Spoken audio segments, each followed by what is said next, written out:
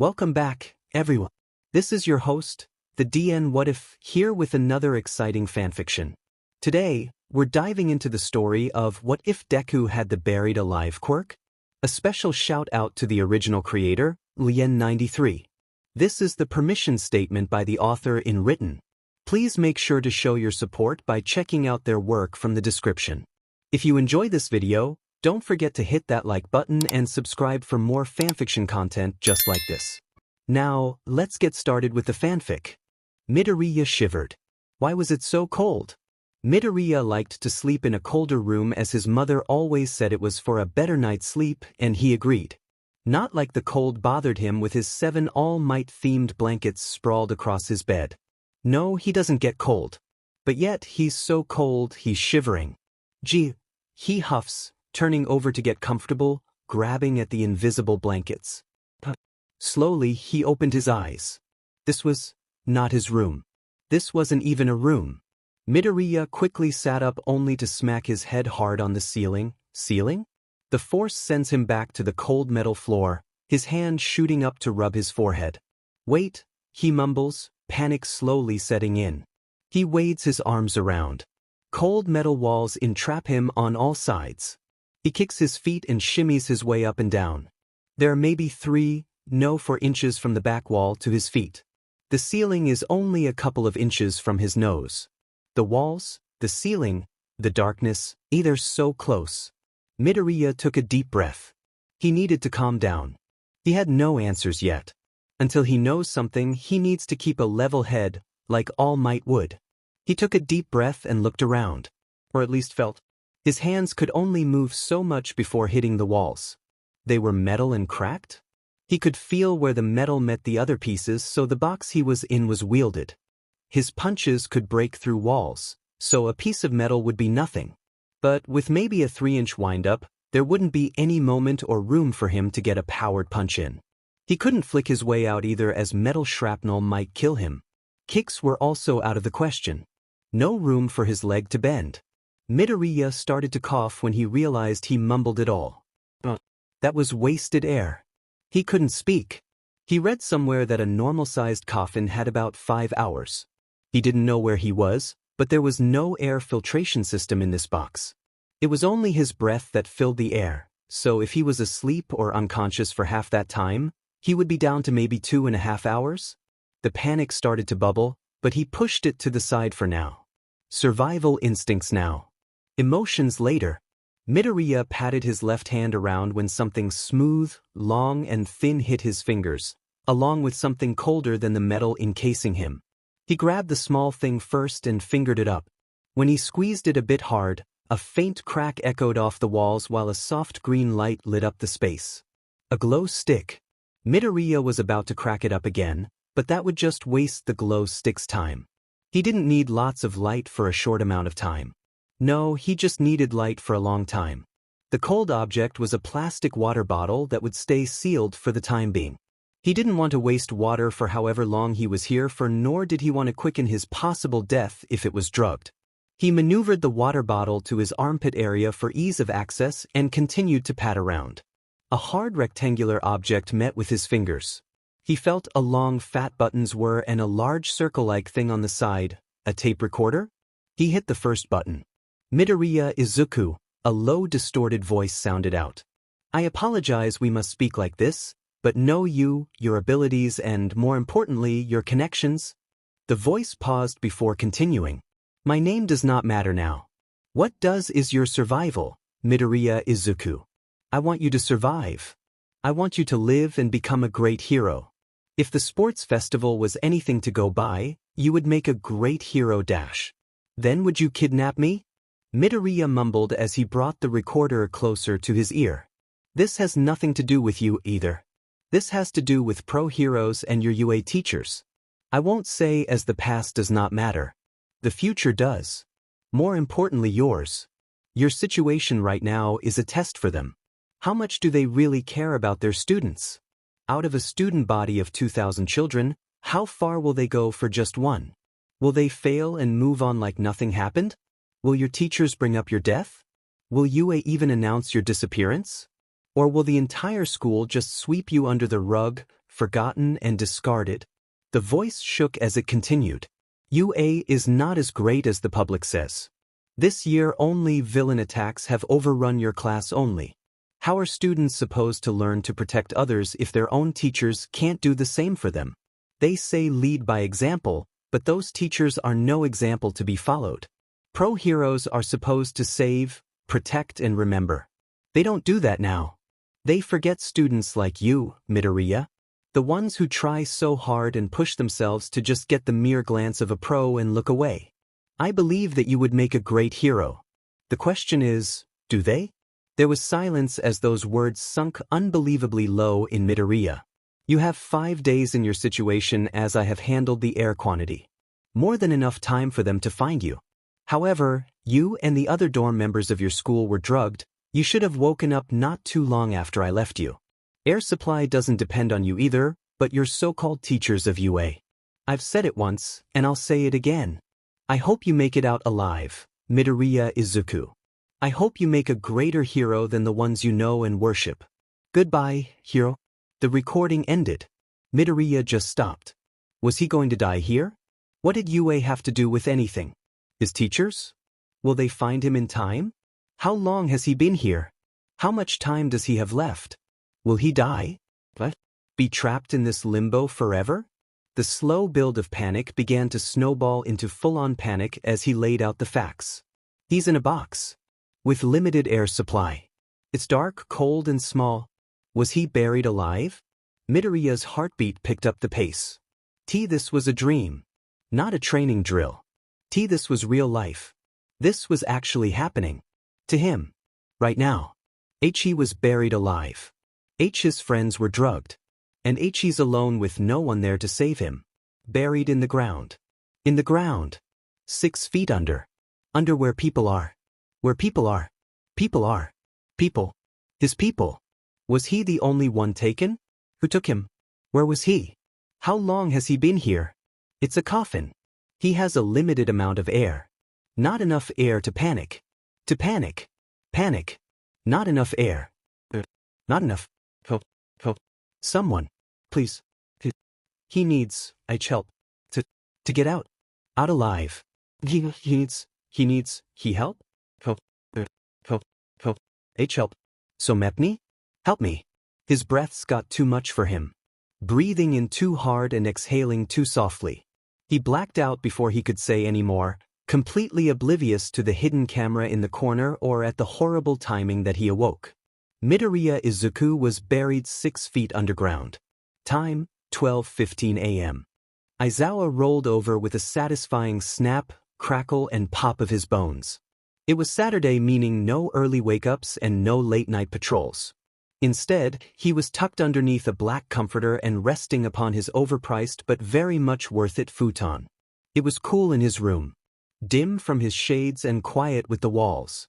Honestly, just the way he liked it. Aizawa stretched out with a loud but muffled groan. A good groan from a surprisingly good night's sleep, but a groan because he's awake now. He sat up and rubbed his face before begrudgingly getting ready. While he'd much rather sleep the sun away, he was on payroll and had to teacher-like duties to get the teacher-like paycheck. Also, he needed to check up on his students. Knowing them, they were all either passed out in the kitchen making midnight brownies or still up from all-nighters. He'd let them do whatever as long as they were within curfew and didn't set the place on fire, like last time. The talk with Todoroki was both a funny and a serious one. Apparently, he got spooked by Kirishima's antics and set his clothes on fire, which then spread to the communal couch where the others were sitting. That night ended with Mizudafu's fire department getting a close-up view of the dorms and detention for several of the students. When he walked to his desk in the teacher's lounge the next day, he saw an envelope with the peppermint-haired boy's tight scrawl and a credit card. When he flipped it over, his reputation for not laughing or smiling was almost over. The card belonged to one Todoroki Enji, also known as Endeavor. For the expenses and anything else you want? Todoroki Shoto. P.S. The card has no limit. Aizawa didn't call Endeavor that day, but he did drop his card off at the man's agency anonymously. He didn't want that talk with either Todoroki, so he just pretended it didn't happen. On his way out the dorm's door, he noticed the lounge area was empty. Normally, Aizawa was the last one up of many teachers who lived there. All Might was typically the first as he does training with Midoriya in the morning. Snipe and Cementos next at normal waking hours, followed by Nemuri and Hisashi.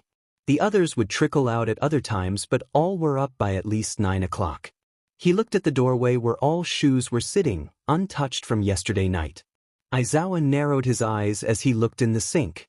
Each apartment had its own kitchenette, but some teachers liked the communal one better. No mugs, plates, or silverware.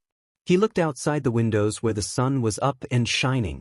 He glanced down at his phone. Maybe there was a meeting he forgot about. 2:12 p.m. Aizawa stopped. 2:12 p.m.? Aizawa stopped.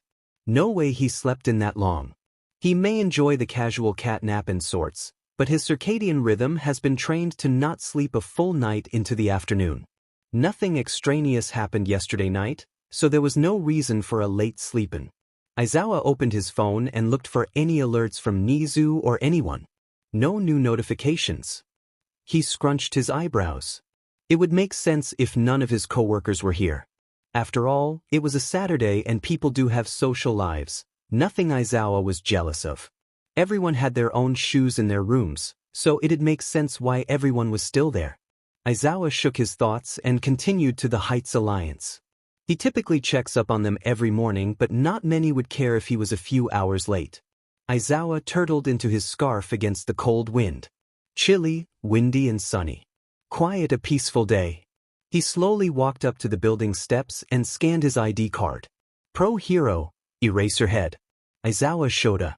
Access granted, an automated voice cheered.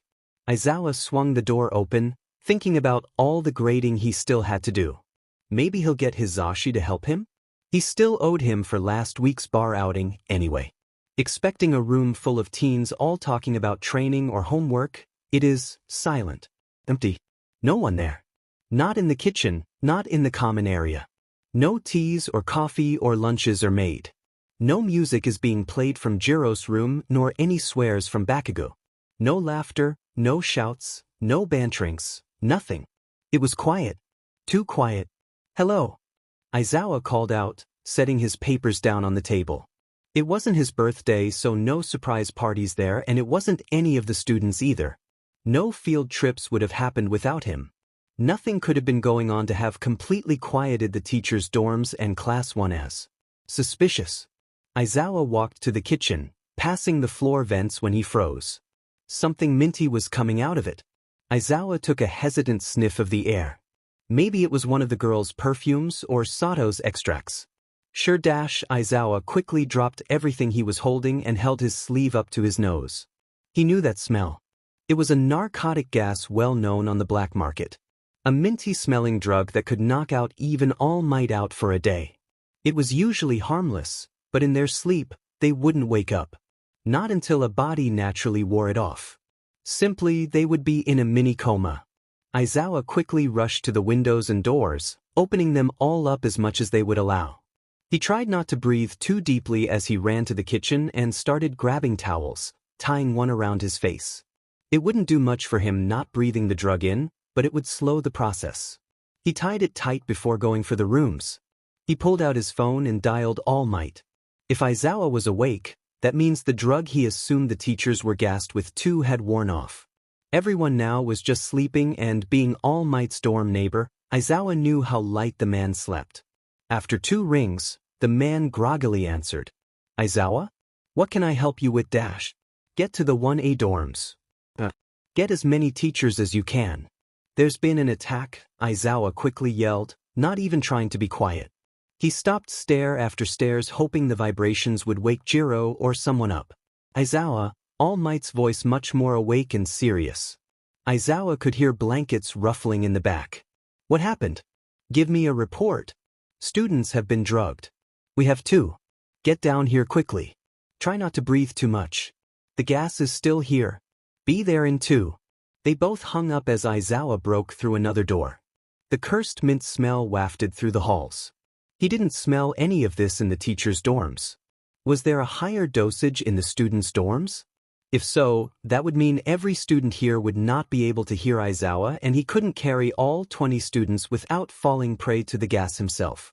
Thinking fast, Aizawa reached the 5th floor first. He shot down the hall, hitting the doors as loud as possible, hoping at least someone was up. Get up. Everyone outside, he yelled. He's already let his students down enough. He couldn't do it again. Let's go, come on. Get up, now. He reached the end of the hall where a red button encased in glass sat. He elbowed the glass and slammed the emergency button. Immediately, the alarms were raised and blaring with flashing red lights across every hallway, area, and dorm room. Aizawa knew the police would be notified, as would every alarm both within the school, facilities, and other dorm buildings go off also. He kicked Ciro's door open hard, its handle wedging itself in the wall behind it.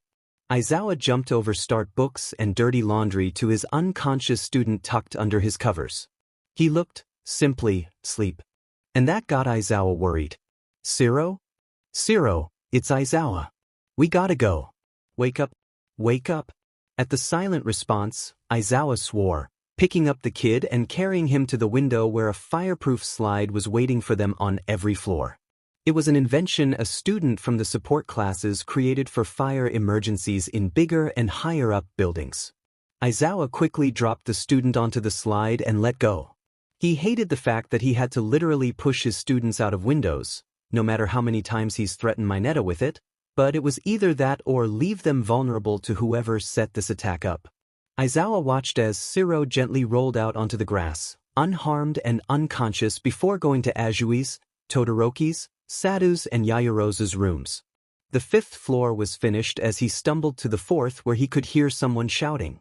Let's go, listeners. Up-ended him, Quirk yelled out. It was loud. Louder than usual, and for once, Aizawa was happy his eardrums throbbed. He rounded the stairway to see Kirishima limp in his arms. Wake up, young Ishido. Young Bakugo. All Might's voice yelled. Still smiling for the hero hopefuls, Aizawa could see the worried glint in his eye. The buffed-up man had Bakugo looking too peaceful over his shoulder and Ishido cradled in his arms. They had the 4th floor covered. Hizashi. All Might. Take the 3rd floor too. I've got the 2nd, Aizawa yelled when something inside him pulled. His sense started to tingle and his body felt heavier.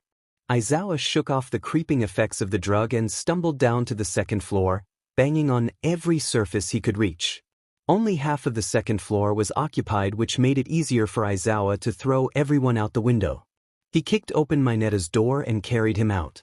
He was by far the lightest, so he took both him and Tokoyami out simultaneously. He gently rolled them down the inflatable slide and watched them hit the grass before returning for the others. Ryuma was next, and last was Midoriya. Aizawa, now panting and stumbling more than before, threw a weak kick at the door. It didn't open. Was the drug already acting on him? One student. He had one student left. He had to get him out. Get him to safety. His next kick blew the door wide open, ruffling the All Might posters inside. The room was cold, colder than Aizawa's, colder than the entire building. He let the chill run through his body as he marched for the bed. His legs were shaking and his mind seemed to fog, but again, Aizawa fought it off. He was so close. Midoriya? Midoriya was right here, right in F-front. Shit, he breathed as his vision started to blacken. The sounds of the alarms began to muffle. The smell of mint stung his nose. Mint? Aizawa jumped to the side of the bed as the smell of mint got stronger and stronger. The invisible pull begged for his body to follow. His head was getting heavy and his shoulders were wobbly. Every part of him wanted to give in, but he couldn't. Not when his students needed him. Not now. Not when Midoriya was right here. He rubbed his eyes as he reached out for the mass under the blankets. Expecting a warm shoulder, his hands grasped around nothing? Aizawa's heart stopped. He pushed the multiple layers of All Might-themed blankets off the bed and through the pillows behind him, but no matter how bare the bed got, it didn't change the fact there was no one in it. His student was gone. Midoriya Izuku was missing. Time, 2:56 p.m. Midoriya's senses were slowly coming to him. He opened his eyes to a barely visible green light in his right hand and a tape recorder in his left. The memories of what happened yesterday, no hours before? 2 days ago? 3 minutes? He had no sense of time and no way out. Midoriya laid there, quiet, still, as if he looked dead enough, they would let him out. As if he behaved somehow, they would release him. As if he just suffered, they would let him be. How long has it been? Days? Hours? Minutes? Seconds? He just laid there. He had no room to stretch out, to roll over, to move. He simply had no room. The thought got his heart pounding. His hands sweaty, mouth dry, stomach nasals, lungs constricting so hard, Midoriya didn't have to worry about using up air as his own body wouldn't let him breathe. It sent his body into the second wave of panic. A type of panic when the body is so freaked out, not even the mind could control it. His breaths got deeper, sharper, so tight, not even sound could escape. He was alone. He had no one. He couldn't move, couldn't breathe. He was going to die. That thought cracked him. That fear, raw, unaltered, reasonless fear, was enough to shock whatever frozen trap panic had set on him. Like a sponge wrung out, Midoriya's lungs unhinged as he drew in a loud, expensive breath. All to yell one thing. Help, Midoriya choked. Help. Help me. Someone. Please dash. No one answered. Please. Midoriya shouted, desperate for anyone to come. Something in him started rattling, getting restless, anxious. He started tossing and turning only to get wedged between the top and bottom of the coffin. His coffin. It was the straw that broke the camel's back. Midoriya powered up one for all and started pounding on the ceiling. He didn't care if the coffin would collapse. He didn't care if he was going to get suffocated by the dirt. He didn't care that he would die slower that way or that no one would be able to save him if he did break the coffin. He didn't care. He just needed out. Let me out. 5% did nothing. 10% dislocated his wrist. 20% bruised his bones. He threw all injuries out the window and went 50%, shattering his hand and doing nothing to the metal. He kept punching the ceiling while kicking hopelessly at the walls. He screamed and screamed till his voice was no more. Tears started to pool in his hair, mixing with the sweat on the ground. Whatever feeling racking his body felt so instinctive, so survival-like. This was a battle of fight or flight, and Midoriya tried desperately to run away. Help me. Please, someone. Please. He drew out every vowel as he tried to catch his quick breathing. He kept punching at the ceiling even with his shattered wrist. The pain was nothing compared to the overwhelming shadow of despair, anxiety, and panic that was swallowing him whole. Let me out. Let me out. Please. His voice wheezed. I'll do anything. Just let me out. He couldn't think. He couldn't breathe. He couldn't see. He kept trying to move. Wiggle. Worm his way out somewhere. He just needed to move. To breath. To do something more than nothing. He screamed again. Cried aloud. Called for someone. Anyone. His punches lost form. Kicks lacked technique. He flailed inside the box like a fish out of water, like a child too restless for their stroller. He clawed at the ceiling and the walls till his fingernails were broken and bloody. He elbowed at the ceiling and the walls till his limbs were numb. Some throws with one for all and others will sheer panic fueling them. He looked around feeling so lost. So helpless. So useless. It felt as if the very wall would cave and crush him to death. Aizawa-sensei. Please help me. Help me. Help me. Let me out. Please, sensei. I'm sorry. He screamed for his teacher to come to save him. To let him out. To rescue him. Midoriya wedged himself between the walls and pushed, one for all coursing through his legs and arms. All might. All might. Please. Help me. He screamed. He kept pushing, kicking, elbowing, anything to keep the walls at bay. It did nothing. He did it over and over and over again. Each with the same pitiful result. His breathing was deep and hard, but no matter how many in and out breaths, his body couldn't get enough. His pathetic cries and tiny useless yelps fell to deaf ears as he continued to fight the coffin. Over and over until he got tired. His arms were tired.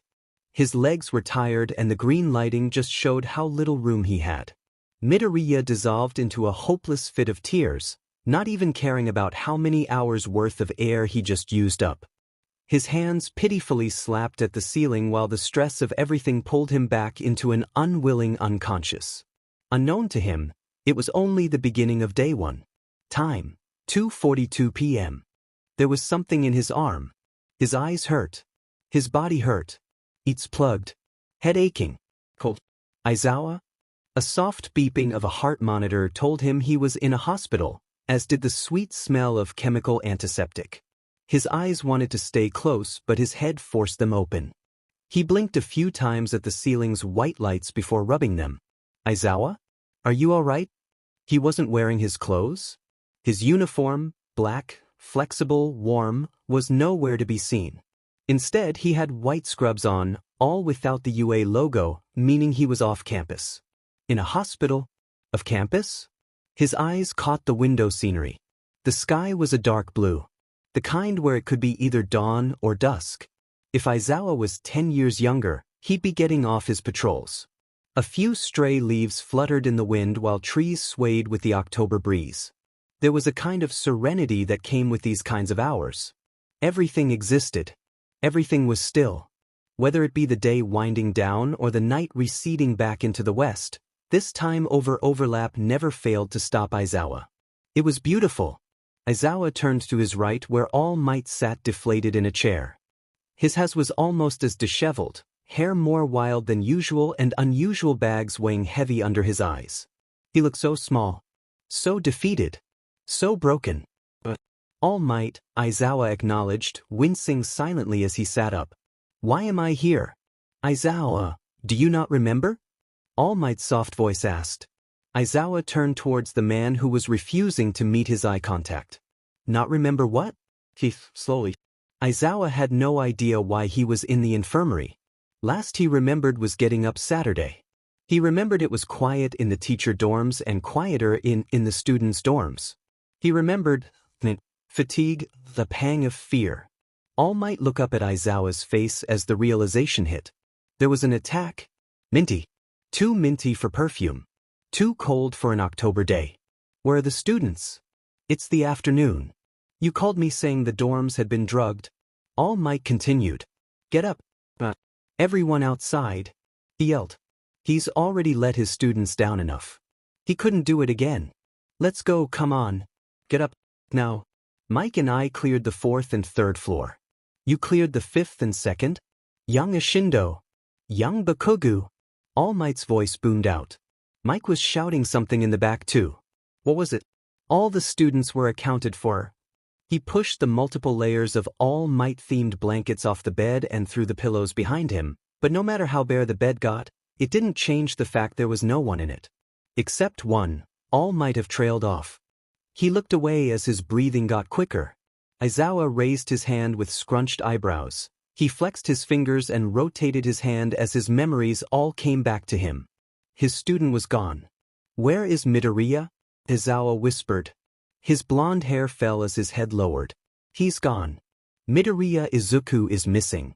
He wanted to think that maybe Midoriya snuck out during the night and hasn't come back.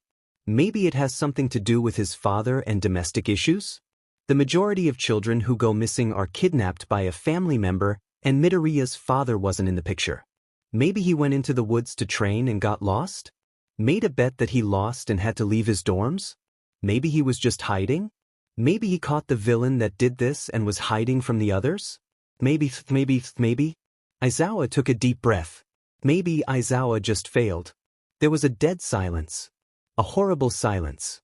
His student. His problem child. His kid was gone. Missing. This would be the 6th time he's been caught up in something. 6th time he's failed his students. He failed Midoriya. Aizawa shook his thoughts. He would not think the worst. Not now. Not when he still had 19 other students on his watch. The other students. Where are they? Aizawa asked quickly, eyeing the folded clothes on a nearby table. It wasn't his uniform. There wasn't his capture weapon. Your hero uniform was still infused with the drug. Everyone's stuff was. Recovery girl has it, and the dorm's on lockdown as the place airs out. It's all we can do for now, All Might informed, eyeing Aizawa's line of sight. Mike dropped some stuff off for you. All of the teachers that were drugged are fine now. Mike and I were the only ones, after you, who got a second dose of it, but we are both fine. All Might looked oddly calm. Maybe it was compartmentalization that came with hero work, or maybe it was the shock delaying his reaction. Whatever it was, Aizawa was glad he didn't have to care for the number 1 hero and 19 students. Where are the students? This isn't UA, Aizawa said, throwing the blankets off him. He's been in Recovery Girl's office enough to know a room when he sees one. He yanked the 4 out of his arm and ripped the heart monitor off his chest. Immediately, the machine started to beep and a blue alarm went off. Outside the door, doctors and nurses could be heard tumbling after another when another voice shut them all up. Enough. This is Eraserhead's room. Knowing him, he ain't dead. Go help the other patients who aren't stupid enough to rip out their own heart monitors and scare the entire hospital. Recovery Girl's voice yelled. Aizawa felt a twang of guilt as he heard the mumbled apologies of the outside doctors. The door swung open to see a short, elderly woman with a cane and a syringe in her hair. She looked tired and irritated. Aizawa showed a, lay back down in that bed before I break your kneecaps and force you to, she threatened. Aizawa begrudgingly sat in the bed but did not lie down. He needed to be alert. The students, where are they? Aizawa asked again. He just wanted to know where they were. They are in quarantine together on the 11th floor. Everyone is awake except for Mineta and Aoyama, All Might answered, sensing Aizawa's irritation. Midoriya's neighbors? Aizawa asked worried. How long have they been sleeping? What if they never wake up? Are they all right? Side effects. Recovery Girl went to Aizawa's side and started to check his vitals before answering. Physically, a few had minor carpet burns from the slides and others a few cuts from the landing, but all were fine. With the exception of the 2 sleeping ones, everyone is fine. Some just missing their homeroom teacher. Aizawa shook the old woman off his arm and went to stand up again. He was still lightheaded and dizzy, but nothing he hasn't worked through before. He grabbed his clothes and went for the door when Recovery Girl's small but iron-tight grip grabbed his wrist. I have to go check on them. They need dash. Aizawa, Recovery Girl interrupted solemnly. She looked down, resembling the suddenly quiet All Might before speaking. You should know the time, first. Time? It's, Aizawa looked at the clock on the wall. 6:03. 6:03 a.m., Recovery Girl repeated. Sunday morning. Aizawa looked at the woman. WhatIf? All Might found you in Midoriya's room, passed out from the gas Saturday afternoon. It's 6:03 a.m., Sunday morning, Recovery Girl said slowly. You've been asleep since then. Aizawa let that hit him. He let that hit him hard. He took a moment to digest it. Chewed it around in his head before prominently throwing it out. He wasted an entire day asleep yesterday, yes, but he can't change that. He can only focus on the present, which is where his kids are. Where they need him. I'm fine. I'm going to see my students. All Might, come with me. They need their symbol of peace just as much as they need their teacher, Aizawa said, standing in the doorway. All Might nodded as the 2 teachers made their way through the blinding white hallways to the 11th floor. Aizawa quickly changed before they got to the elevator. With some small talk to the receptionist, the 2 were led into a large back room. A set of sliding doors separated 17 students from their 2 teachers. Each student had their own cot, packed tightly next to each other like sardines. While it didn't look like a comfy bed, most of them were probably too out of it to care. As the doors opened, Aizawa's foot stumbled. What was he supposed to say to them?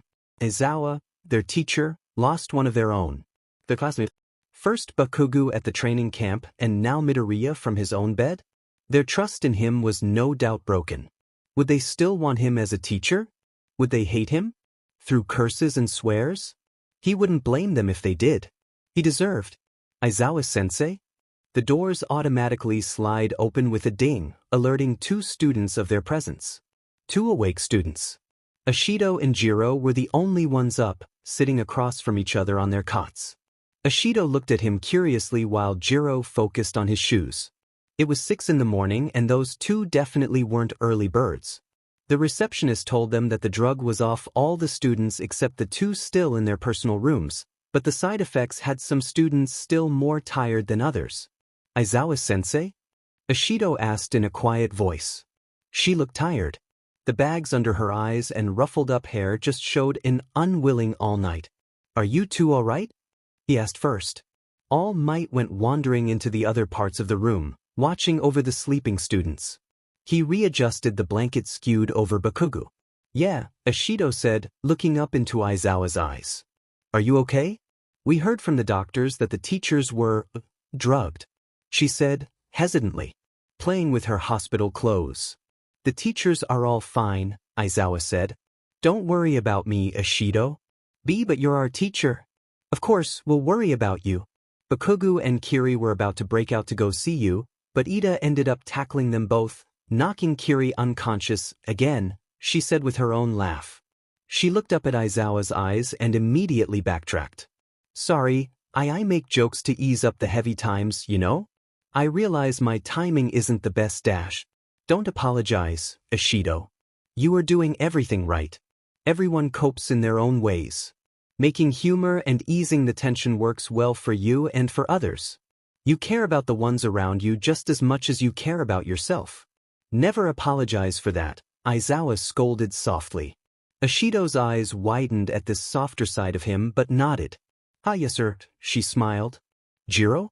Are you all right? He asked the purple-haired student. She was playing her ear jacks, wrapping them around her finger then watching undo themselves.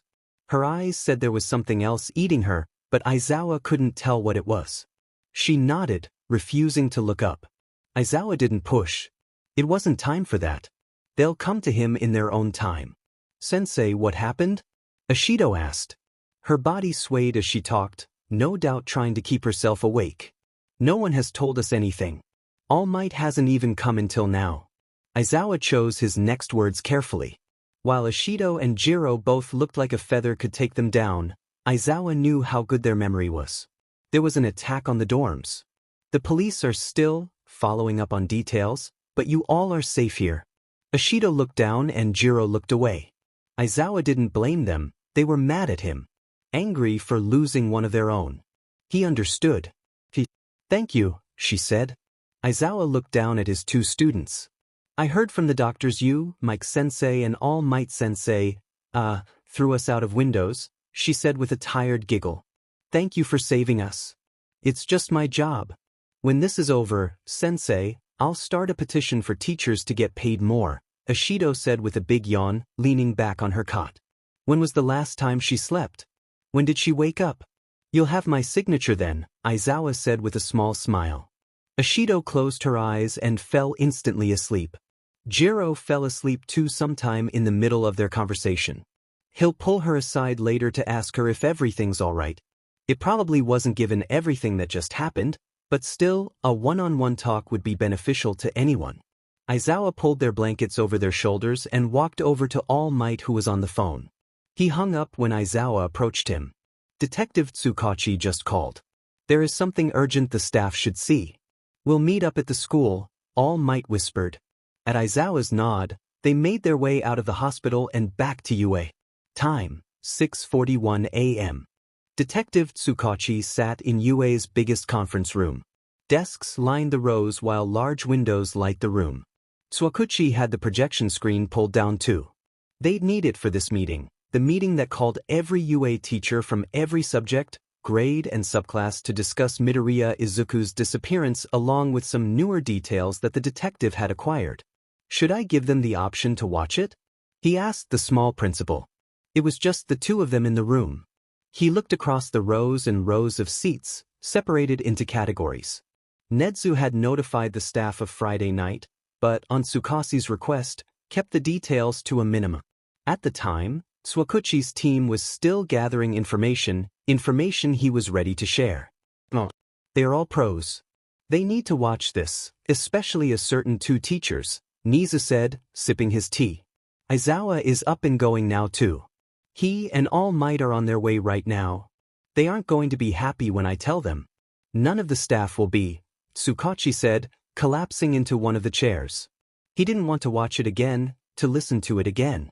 While he'd do what duties call for with honor, this kind of thing took a different kind of strength, one even the mightiest are bound to stumble. It's the nature of being both a pro and a teacher, Detective Tsukachi. Their students' well-being tops everything, including their own stomachs? The mouse bear rat dog said, his fur slightly ruffled. Netsu had seen the tapes too. He may not be human, but a child's scream shakes everyone, including the suited animal. As their precious time trickled on, a slow stream of teachers poured into the room. A few of the 1A teachers looked more tired than usual, all of whom were kept at the hospital for the night. Some cast curious glances at the detective while others silently nodded. They all knew Midoriya was missing and that the dorms were drugged, but that wasn't all this meeting was for. Eventually, all teachers were there except for two. Eraserhead and All Might were still nowhere to be found, but they were coming from the hospital. He'd give them time. After a few more mindless chattering moments, the doors opened for the last two guests. Aizawa looked dead. Having worked cases together in the past, Tsukachi knew Aizawa. He knew his dry humor, his witty sarcasm and his stiff personality that balanced between sophistication and narcosis. Today, though, all lazy elegance that is Aizawa Shoyuda was gone. Replaced by should-weight fatigue and mental exhaustion no amount of physical work could match. All Might looked the same. Thinner and tired, the symbol of peace hunched over himself. The man had no gray hairs but Tsukachi could see how the stress was getting to his friend. He knew the close relationship between Midoriya and All Might, one that went beyond just successor and predecessor. After all, they hadn't had a conversation yet without the young teen coming up. All Might saw him as his own. In a situation like this, Tsukachi couldn't fault him for anything. Gentlemen, Nizu nodded to the newcomers. They took their seats in the front as Netsu addressed the rest of the room. For those of you who don't know, this is Detective Tsukachi of the Mizudafu Police Station, the lead detective on this case. Tsukachi bowed to the room. I believe many of you know why we are here. Friday night, the teacher and student dorm rooms of Class 1A were attacked. The drug used was TGWH34, also known as sleeping darkness. It's an easy-access drug that is used mostly in a medical setting for induced comas due to its dosage sleep time sensitivity. How did you know it's that drug? I've heard it's colorless when it's a gas? One of the heroes asked. Mint? Tsukachi looked at Aizawa who looked directly at him. The gas has a strong mint smell. It was still lingering in the student dorms, which meant a double or triple dosage there compared to the teacher dorms. On the second floor, Midoriya Izuku's dorm was doused in it. It was strongest by the bed. He was targeted? Another asked. Yes, however before that, I want to update you on easier details. All teachers were unharmed from the drug as were all 191A students. The teacher dorms and the Heights Alliance are closed by the recovery girl and should be available for everyone to return in a day or so, Tsukachi explained. He wanted to get the light-hearted stuff out of the way first. Was anyone else drugged? Other than the dorm buildings? Vlad King asked. No. By the time UA's alarms went off, all buildings were locked down and emergency personnel was contacted. So far, no other class or building was drugged. Whoever did this was directly attacked Class 1A. How are the students? Another asked. From what I know, 17 students were cleared this morning. 2 are still fighting off the drug and 1 is missing, he said bluntly. The drug was more concentrated in Midoriya Izuku's dorm. His neighbors, Mineta Minoru and Aoyama Yutaka, still under the normal dose everyone was affected with plus the triple dosage from Midoriya's room. Do we know why he's been taken? Midnight asked. Why would villains want a hero in training? Unless this is the work of the League. He's been a part of all the attacks and missions of UA. The Stain Incident, Kamino Ward, Overhaul Raid. To come out on top in them all is a feat that potential villains could see as a threat. Midoriya is too strong of a hero. Cut him down and that one less symbol of peace you have to worry about, Aizawa said bitterly. He might have complimented the boy and put him on par with All Might, but paired with his tone in this situation, no one called him out on it. That was one thought, Tsukachi began. Aizawa's eyes locked with his own. We explored that reason along with a more personal one. His father is absent. Left when he was 4 years old. We also hypothesized that this was a dad coming back from the dead. Most kidnapped children are often taken by a family member after all, but based on some recent evidence, it is not the case. Evidence? New evidence? Why is it recent? What changed? Tsukachi took a breath as the murmuring got louder. This, he said, turning on the projector. I'll warn you now, there will be disturbing footage that will appear. You are all trained to handle situations like this, but it can still be difficult, Tsukachi said, looking down at his computer. Borderline horrific went unsaid. He clicked on a few tabs before pulling up a file with 2 links. At 4 p.m. Saturday night, a flash drive was dropped off at the station with some very strong evidence. Because of this has nothing to do with the League but with a completely different person. He pointed at the piece of plastic sticking outside of his computer. This was dropped off too. He tossed the evidence bag in front of All Might, who fingered the bag carefully. Midoriya's ID? Tsukachi nodded. To show that the flash drive was real and authentic. Typically, captors send more painful or living remnants of their victims, so I truly believe this person's goal is not to kill or harm Midoriya, no matter his situation. Tsukachi looked at all of the skeptical faces. He knew they wouldn't see it from his point of view and they may never, but the kidnapper could have sent anything of Midoriya's. A lock of hair? Fingernail? Toe? Something more painful? Something that would really scare the public? No, they send his school ID. This along with his captors. Messages, Tsukachi saw humanity in this person. Extremely distorted, but humanity still. What's his situation then? Aizawa asked, probably with more bite than intended. Again, Tsukachi understood. Aizawa knew the teen much more than he did.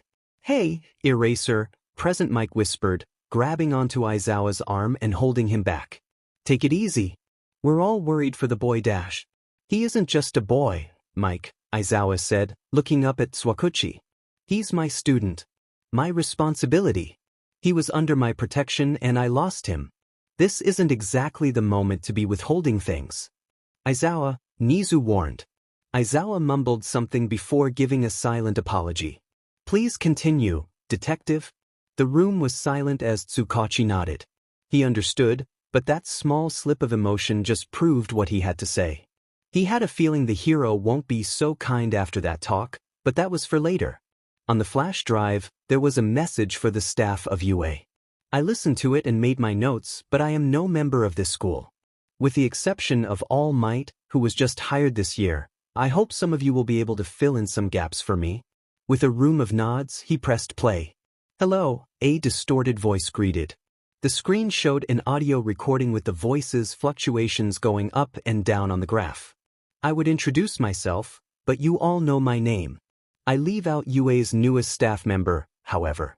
He would have no recollection of me and for that, I apologize for my actions. This does not concern you as it does with your coworkers, All Might. He is your student. A good one in fact. I am truly sorry for using him, but it had to be done. The UA teachers needed their eyes opened and Midoriya Izuku was the perfect candidate. A strong, smart, innocent child whose the love of heroes fuels his everyday goals. I've told him myself that he'd made a great hero one day. I hope he makes it too. He seems like the type to save, smile, and remember his people. The boy, Midoriya, reminds me of someone I once lost, the voice said, tone dropping as they reminisced. They were like Midoriya. Blinded by UA's reputation and possessed by their lies, they fell off the pristine radar of Japan's #1 hero school. When they fell, no one tried to stop them. No one even remembered them. When I needed someone to be saved, someone to be protected, the heroes of UA did not deliver. Instead, you all left and forgot. It's been a while since it happened, but not a day goes by that I don't miss them, the voice cracked. A small bit of silence followed. I believe that heroes are supposed to save, protect, and remember. Not every victim they've saved or every person they pulled from a burning building, no. But every lesson they learned from their small encounter. Think of this like a second chance, heroes. You already lost one student in the past. Will you lose another? Do you care enough to risk everything for one student? I saw what All Might did and the sacrifice he made for the young blonde hero in Kamino Ward. He's a true hero. Midoriya Izuku chose well when looking for an idol. I hope you find him. He could have made a great hero. He still can too. So save him, you so-called heroes. Put everything on the line and remember. The voice recording stopped. No one spoke. How could they? What were they supposed to say? Tsukachi cleared his throat and looked down at his open computer. The live stream's still going on another tab. He swallowed as he looked up to the room of pro heroes and teachers alike. This was one of 2 links. Time, 8:02 a.m. Toshinori sat in the comfy padded chair. Drowning in his clothes and swirling thoughts, he continued to listen to Naomasa. His longtime friend was explaining something, but he couldn't focus. Not with what just played before. Not when his boy was out there. Cold. Alone. What kind of symbol of peace is that? Prepare yourselves.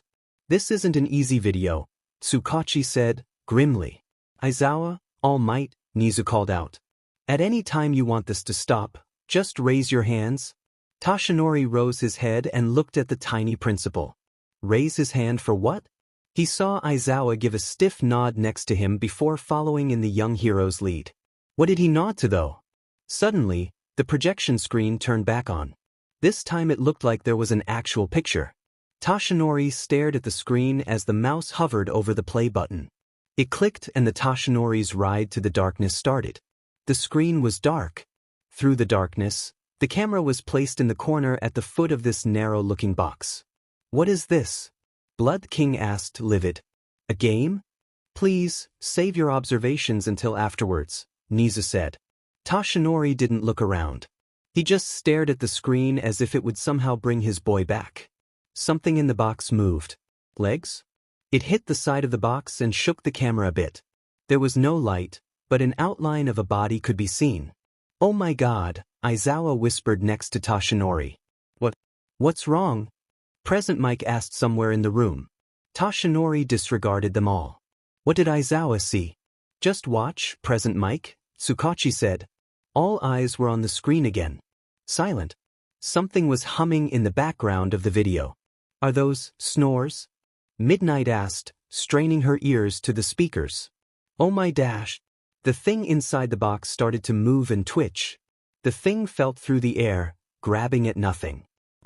Gore, the thing said. It was Midoriya's voice. There was more ruffling as fabric nudged up against each other until Midoriya shot up, smacking his head on some kind of metal top and was sent crashing down. Ow. He wasn't. More rustling and more silence. Wait. He couldn't be. Everyone could hear the soft taps of Midoriya's hands on the box. A few shakes on the camera showed he started to kick at the walls. More movement could be heard and skin against metal echoed through the box.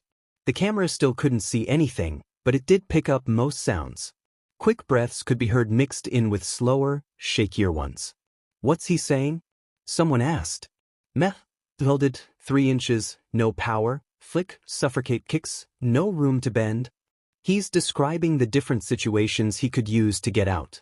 The box he's in was welded shut. With only 3 inches for a wind-up, no punch would pack any power. If he flicks his way out, the dirt above him would suffocate him. He can't kick his way out either without any room to bend his knees, Aizawa deciphered, emotionless as always. Toshinori spared a glance at the stoic homeroom teacher. How could he speak like it was nothing? Like Midoriya's situation was an afternoon tea subject? How could he speak so nonchalantly about his student? His boy. His Izuku. Not when he was. He shouldn't be mumbling. His air supply dash, a voice Toshinori recognized as Cementos noted. Air supply? Where is he? Someone asked. A small crack rang through the room and a small green light the box up. The teacher's jaws dropped and Toshinori's frail heart stopped beating. There, Midoriya Izuku laid horizontally with maybe 3 inches from his nose to the top. The camera was placed by his feet, allowing the teachers to see his entire body shift uncomfortably. His all-might shirt was rumpled against his thin basketball shorts. He had no socks on or anything that could give him warmth. Toshinori could see his legs shake under the cold. Is he in it? Another hero trailed off. Midoriya picked up what looked like a tape recorder and hit the first button. Midoriya Izuku, a low distorted voice sounded out. I apologize we must speak like this, but know you, your abilities and, more importantly, your connections. The voice paused before continuing.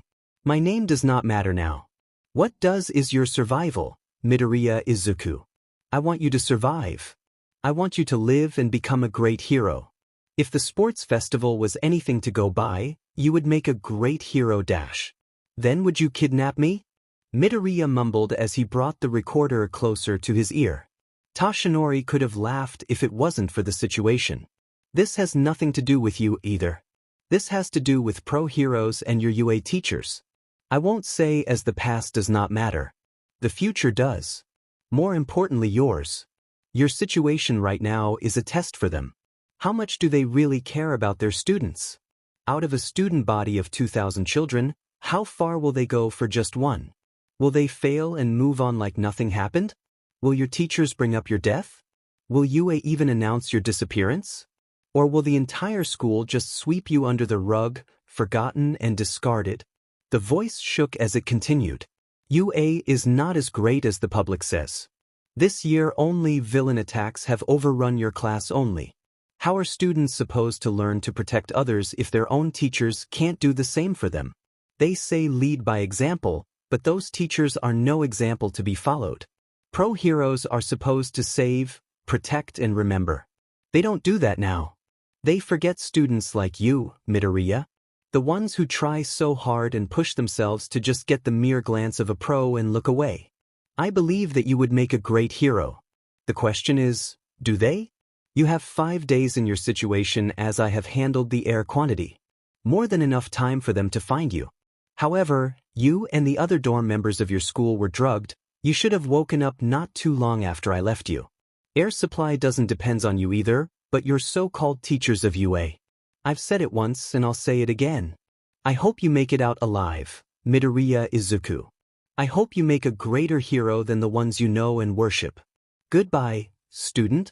The recording ended. Every teacher in the room could feel the sinking panic in Midoriya as the information passed through. Suddenly, the camera picked up on Midoriya's chest going way too far up and way too far low. He's breathing too much and too deeply. He's going to use up his air supply. He's having a panic attack, Toshinori whispered, his chest getting tighter and tighter as he watched Midoriya's slow accent to panic. Izuku's panic. The boy kept breathing heavily for another 5 minutes before he stopped. Stopped moving. Stopped breathing. Stopped everything. Every jaw dropped. Toshinori couldn't move even if he wanted to. He stared red-eyed at the screen with his unmoving child. Did he just watch his student die? There was no way he was buried alive? Blood King asked breathlessly. Every teacher wanted to look away from the unmoving boy on the screen, but no one could. Toshinori stole a glance at Aizawa, who simply was as still as Midoriya. Toshinori felt something moving on his hand. He looked down at, it was just his shaking hand.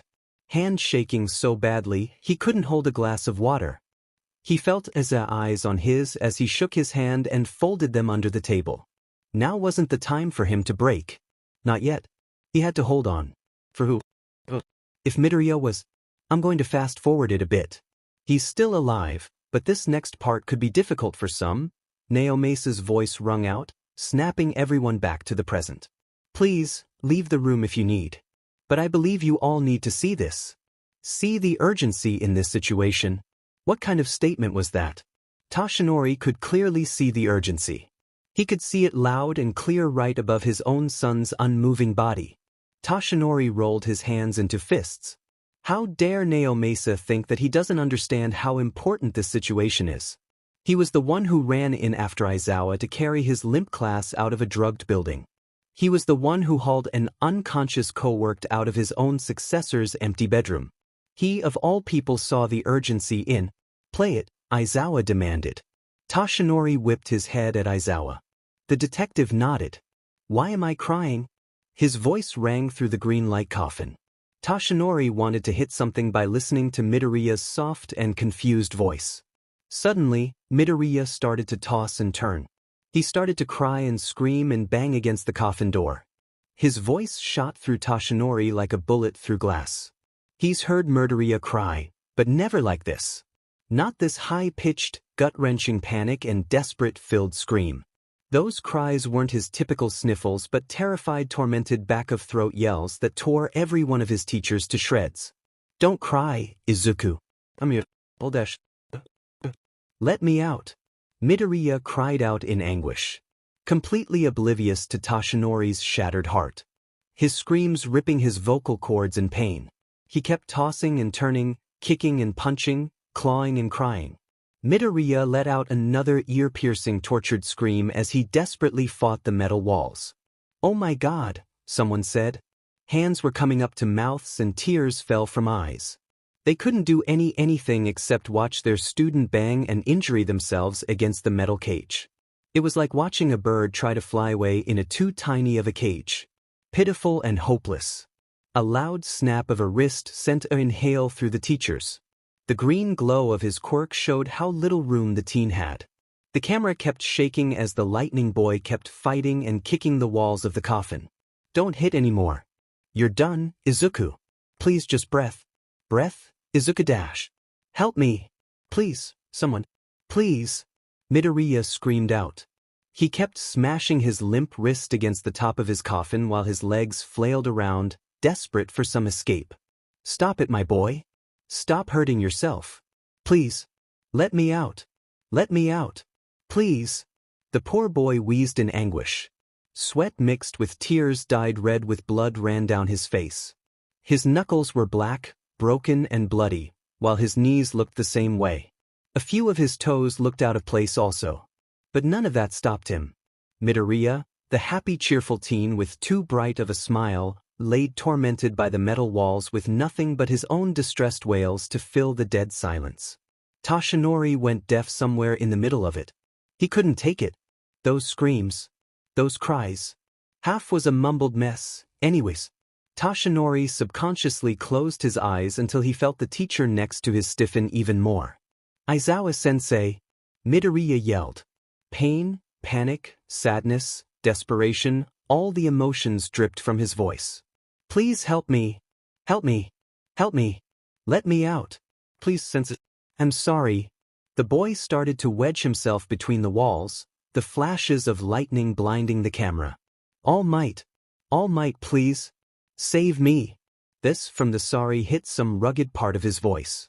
It was hoarse, dry, and painful. Yet here he was, using his oxygen, his lifetime, screaming out a name who couldn't help him. How could Toshinori let him go this? How did it ever come to this? Just 2 days ago they were running together, laughing together as they made their way around campus. Yet here was that same boy Toshinori was in charge of, crying out his name. He couldn't do this. He can't handle this. Midoriya. His boy needed him, but he couldn't go to help him. But. Why was he so pathetic? He couldn't help one student. Why was he so pathetic? "All might," Aizawa said quietly but sternly, taking the symbol of peace from his mind. It took everything Toshinori had to rip his eyes from watching his boy wither in fits of panic and anxiety. "Take a minute, if you need." "Why would I dash?" Then something hit his pants. Toshinori looked down as his dark trousers. Another hit. He squinted at the small circles of water splashing innocently on his pant leg. He took his bony shaky fingers and touched his face. What? Why were they wet? Why would there be water on his dash? He was crying. Toshinori took a teary glance back up to Midoriya. Was that him screaming or Midoriya? Time, 8:14 a.m. "Aizawa-sensei," Midoriya's voice cried out. Aizawa stiffened. He had been keeping his emotions well under wraps this entire time. That's what 10+ years of underground heroics gets a person. He's had plenty of cases where people cry out for someone, anyone, to save them and he'd try. He'll save who he can. It'd be illogical to think everyone can be saved. But Midoriya Izuku's case is anything but logical. "Please help me. Help me. Help me. Let me out. Please, sensei. I'm sorry." He screamed, banging, and wiggling in his limited space. "Why are you apologizing, problem child? What have you ever done wrong that would make you apologize right now? Aizawa thought. Maybe if his logical thinking was strong enough, he could hold up his crumbling stoic facade. Then no one could see how his heart was shredded by Midoriya's words. He'd sacrifice himself over and over again if that meant his kids could live another day. He'd do anything for them. So why couldn't he do anything now? All Might, please help me, Midoriya yelled, wedging himself between the walls. Aizawa never took his eyes off the screen, nor did he ever said anything. He'd never let something slip through his emotion-proof gate. He never does that ever, let alone in a room full of his coworkers and allies alike. However, listening to Midoriya, watching Midoriya, feeling his screams penetrate his very soul, Aizawa came mighty close. Midoriya's face was contorted in panic and fear. His cries never got quieter and his screams never softer. His movements only lost technique and soon form as his panic-fueled spasms continued. So much pain for someone so young.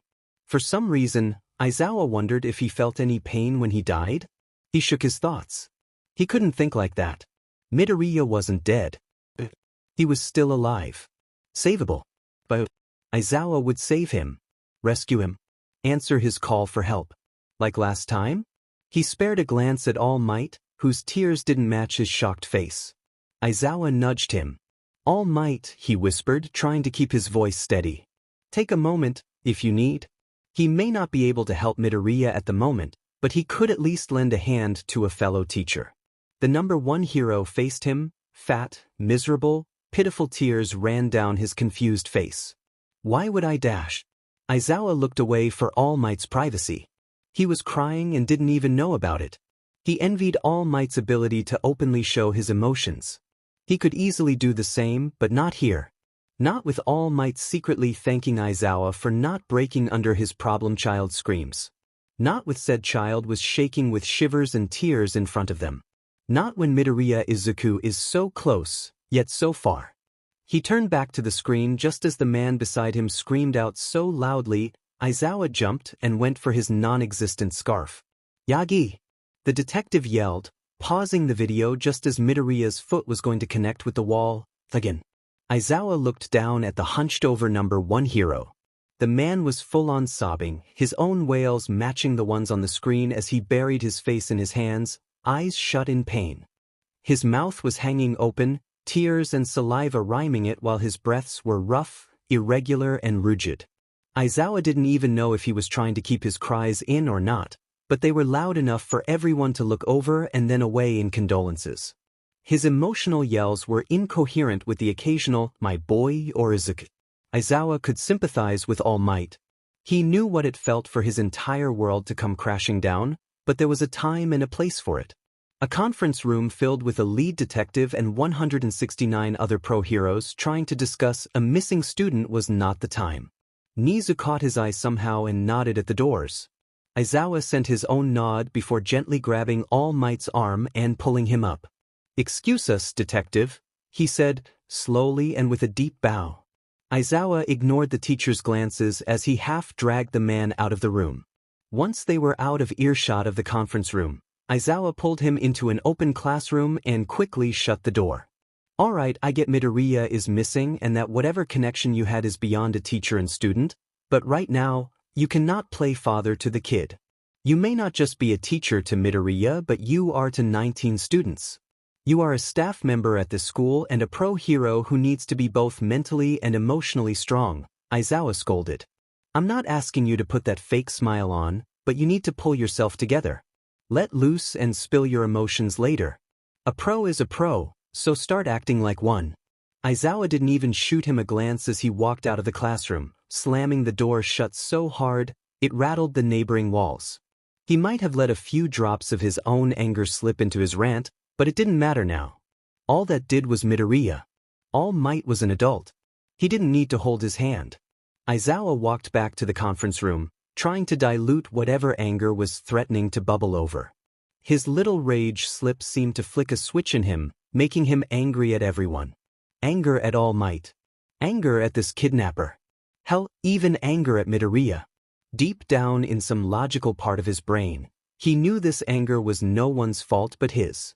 He was angry at everyone because he was angry at himself. For losing Midoriya, for letting another student get kidnapped, for failing again, taking it out on others was just an excuse to not deal with it himself. Aizawa sat down alone at his table, sinking in a mix of fatigue, frustration, and guilt.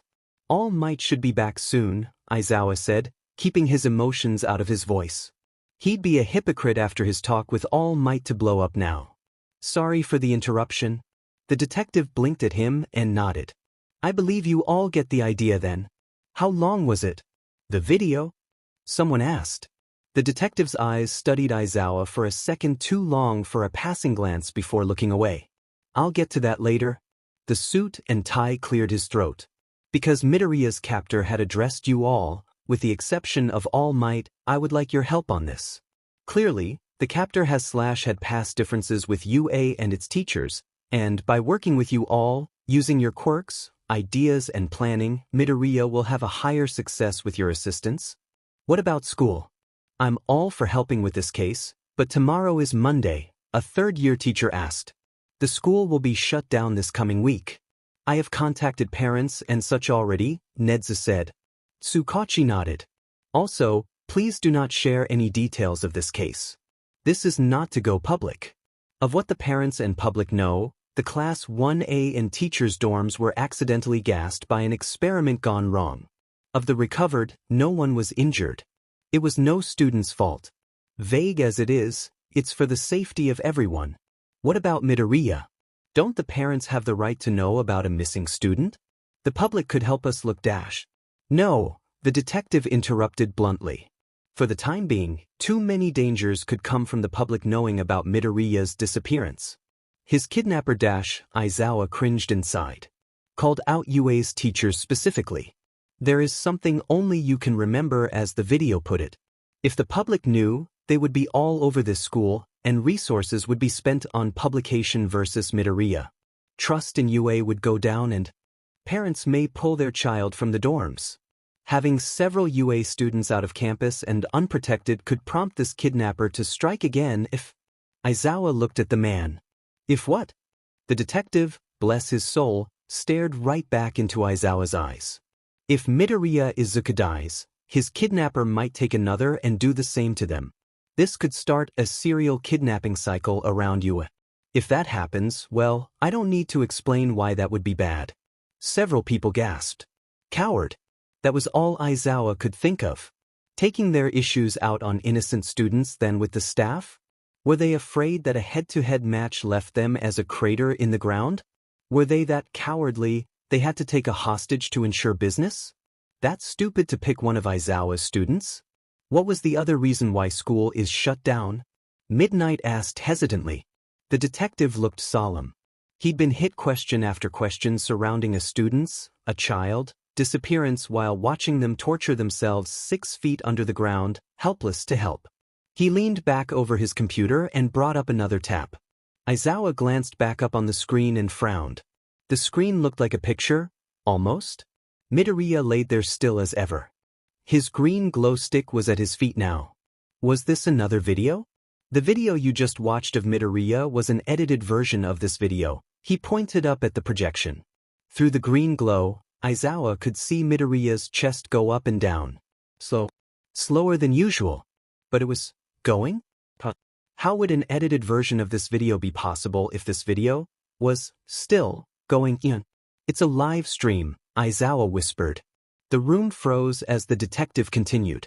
When we first opened the flash drive, the live stream had already started. We rewound it to watch from the beginning at 12 a.m. Saturday morning. The first video was just a snip of the live stream. How is he now? Another asked. He hasn't done anything else too extreme lately. He's been unconscious since his latest panic attack, Tsukachi read from a notebook. Did he watch Midoriya all that time? Record what times the kid woke up and cried? No wonder his eye bags are more prominent today. What does this have to do with school? The live stream has been playing since 12 a.m. Saturday morning, he said slowly. 1 out of the 5 days his kidnapper gave him has passed. With the excess breathing outside a calm state, Midoriya could have used up over a day's worth, limiting our time limit more. We still don't know exactly when Midoriya's air became limited, so there are many unknown factors, but details aside. If we don't find him soon, Midoriya Izuku will be dead midway through this week. Silence. Silence. Deafening. Silence. Aizawa narrowed his eyes.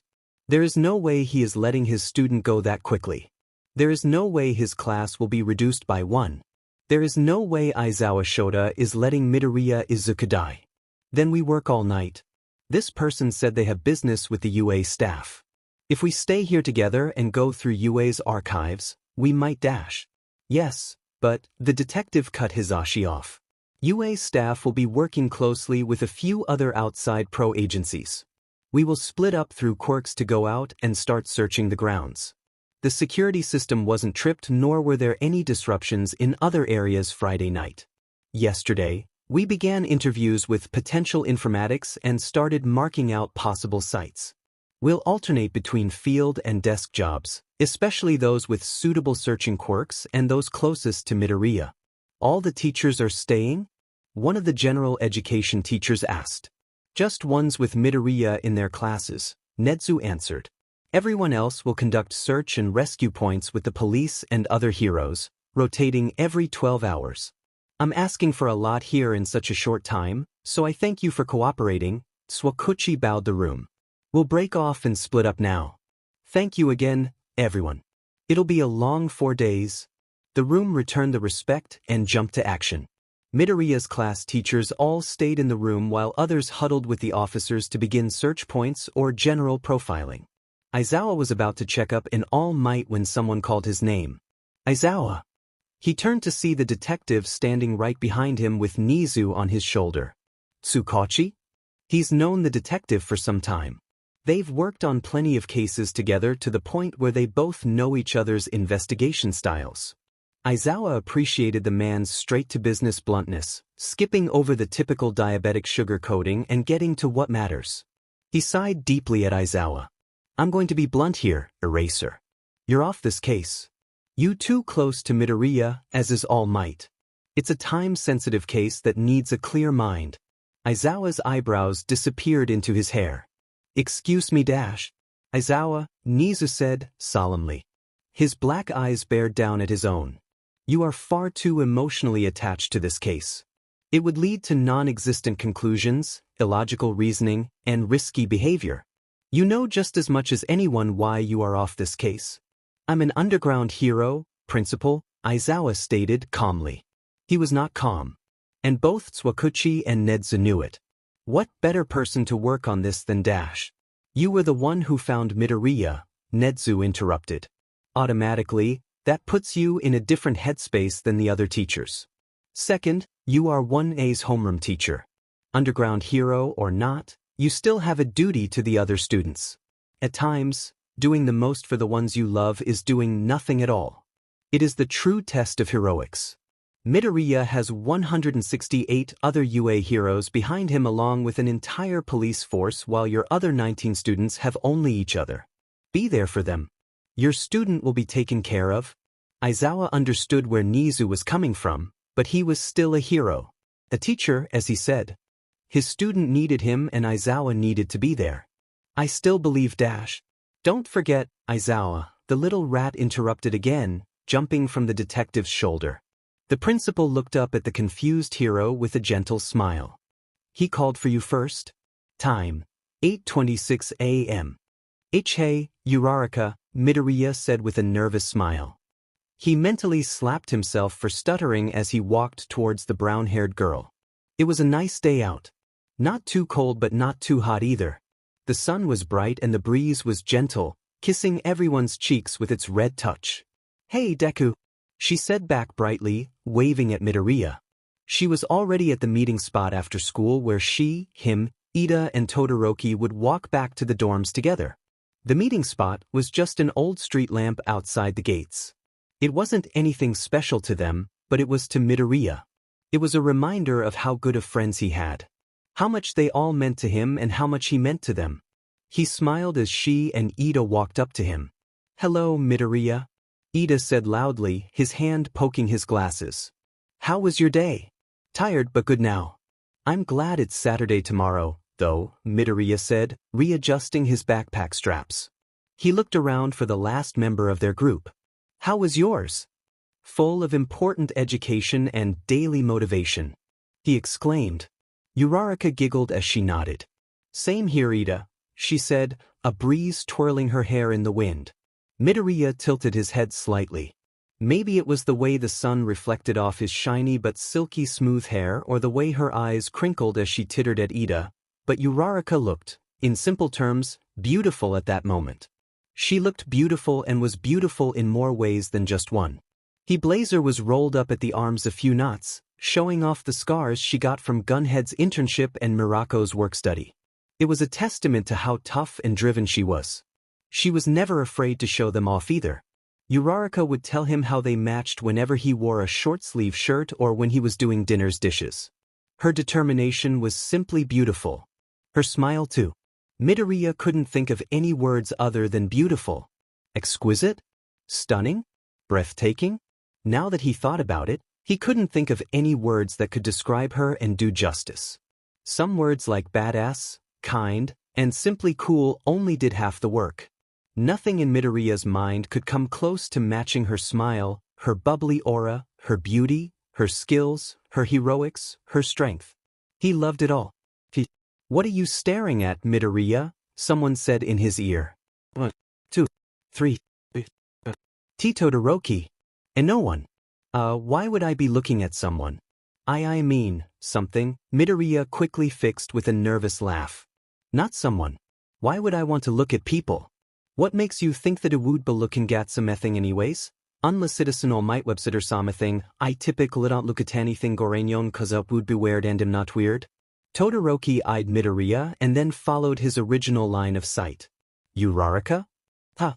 The girl in question broke off her conversation with Ida and looked at the two boys. Oh hey Todoroki. You need something? Why was Midoriya looking at you? The peppermint teen asked, curiously tilting his head. Todoroki. Midoriya interrupted, waving his hands in front of him. It's not like that, Uraraka. I would never look at you, he said with a kind smile, his cheeks bright red. That is until he realized what he said. No. I mean I wouldn't stare at you. Not that I was saying I was staring. Todoroki is just doing something like being, horrible, wingman, he trailed off quietly looking away. What does Hawks have to do with this? Todoroki asked, confused. His blunt analysis would be the end of Midoriya. You going on another hero spiel, Midoriya? Ida asked, taking the lead for the walk. The three followed closely behind as they made their way back to the dorms. And no, Midoriya took a breath. Never mind. Do you guys have anything planned for the weekend? Sleep? Uraraka said with a yawn. Meeting with my brother. Training. What's your training for this weekend? Midoriya asked, glad to talk about something else. Is it with your father or just on your own? Swimming. It's a good workout apparently and UA has a massive pool for it. It's a bit cool, but nothing I can't help with, Todoroki said, holding a small flame in his hand then quickly extinguishing it. I'm doing it on my own. Fire and water normally don't mix. Ooh, can I join you? Uraraka asked excitedly. I've been trying to control the amount of gravity an object or a person has lately. I don't have great control over it, though. It always fluctuates when I use it. I could do quirk resistance training with you in the pool? See if I can hold a floatable object under while the water pushes them to the top? Sure, Todoroki shrugged. Midoriya, would you like you to want to come? Why yeah? He yelled too quickly. What did he just say yeah to? Swimming? Would he wear a shirt? He didn't want to make anyone uncomfortable by not wearing one. Plus, what would Uraraka think? Would she think that he was trying to show off? He wasn't. Summer was different because it was hot out, but it was cooler now. Would she think he was one of those player types? He didn't want her to misinterpret him. He wasn't wearing a shirt for her. At least, not just for her. The added drag would help with his resistance in swimming, but what shirt would wear? Are you coming? Uraraka asked, running up next to Ida. Where you guys going? Someone asked behind them. The group turned towards a smiling Kirishima dragging an irritated Bakugu towards them. The pool. Todoroki, Deku and I are going to go swimming and do some quirk training later on. Want to join? Uraraka asked cheerfully.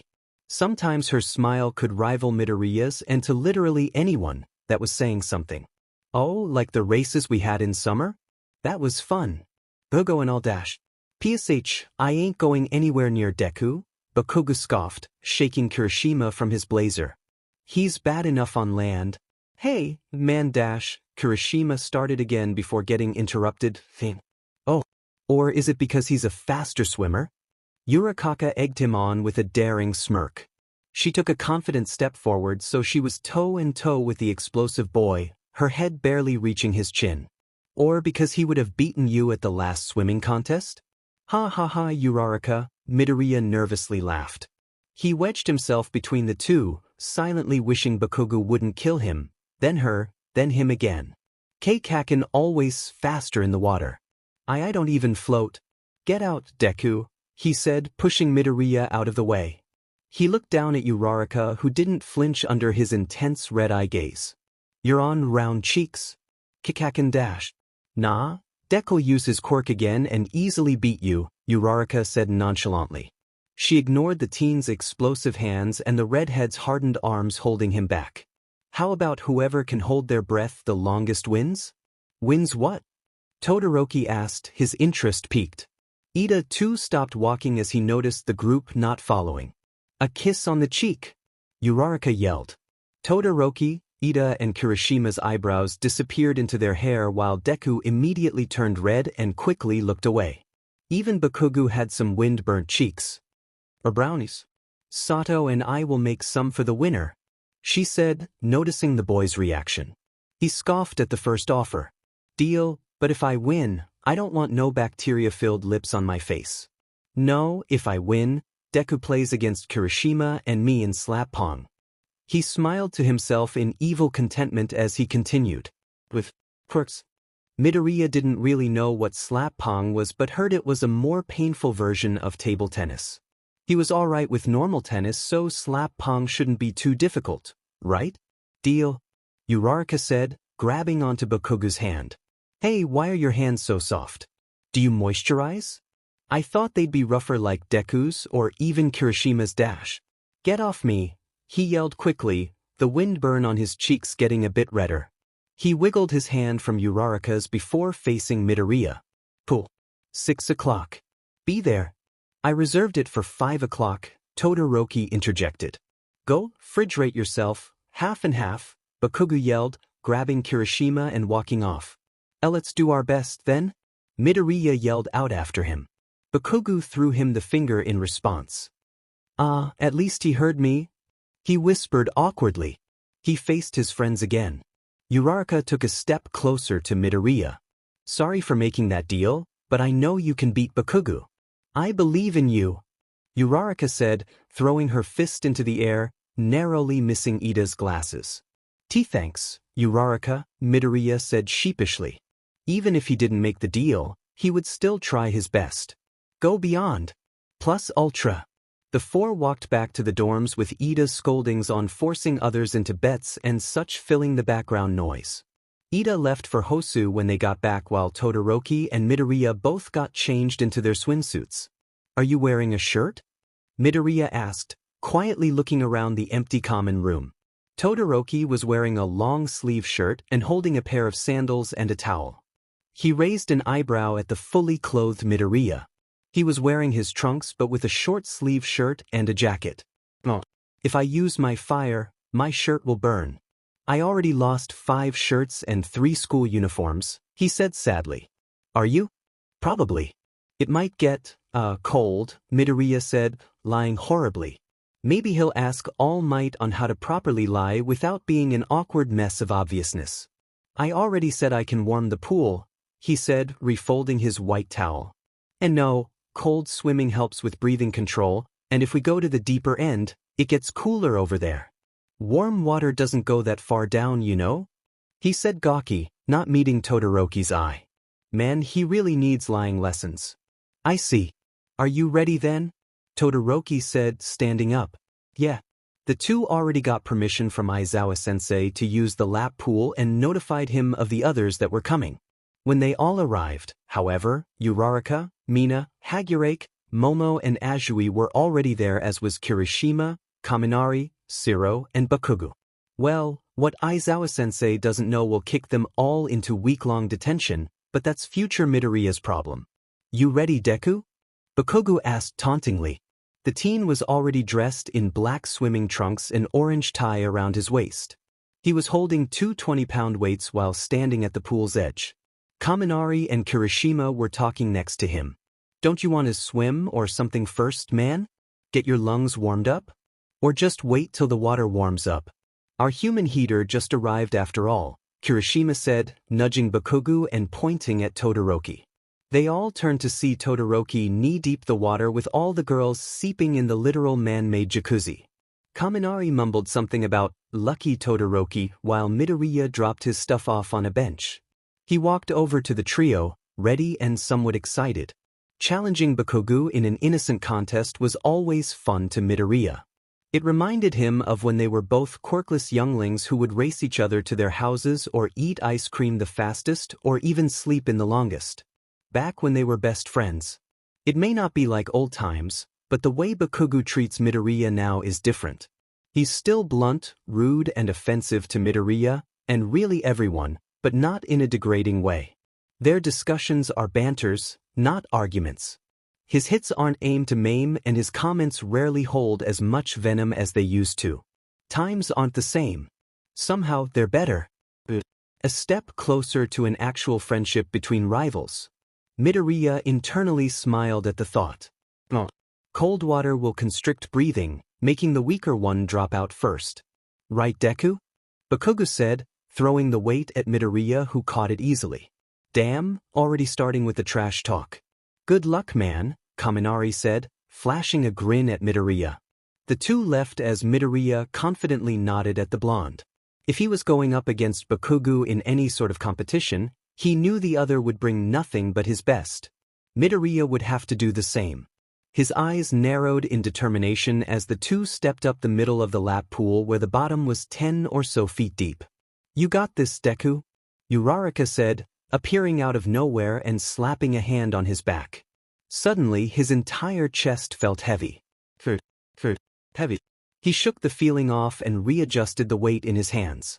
Ready, Momo called out, holding out the stopwatch she made for all eyes to see.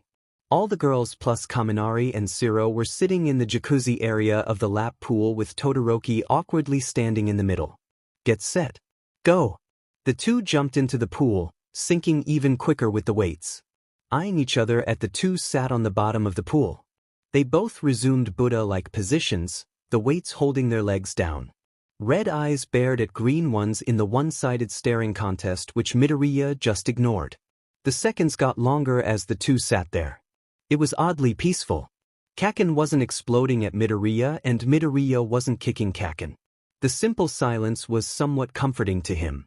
Something splashed next to Midoriya with the muffled sounds of laughter. He looked behind him to see Todoroki disheveled in the water with Kaminari's hand holding on to him for dear life. Another set of hands was grabbing at Kaminari as Shiro wrestled Kaminari from above. Midoriya was about to warn them that they were still in the shallower end when Kaminari's foot accidentally kicked Todoroki's chin, his head hitting hard against the shallow pool. Midoriya was about to swim over but stopped as a wave of ice-cold water hit him. He looked back over at Bakugo, who finally shut his eyes from the staring contest. Shiro and Kaminari would help Todoroki out of the pool, so he'd alert Bakugo. Whatever happened, the two needed to get out and get help. He walked over to Bakugo as the water was getting colder and colder. His toes starting to get tingly and his head a bit woozy from the temperature drop. He looked up when the entire surface of the water was covered in a thin layer of ice. Someone grabbed Midoriya's shoulder. It was Bakugo, his red eyes wide and alarmed. Swim up, he yelled, mumbled due to the water. Bakugo dropped his weight and started to swim to the deep end where the ice hasn't reached yet. Midoriya was quick to follow. As he started to swim, however, something kept dragging him down, closer and closer to the pool's floor. Soon he couldn't even kick off the ground. Midoriya tried to jump off and swim upwards just for something to pull him right back down, deeper and deeper in the pool's depth. Every jump made it harder for him to move and wasted his energy. His paddles became steps as the pull firmly kept him on the ground, pushing him harder and harder into the floor. A quick glance at the UA's underwater logo told him he was mere inches from the deepest part of the pool. While another glance at the surface where the light was getting dimmer and dimmer said the ice was thickening. Bakugo was almost to the surface too, not even noticing Midoriya not behind him. "Kaken!" he yelled, running out of air. He watched as his oxygen-filled bubbles escaped from his lungs and floated away, his life source disappearing before his frozen eyes. Keikachin! The boy in question turned at the marbled sound and quickly started to swim towards him when someone jumped in, breaking the ice with their hardened body with a loud splash. They grabbed onto a fighting Bakugo and threw him to the surface. Kirishima didn't see Midoriya at the bottom of the 17-foot deep pool, its darkness hiding him from the surface. Midoriya watched in horror as the water got darker and darker as Todoroki's ice got thicker and thicker. He was feeling dizzy, light-headed, nauseous. He was running out of air. He grabbed at his throat and desperately tried to swim away. One for All couldn't lift his legs, which were kneeling on the rough ground. He didn't have any more air. No more oxygen. He was going to drown. Die. He couldn't breathe. He threw off his shirt in hopes that it would alleviate his sinking. Surprisingly, it did. He felt lighter than ever but colder than before. No, it wasn't even cold anymore. It was freezing, paralyzing, bitterly icy. The water's temperature was piercing his every move like frozen pins and needles as he swam towards the ice-covered surface. He couldn't feel his toes and his legs were numb. His fingers would barely function and his eyes were burning from the freezing water. His teeth chattering so hard, he could have broken a tooth while his lungs were squeezing and contracting too fast for the rest of his body to keep up with. The frosty fangs of the water bit deep into Midoriya's skin, sucking out any sort of warmth he had. The only sound he could hear was the deafening pumps of the frigid blood in his ears. Hey! He yelled at the dense ice, pounding at the 4-foot-deep ice. He tried to power up One for All, but his head couldn't focus enough to use it. He couldn't even feel his limbs to throw a punch or kick. Midoriya couldn't breathe. His vision started to blacken as he fought as hard as he could against the ice. He banged his useless legs and arms against the ice in hopes anyone, would hear him. "Help!" his voiceless voice said. Was he thinking that or saying it? The pressure was building in his head, making his mind want to explode. He couldn't breathe.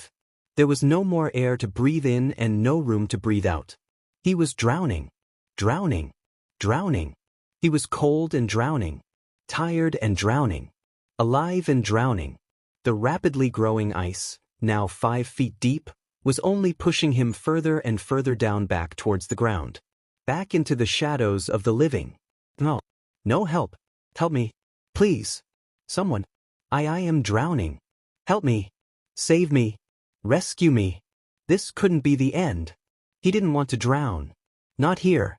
Not with his friends and his family above him. He wanted to be with them. He couldn't drown.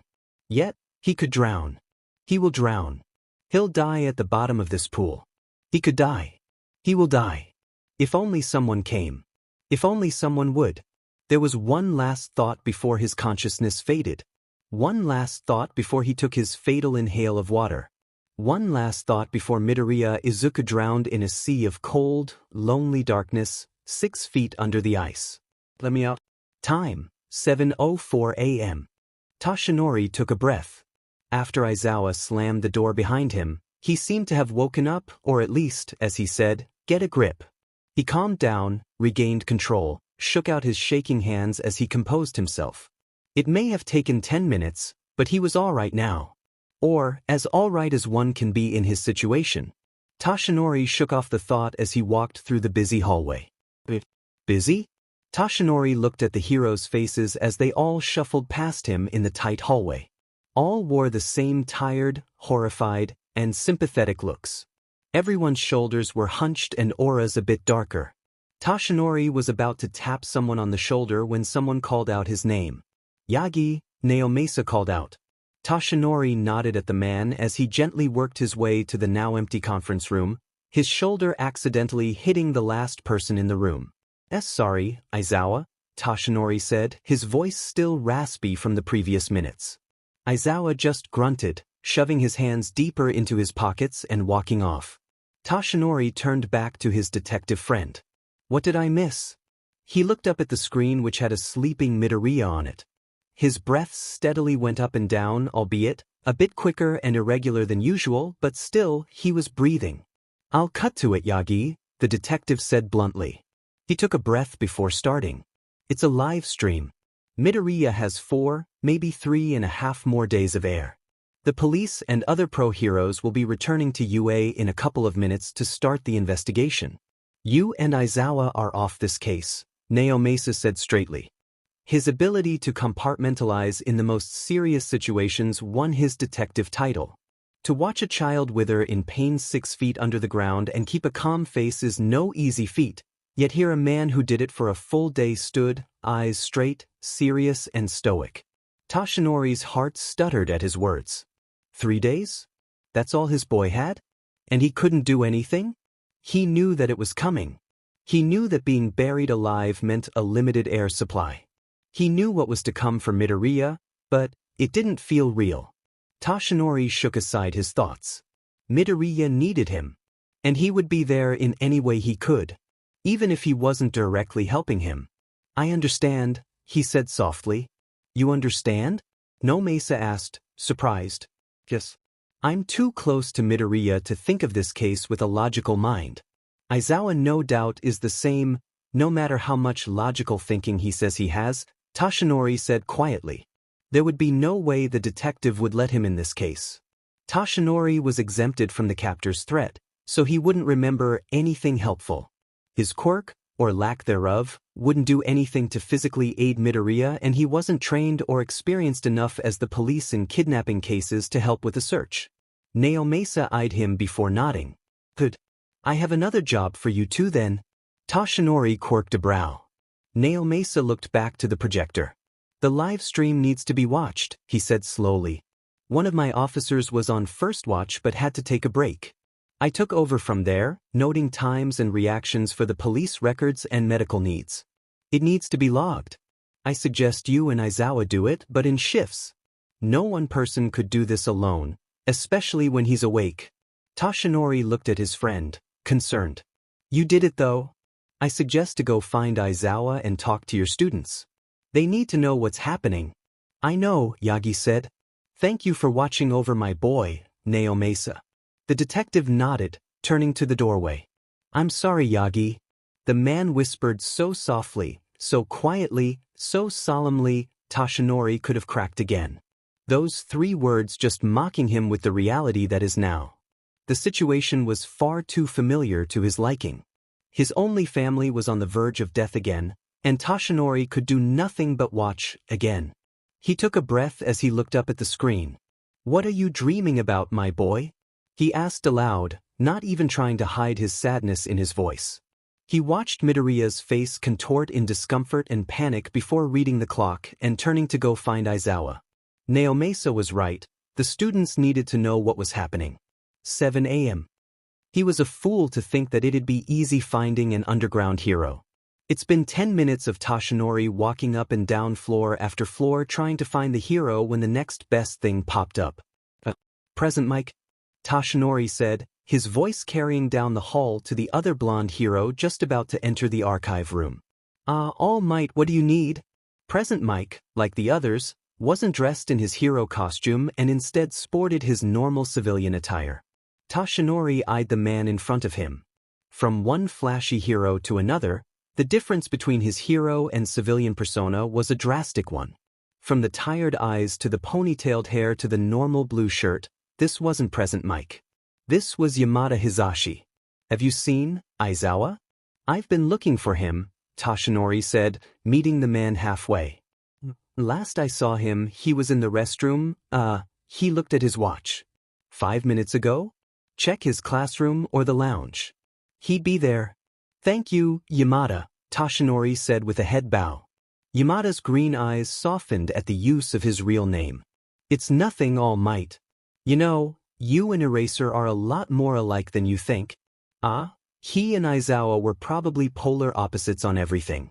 From heroics to teaching methods to personality, they were on complete opposite sides of everything. I don't think we have much in common.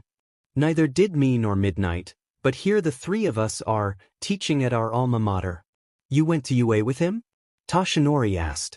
Now that he thinks about it, they both seemed like good old friends and Aizawa didn't seem the type to befriend random acquaintances. He's also friendly with Midnight, who he thought was around Aizawa's age. Honestly, he didn't even know how old any of his coworkers were, or young for that matter. Yes. We were the dumb bingos of 2A, Yamada laughed. When we graduated, he went underground while I stayed in the light. Somehow, Nem and I dragged the sleeping bag he calls home to UA, and here we are, 5 years later. Yamada said with a smirk. How long have you been teaching here? Toshinori asked, thinking back on the kidnapper's message. The entire staff knows them. Or at least should. So somewhere between this year and the newest teacher, outside of himself, something must have happened where everyone met this person. An event that UA hosted? A past teacher's resignation, an attack that involved every teacher here? Surely, some kind of attack that included UA and its teachers All Might would have known about.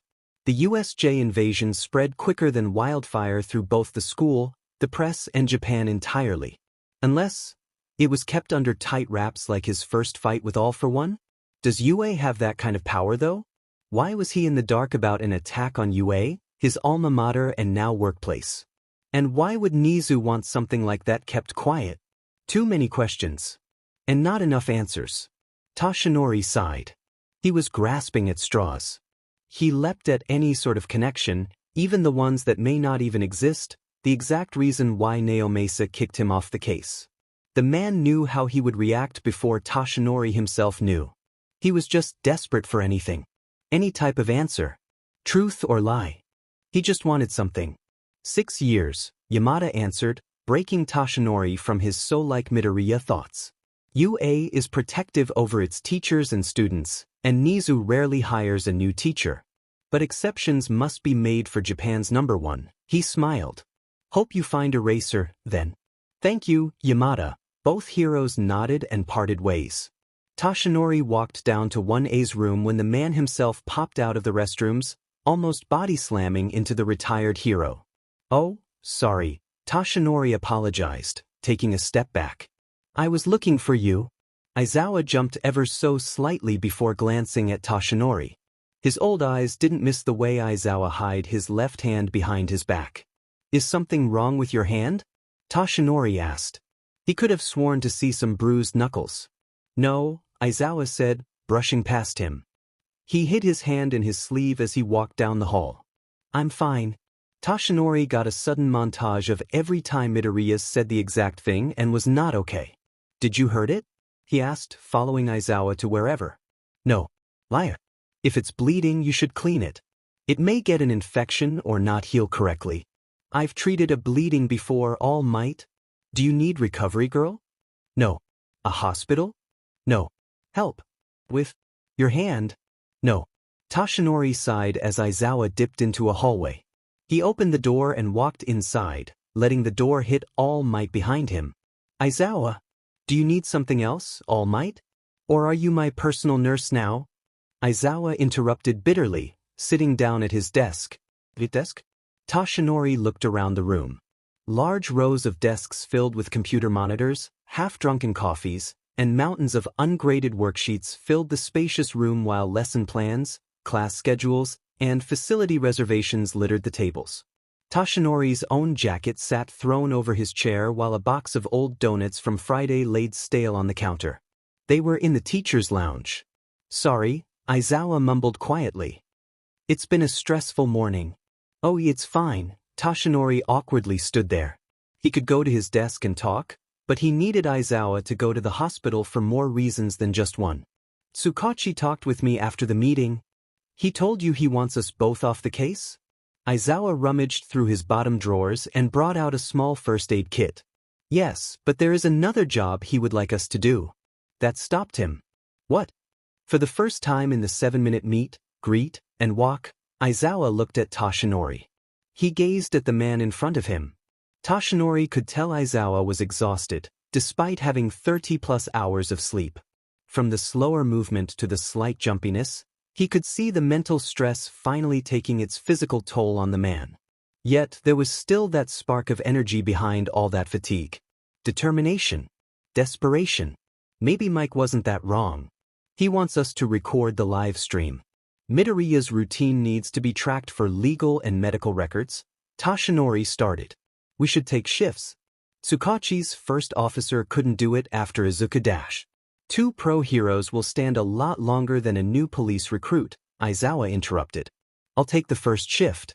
We both need to go to the hospital. Warn and inform the students.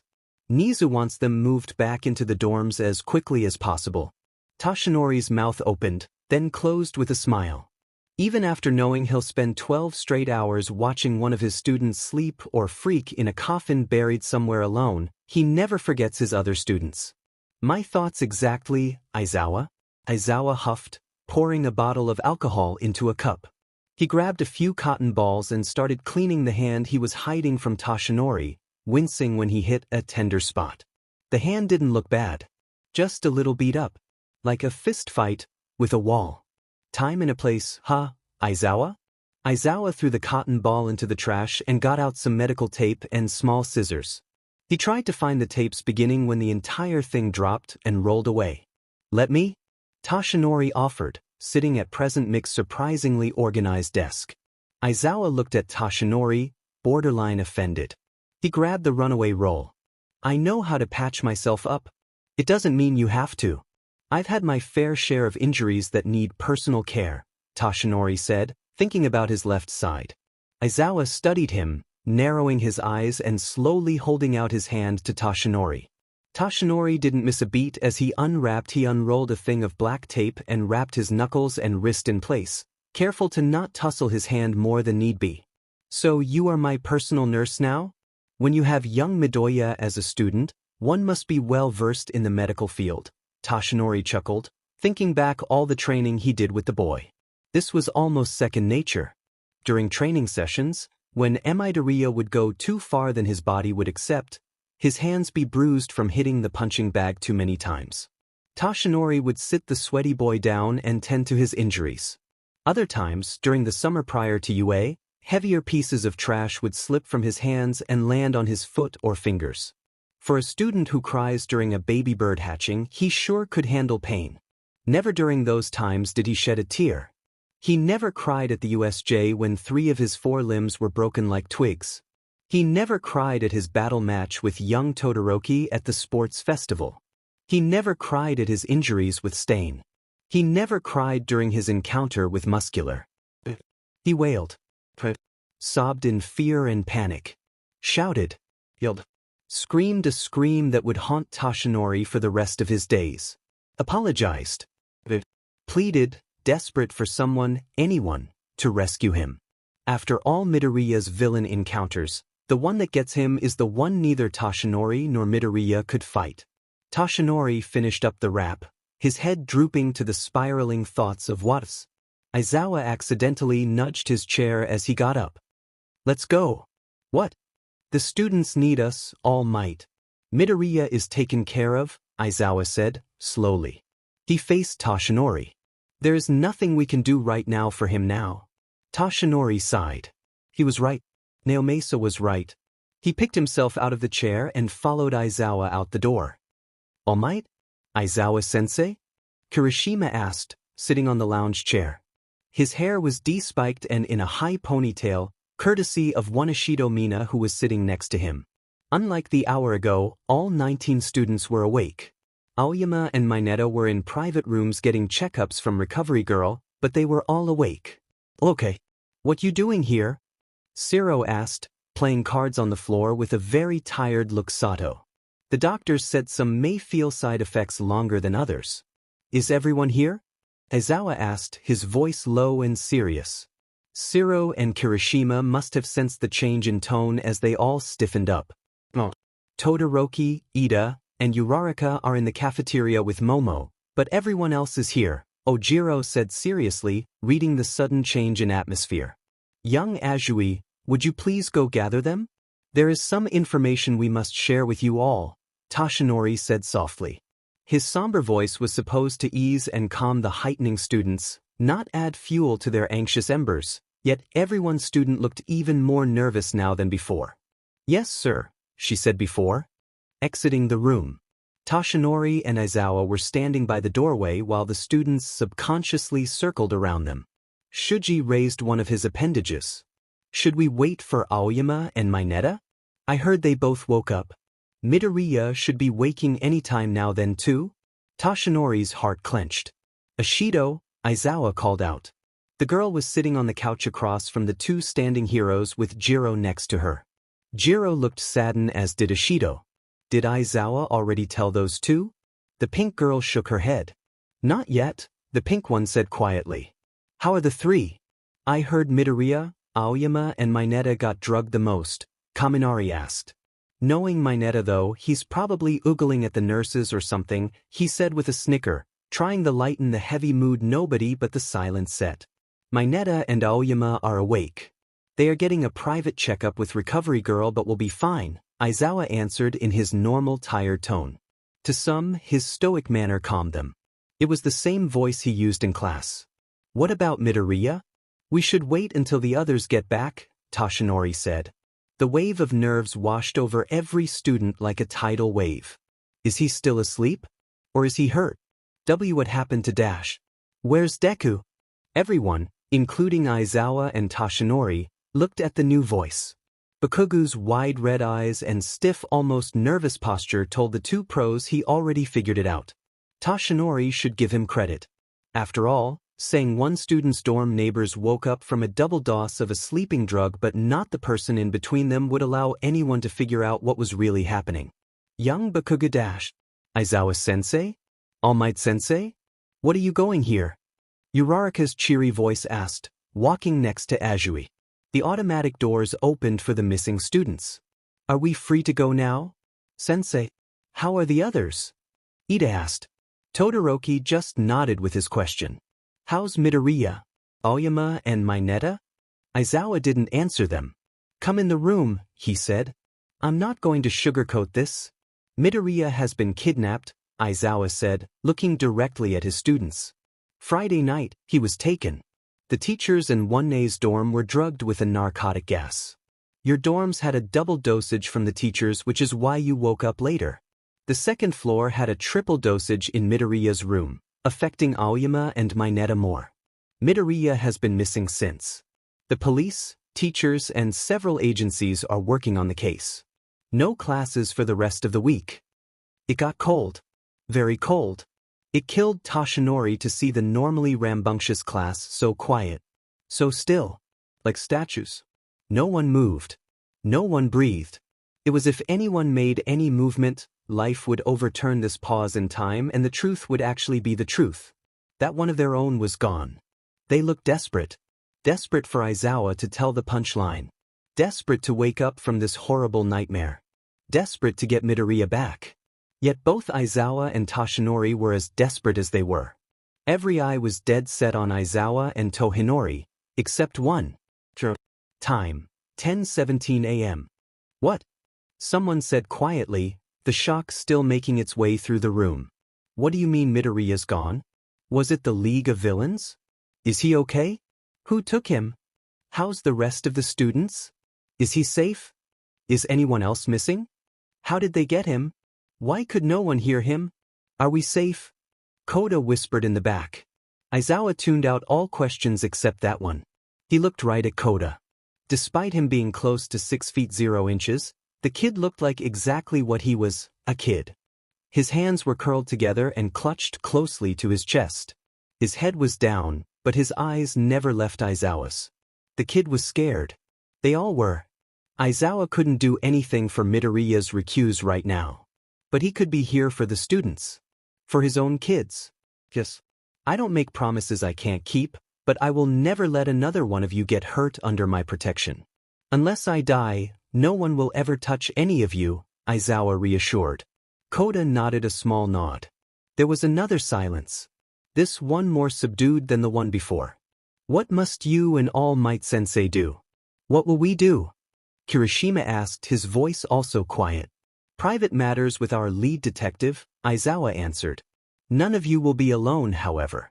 One of us will always be here, he said, looking at All Might next to him. We'll get him back, right? If the teachers need help or the police, we can all use our quirks to find him. Momo could make another tracker or some kind of locator. We'll all fight whoever took Midoriya too. We have our provincial license too, so we can help the others. Just like last time. No, Yoroyozu interrupted. All eyes, including Aizawa's, were on the class vice president whose head was lowered. Last time was foolish.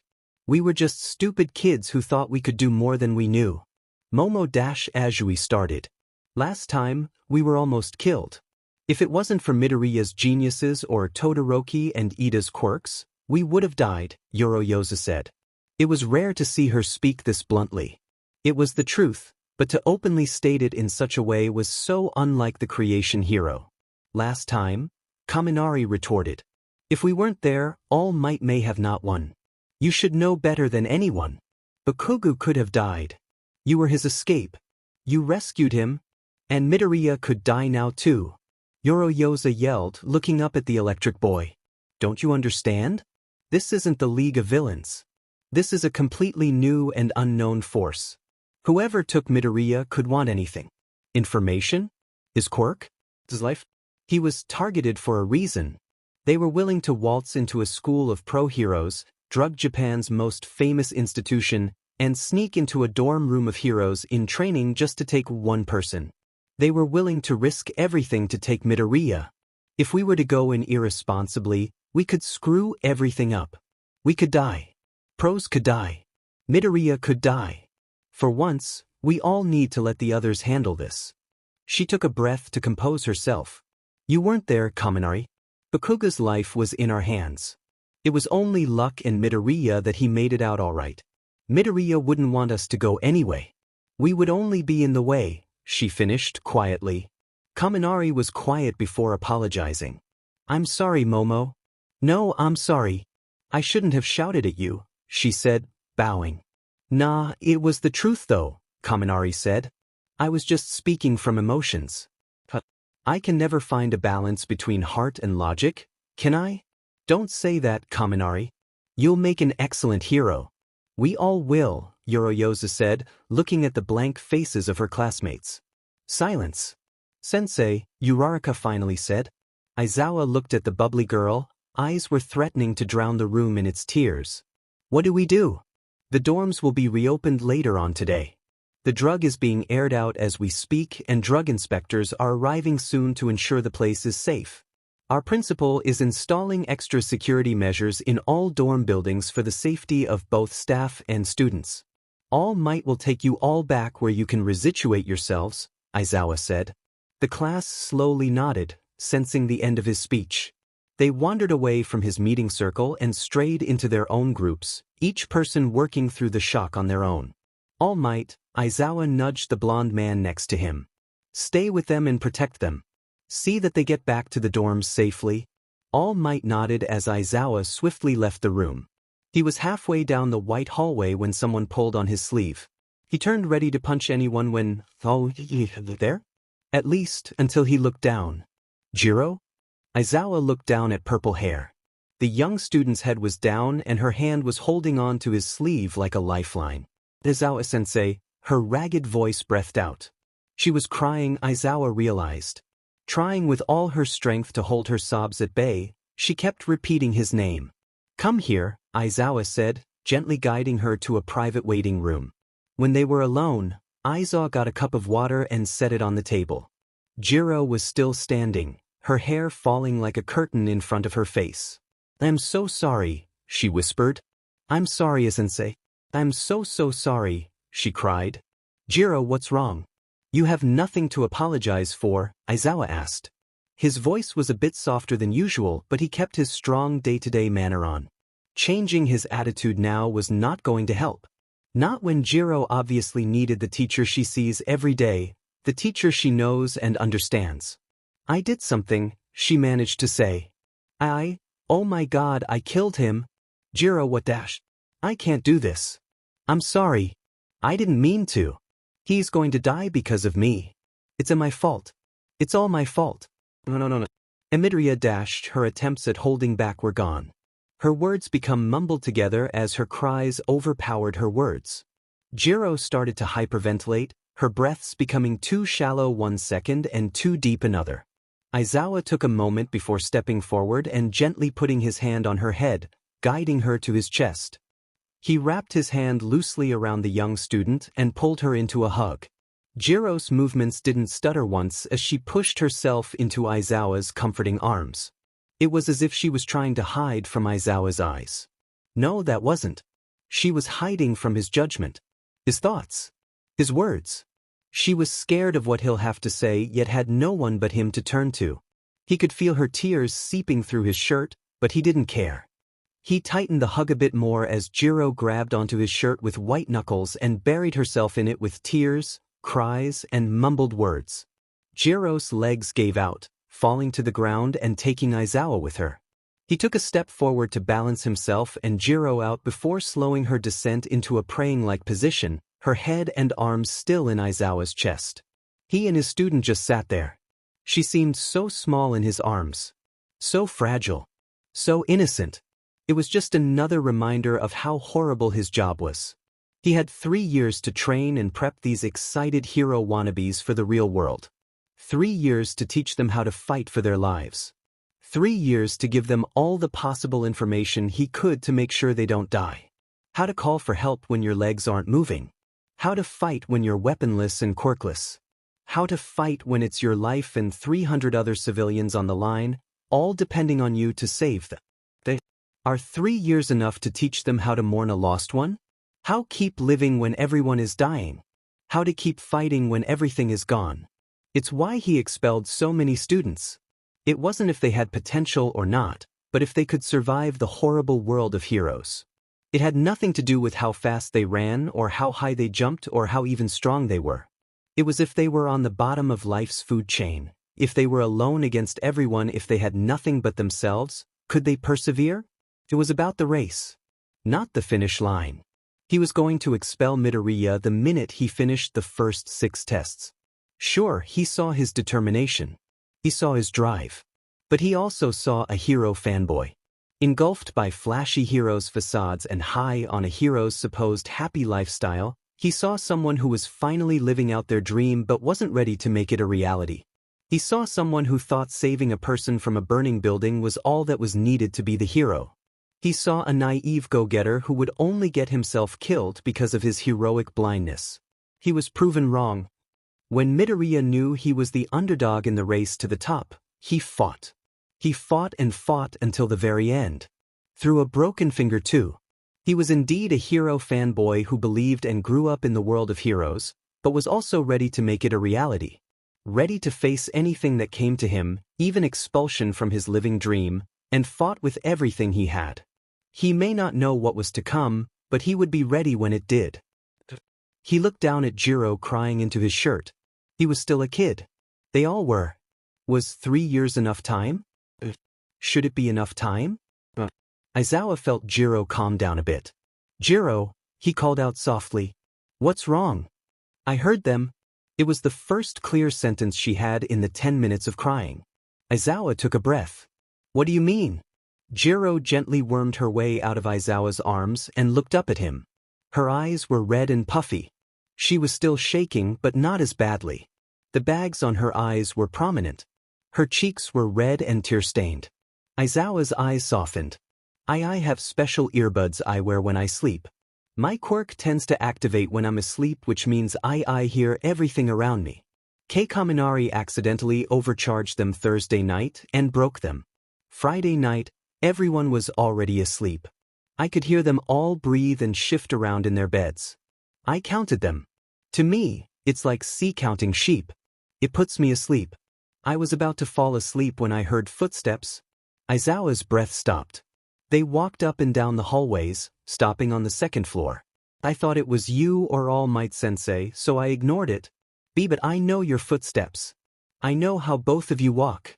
They weren't like yours, thought. I still rationalized that it was you. I thought maybe it was someone going to the kitchen. But still, I knew it wasn't any of them. I still ignored it though. I fell asleep then. and because of me, Midoriya is gone. It's my fault, sensei. She shoved her head back into Aizawa's chest, hiding from his line of sight. Aizawa didn't dwell on that information. Jiro was spiraling into sobs and self-guilt again, and he needed to pull her out. He did the only thing he could think of in that moment. He gently and subtly moved her head to the left part of his chest so her ear was against his shirt. "Do you hear that?" he asked softly. "Why your heart?" Jiro asked, sniffling. "Heartbeat. Did you know that when people lie, their heartbeat changes?" "Yeah. I'm going to tell you the truth. You can check for yourself if I'm lying then." She nodded. "It is not your fault. None of this was. You were tired. You physically exhausted from a day of training and mentally tired from a day of school. You wanted to sleep. Your body wanted to sleep. When you heard something, your mind told you the first thing it could to focus on sleep. Do not blame yourself for a body's natural reaction. I'm glad you didn't go out there and confront whatever or whoever that was on the second floor. Not because you aren't trained enough or aren't smart enough, but because that floor had a double dosage of the drug. If you went down there, you would have landed up like Mineta or Oyama. It was smart to keep to yourself. With something as unknown as this, it is only logical to protect yourself," Aizawa finished. "Will you expel me?" Jiro's small voice asked. "Do you want to be?" Aizawa asked. "No. I want to be a hero. But what kind of hero turns a blind eye in a situation like this?" Aizawa didn't hesitate. "A smart one. A hero who subconsciously knew that this intruder wasn't a teacher or a student and kept herself safe in her room while being half-conscious and half-sleep-ridden. You deserve your spot in this class. You deserve to be a hero, Jiro. And even if you did go out and look at who's up, you may not have gotten to the second floor. Because I'm not fast enough. I'm not strong enough. I'm not Dash. The drug would have already taken you." Jiro went silent. If this was Friday night and the person was already in the dorm room walking around, they were probably setting off the drug. You wouldn't have made it to Midoriya's room in time or with enough energy to fight without breathing the drug in and falling to its contents. You are not to blame. There was nothing anyone could do. But you or All Might would have dashed. Clones ourselves? Woken ourselves up from a drug-induced coma? Slept, walked, talked, and fought off an intruder no one knew of or saw. Heroes can't do everything, Aizawa said. But that doesn't mean they still don't fight. I don't understand. At times, the hardest part of the fight is the one after the dust has settled. Whether it is physical recovery, emotional mourning, suffering a loss, a death, or anything, the moments after a fight is when heroes have to fight the hardest. You made it through the fight. You survived the night. Now you have to live the day, Aizawa said. Oh, don't blame yourself, Jiro. There is nothing to be blamed for after all. There was more silence as Jiro continued to listen to Aizawa's heartbeat. After a while, she asked him something. Aizawa-sensei? Yes? Is it true that you once fell out of a tree and into a pond when you were at UA? That you tried to rescue a cat, but it jumped at you and you fell? She asked innocently. Aizawa's ears went slightly red, but he shoved it off. Where did you hear that from? Present mic? Then no. There was another silence. Aizawa-sensei? She asked again. That was a lie, she said, her ear still against his chest. Aizawa could feel her smile. He playfully pushed her off him before looking at his student. She looked more relaxed now. Maybe because she finally took her secret off her chest or because she was so tired. Aizawa didn't know. He helped her to her feet and walked her back to the quarantine lounge where Toshinori had the majority of the class around him like a bunch of little kids and their childcare teacher reading a storybook. The doors opened and Aizawa and Jiro walked in. Glitter bomb right to the face. News reporters and photographers got that picture of me at sunset and thought it was the most picturesque moment in history. I'll you all never do a photo shoot with glitter or run into a villain whose quirk can shoot glitter out of their hands. All Might's loud but gentle voice said to the smiling teens. What? Are you suggesting we just run away? What if the glitter villain is holding a person at glitter point? It is our jobs as heroes to save the civilians. Ida said, chopping his hand up and down at All Might. Uraraka was next to him holding in a laugh while Kirishima and Kaminari were already dying in giggles. G glitter point? Ashido whispered to Yoroyozu, stifling a laugh. Are you suggesting we run away? Ida asked as seriously as he would in class. Yes. Run away. Run away while you can, All Might deadpanned, his voice so serious, it could have rivaled Aizawa's. But All Might? Ida stuttered out, flabbergasted at All Might's suggestion. That sent everyone over. It was nothing like seeing 14 students laugh so hard, they started to cry in a hospital quarantine room. Several of them fell to their knees, holding their guts and trying not to pass out from laughs while rolling back and forth on the rug like they were on fire, all with smiles and crinkled eyes. Aizawa savored the moment. It wasn't long before All Might looked up at Aizawa and Jiro. A bit shocked to see him there and Jiro's tear-tracked face, he played it off well. Young Jiro, tell me as a hero in training, what would you do if you ran into a glitter villain? Save the civilian but condemn your hair to be a sparkling purple for the next 3 lifetimes or, as the Americans say, get out of Dodge? Jiro looked at her classmates, then at Ida whose sharp eyes begged Jiro for an answer. I mean, glitter is the herpes of the art room. And I'm all about health so? Jiro, that is not the hero mentality. Ida scolded while the rest of the class dissolved into even more teary laughs.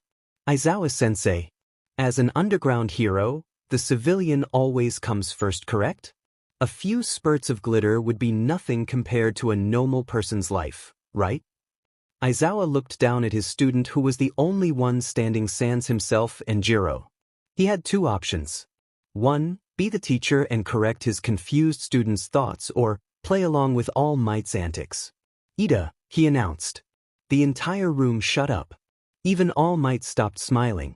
Did he really scare this class that much? The boy in question straightened up even more than before and turned all ears on Aizawa. Sir, glitter is both harmful to the lungs and to the environment.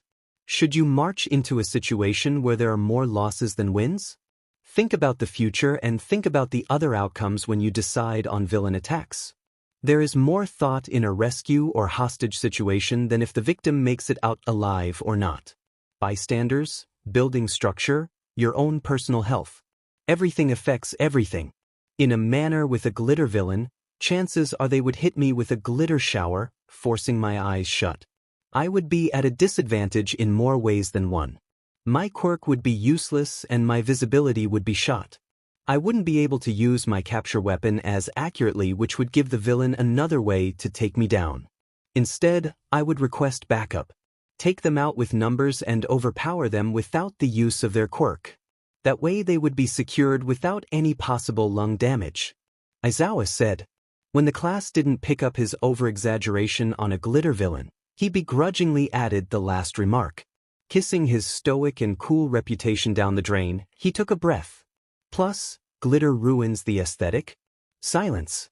Absolute silence. The entire room busted with loud, obnoxious laughs. PFF, FIFA, ha, ha. Kirishima screamed, laughed. Ha, they can't dash. Breath, my dude, Kaminari said, struggling to breathe himself. You gotta be breathe dash. Ha, gee guys. Please tell me someone got that one tape? Ha ha ha. Ishido's asked the group with her normal big smile. Momo? Did you get that? Why, you were recording All Might's past adventures already, so pretty please tell me you got that. Yoroyozu looked shamefully at Aizawa and nodded. I'm sorry, sensei, but I did. She clicked the button in her hand and Aizawa's voice rang out. Plus, glitter ruins the aesthetic? That sent another wave of laughter through the room. Kirishima's contagious laugh infected everyone in the room. He looked at everyone rolling, crying, and dying of laughter. Why they were laughing so hard? He had several thoughts. What? They were all sleep-drunk and anything would send them over. Their immature behavior just found his words and Ida's attitude funny. Or 3. They were all still shocked and sad that they all lied about their feelings to each other. Caught up in the fake laughs and smiling facades, they started to believe those thoughts in a desperate escape from spiraling self-doubt Aizawa knew they all were drowning in. Any and every emotion suppressed by them from Midoriya's disappearance expressed themselves in the form of rib-cracking laughter. It was so sad to see them this happy, knowing full well it wasn't happiness any of these kids were feeling.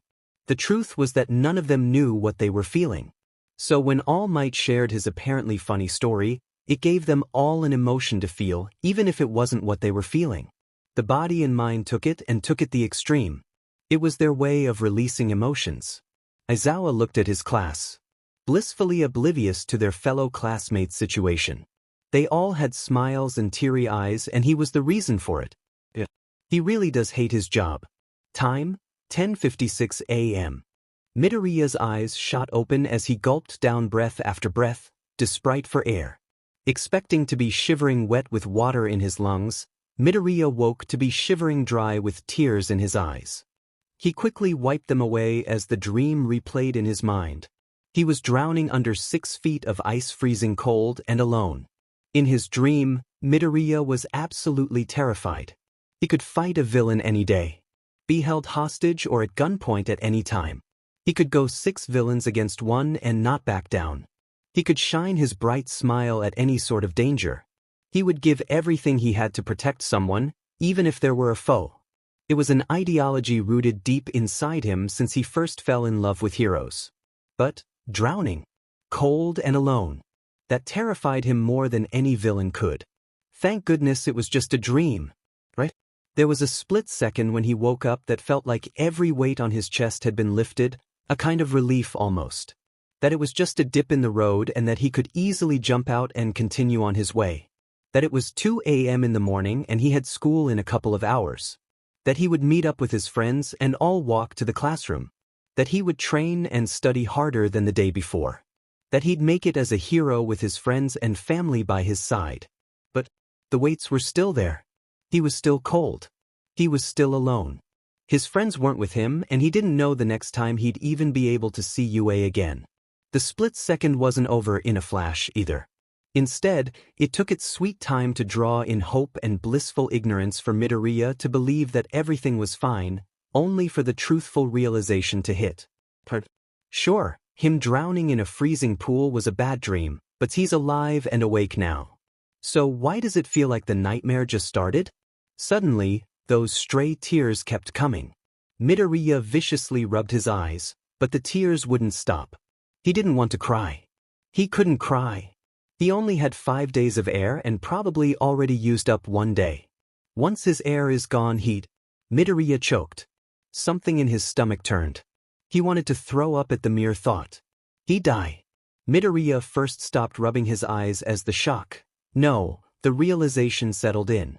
He'd die alone. He'd die failing at his one and only dream. He'd die before he could actually save people and make a difference.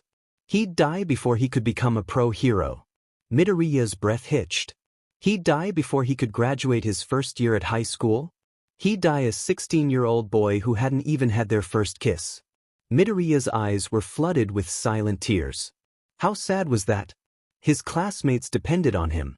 He'd fail. His mother loved him and wanted him to just be safe. He'd fail.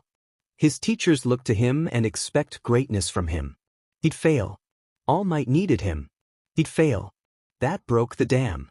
Midoriya let out the loudest silent cry the world will never hear. His mouth was stuck in an O position while tears rolled down his face in shocking horror. His eyes were squeezed tight as if he shut them hard enough, nothing would be real and he would go back to his old life. Midoriya brought his bloodied and broken hand to cover his mouth and nose as he let out another pitchless, agonizing cry. The waves and waves of realization washed over in gut-wrenching, excruciatingly horrible tides, drowning him in a sea of guilt, regret, and fear. It was sad. There weren't really any other words to describe this cry other than painful. Silent. If no one found him, he would die. Such a simple concept. Midoriya knew was going to die. Everyone does. Maybe he was just naive in thinking he would go out in a more meaningful way.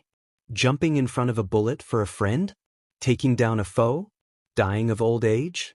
Maybe that stuff really does only happen in fiction. Midoriya shakily inhaled. There's still so much he wants to do. He wanted to go to America and train where All Might used to train. He wanted to try Todoroki's mother's soba one day. He wanted to race Ito with their quirks.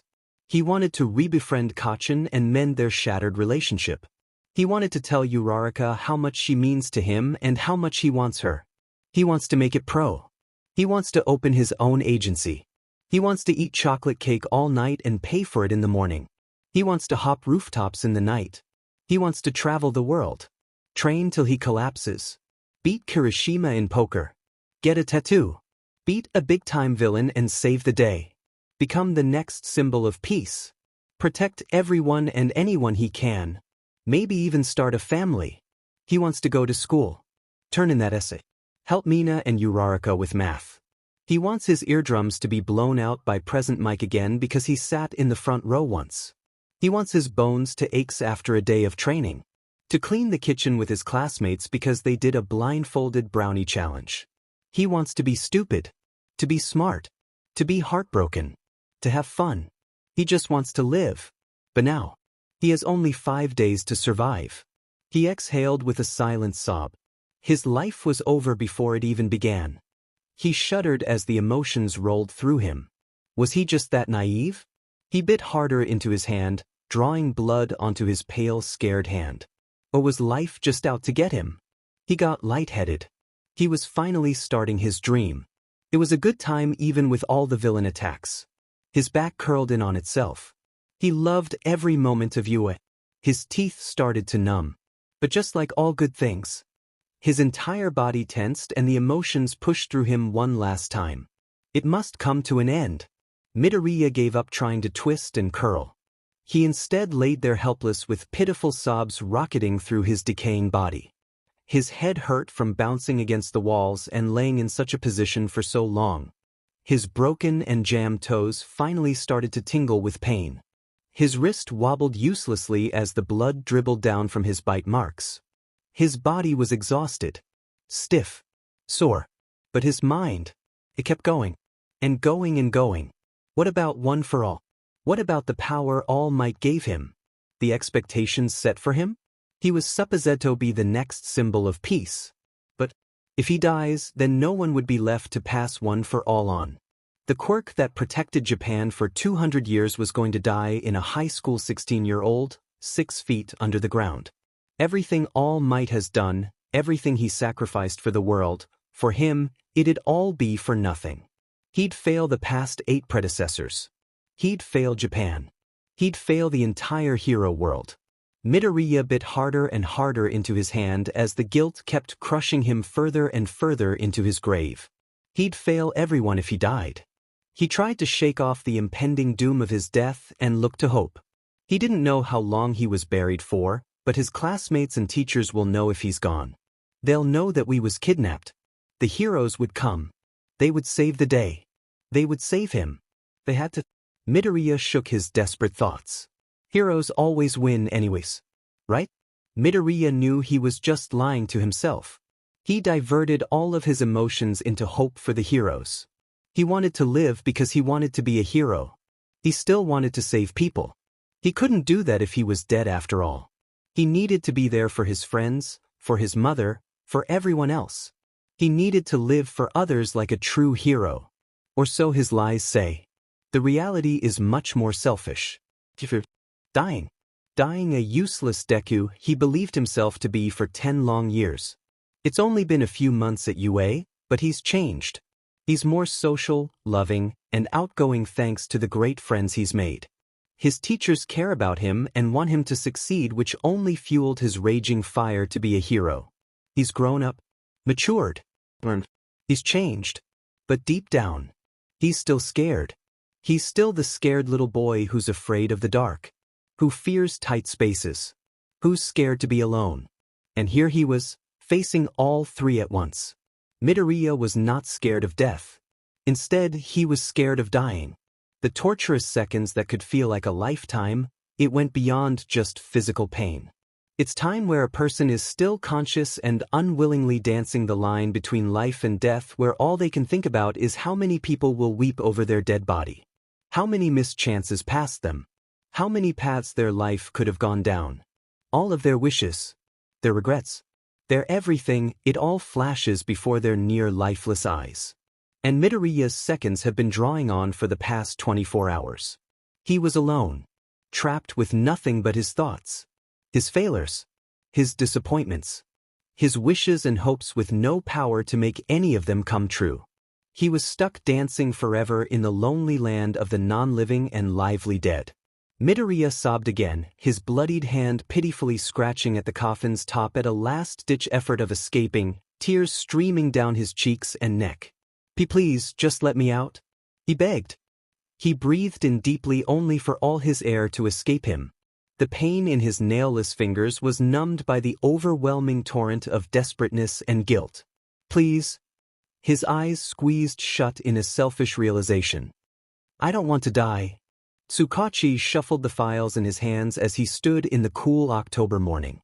The sun was up, peeking through the red, orange, and yellow leaves, dotting the surrounding trees like a child's finger painting. Bird chirps sounded the background and small buzzes sang with them.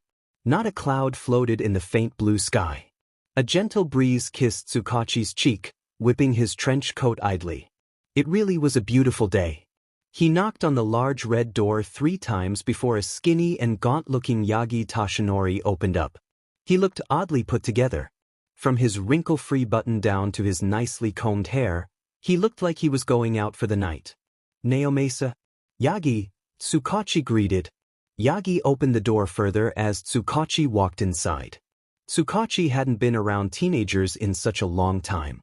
As a detective, he's carried out interviews with teens and will sometimes intervene during domestic or school issues revolving around the youngsters, but he's never been around normal teenagers, let alone their living quarters. Maybe it was an assumption or maybe it was a stereotype, but aren't teenagers supposed to be messy?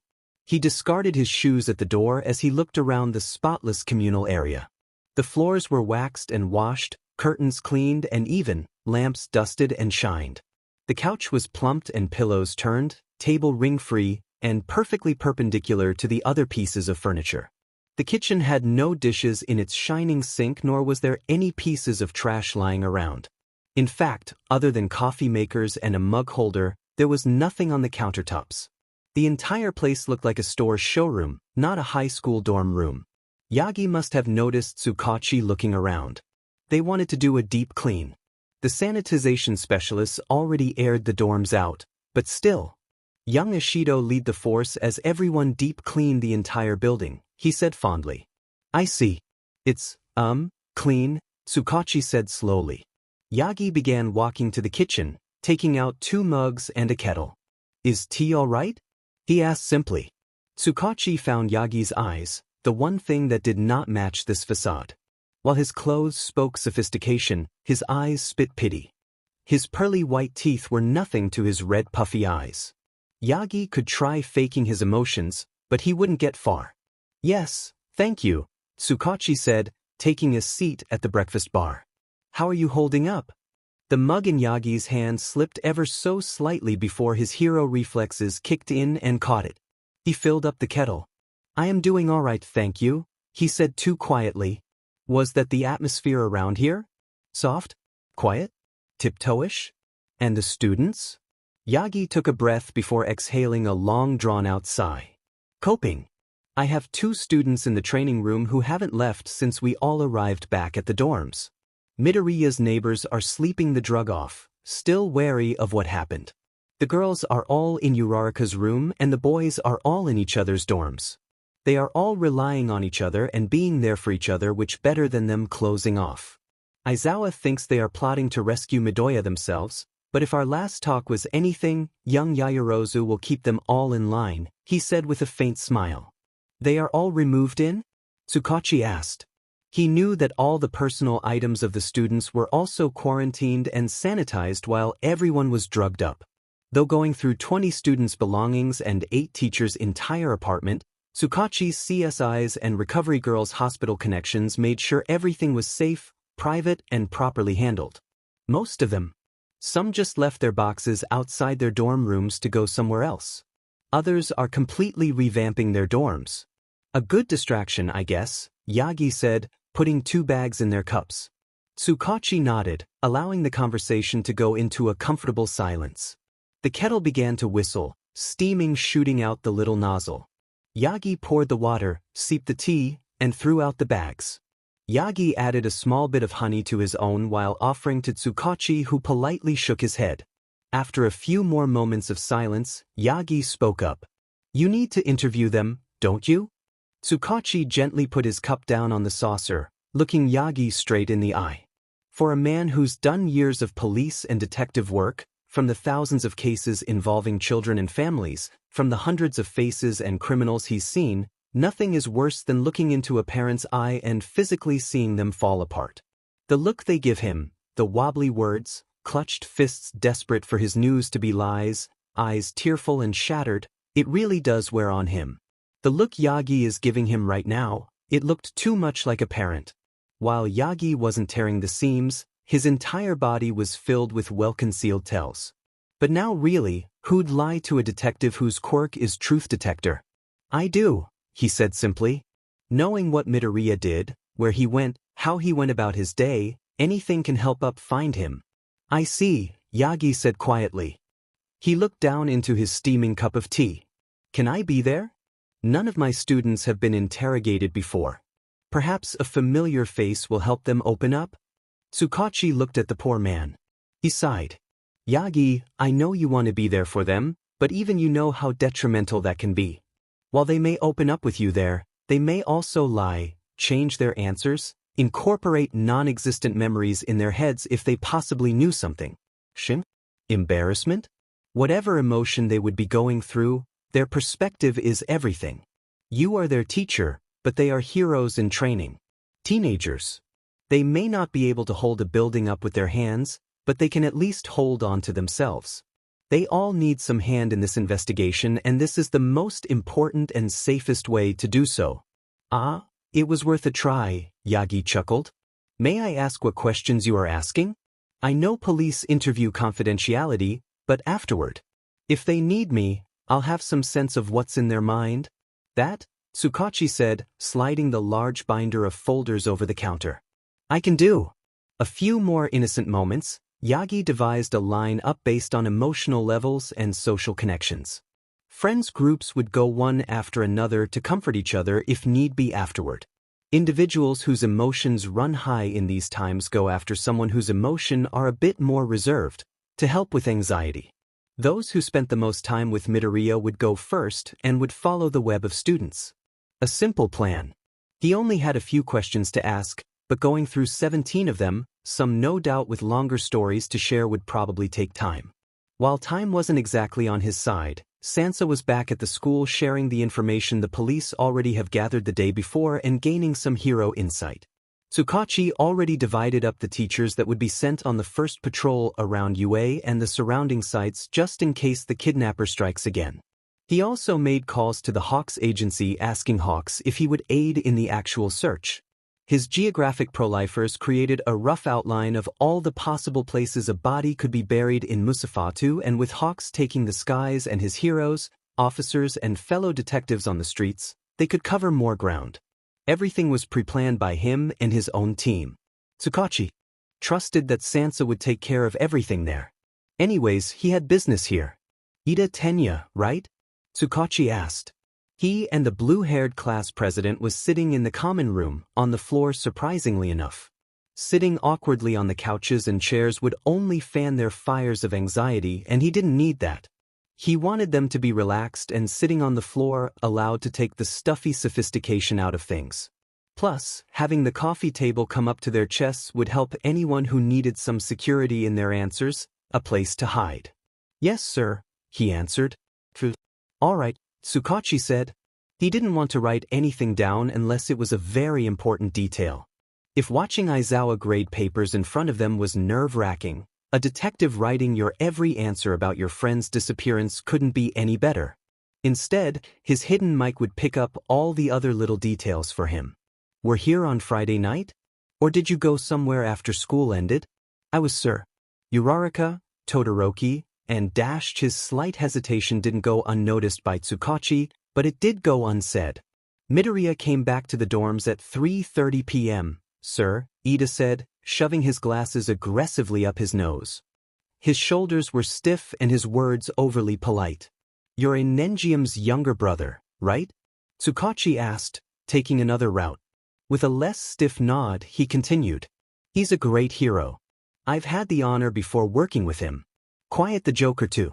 The last case we worked together, he tried to get Sansa to race him for 2,000 yen. Guess who won? Tensei? Ida asked uncertainly. While the question was far from his scholarly ones, the small glint of awe in his red eyes gave Tsukachi the opening he needed. Logically, that would be a yes. However, before they raced, one of my officers telekinetically tied his laces together. When the signal was given, Ingenium's laces snapped him too, blowing his shoes apart from his elbow's acceleration. He fell. Sansa won. Ingenium was 2,000 yen poorer, Tsukachi retold, reminiscing on the retired hero's days. I'll have to talk to him about that, sir. He shouldn't be making challenging officers to small challenges like that. Focus is everything. I apologize for Tensei's actions, sir. Please forgive me, Ida said loudly, his arms up and chopping. Tsukachi smiled a bit before catching Ida's eye. It's no problem. It was a good distraction. I see, sir, he breathed, getting the idea. He closed his eyes and went through his afternoon. When we got back, Midoriya went to go do homework in his room while I went to the track field. He and Uraraka were supposed to study together after dinner too, I believe. I only came down for dinner before going back up into my room. His head dropped. I'm sorry I am not to any use. Tsukachi frowned. Did all the students have this much self-doubt? Ida, keep your head up. Your place in this case is beside your classmates. You are their class president, their leader. You all may be the same age, but everyone looks to their leader, Ida. The boy's head rose and met with Tsukachi's. He smiled slightly and nodded. Thank you, sir. Will that be all? Yes. Can you get Uraraka? Tsukachi asked, looking down at the 18 more students to go. Yes, sir. Turns out, Uraraka forgot about her study date with Midoriya and was in Ishido's room with Azui and Hagurake watching movies till they all went to their own dorms around 8 o'clock. The two other girls only talked with Midoriya that night at dinner. None of them knew what he did afterward. Wajiro, Tokoyami, coulda never talked with Midoriya until dinner with bits of conversation here and there, and Aoyama didn't interact with him either. I don't know, Aoyama yawned. His eyes were drooping and his shoulders were threatening to curl up right there on the floor and sleep.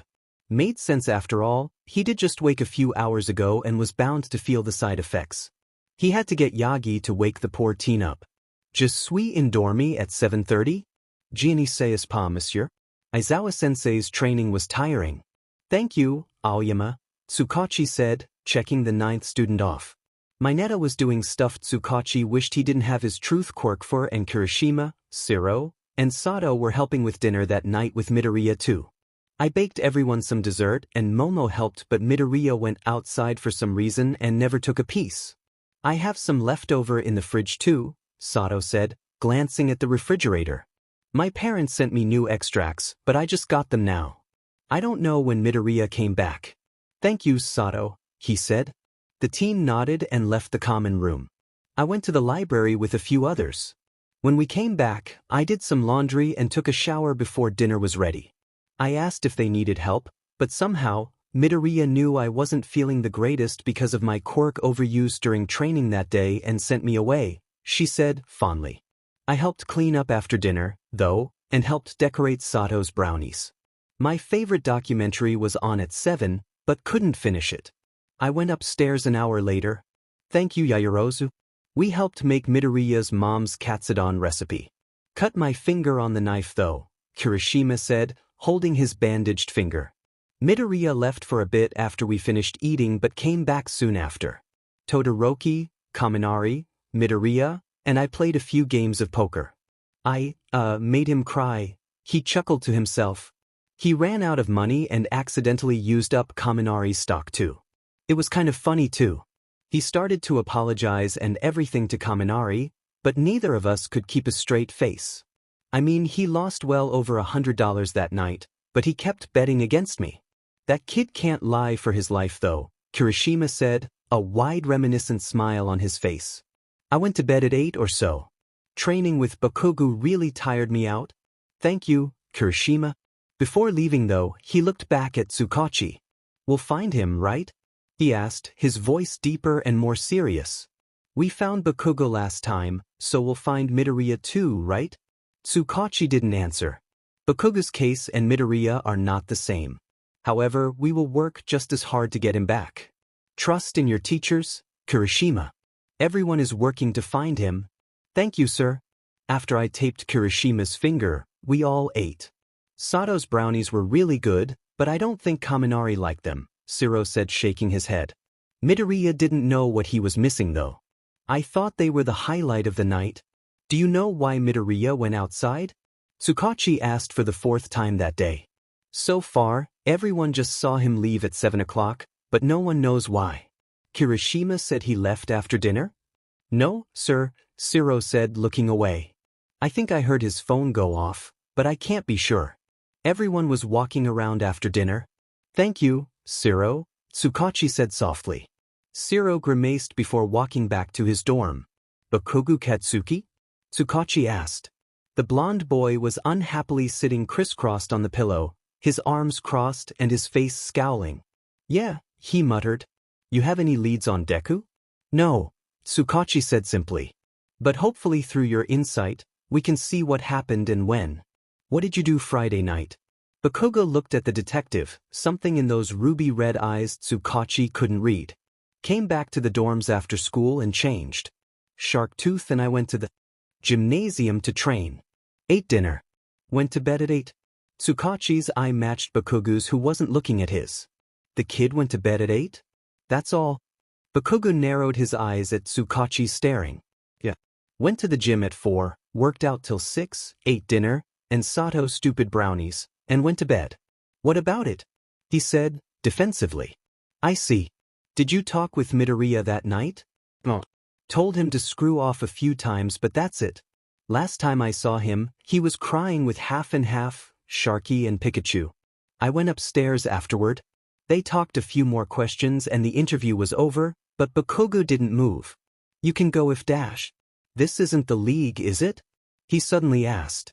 Someone asked back at the hospital, but Aizawa-sensei never responded. This isn't them, is it?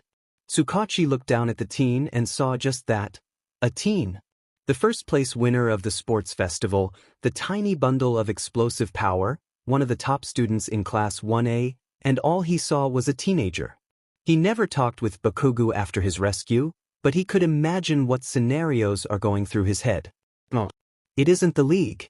But Deku may be Deku, but no one, Bakugo hesitated. No one deserves to sit chained up like that. Shigariki, Dabi, it was like death itself radiated off them. Wherever Deku is, it's better than being with the league, Bakugo huffed. Tsukachi's reassurers must have calmed him in some say as he walked much more fluidly back to his room. Oh, the obliviousness. Thank you, Bakugo. Looking down at his chart, he only had 3 more students to go. Todoroki said Midoriya got a text message and had to go one of the gymnasiums to grab something he forgot. Did he tell you who texted him? The red and white-haired boy's eyes coolly looked into Tsukachi's, like he was subtly trying to read the man without giving away any tells. No. When did he leave? 7 p.m. Yoero's favorite document show was beginning when we were downstairs, Todoroki said, his eyes gazing at the blank TV. Kirishima and Kaminari asked if we wanted to play a game of poker and began setting everything up while Sato gave us all something he made. We waited until he got back. When did he return? And with what? Tsukachi asked, actually pulling out a pen and paper now. Kirishima never said anything about Midoriya leaving before their game of poker, nor did anyone talk about what he came back with. If Midoriya was the only one gone from the dorms, then that could have been the time when they all were drugged somehow. A notebook. One of his hero analysis's notebooks, I believe. He came back 10 or so minutes later. We started the game and ended it. Kirishima went to his room around 8. I got very tired too and retired to my own dorm. Kaminari and Midoriya were the last ones downstairs. Thank you, Todoroki. The teen nodded and got to his feet. He looked down at the detective who was shuffling the next student's file around. Sir? Tsukachi looked up into the heterochromatic eyes. Yes? Is my father in this case? He asked quietly. No, Tsukachi said. While Endeavor's quirk is powerful, There is nothing physically he can do that isn't what the others are doing. Oh. He looked at the ground behind Tsukachi's head, imagining the Friday night he last saw his best friend. Do you need him? I can convince him to come to you. Him being the number one hero has its perks. Endeavor, though the number one hero, is still just a hero. Midoriya's case is taking priority in both UA and at the police stations, but the country is still moving. People still need saving. Tsukachi smiled, thinking of another situation he heard someone say this. And sometimes, doing the most for the ones you care about is doing nothing at all. While you are well connected, any means to recruit Endeavor will be purely through his agency and the police. Doing nothing at all? Are heroes not supposed to do everything they can do? Take the hardest path because no one else will? Todoroki asked with a bit more emotion than he expected. He stopped, recomposed himself, and bowed his head. I apologize. Don't, Todoroki. That mentality is more common than anything in a hero's head and is the hardest move to perform.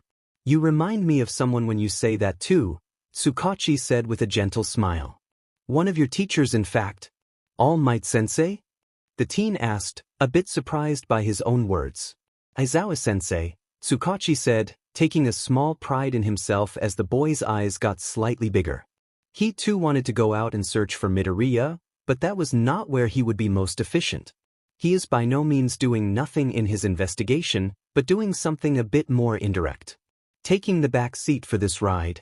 I see, sir, Todoroki said, his face a bit more relaxed. Thank you. With a little bow, he left, bring the remaining students down to 2.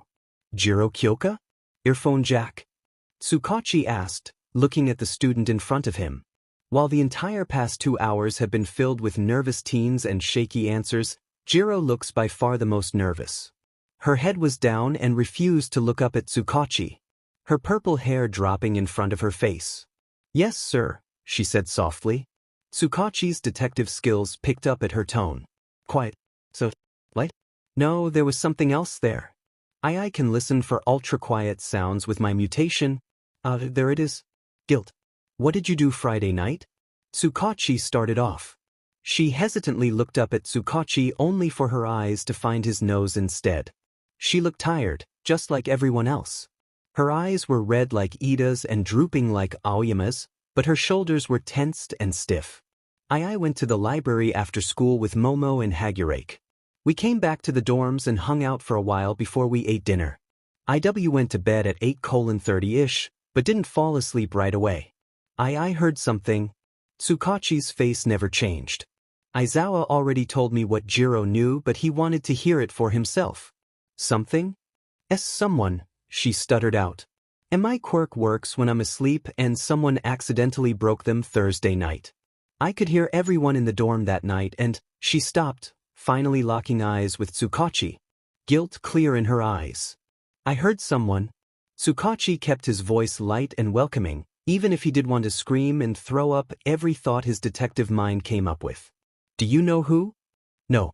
Was it one of your classmates? No. I know their footsteps, their heartbeats, their strides, and they weren't anyone I knew. Their footsteps were really, light and really quiet even with my quirk, but I, could hear them as they got closer. They walked up to each floor and stopped on the second. I think I heard a door opening? I don't know. I never got up to see who it was and I, fell asleep right afterward. The sensei said it was the drug taking effect, but He's right, Tsukachi said, interrupting her. Jiro looked up. I'm sure Aizawa already told you this, but he's right. The drug's effects are strong but timely. These interviews have already given me a good idea of what happened that Friday night, and what you're telling me is only helping. Do you know what time you heard these footsteps? I didn't look at the clock. It wasn't long after I went to my dorm, so around 8:20 or so. Jiro said, thinking hard to herself. Okay, was there anything else you can remember? Anything that Midoriya did or anything out of the ordinary? No. I can't remember anything else, sir, Jiro said. Tsukachi nodded as Jiro sat up from her pillow and left the room. He could hear a bit of chatter before the next and last person came in. Kaminari Denki? Tsukachi asked. If his thoughts were in order, Then he was talking to the last person to see Midoriya walking and talking. Yes, sir, he said with a nervous smile. The final one. How are your classmates doing? The electric boy frowned. They're toy. All Might Sensei is talking to each other them as they come back. The majority of them just went back to their dorms, except for Ida. He's such a class president, helping every person out. It's kind of funny to see him try to hug Bakugo. He chuckled.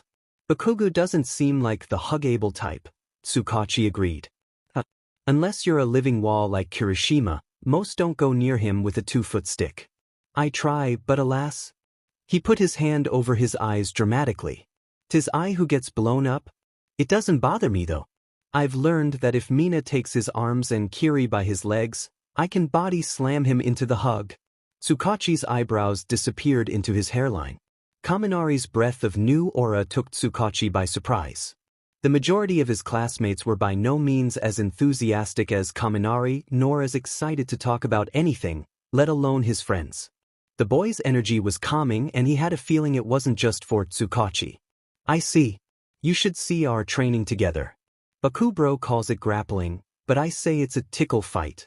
It's how I win every time, he said proudly. What Midori and Bakugo do though, I don't think people can call it training. What would you call it? Tsukachi asked, fanning the flame that is innocent digressions. Wrestling? Sparring? A murder?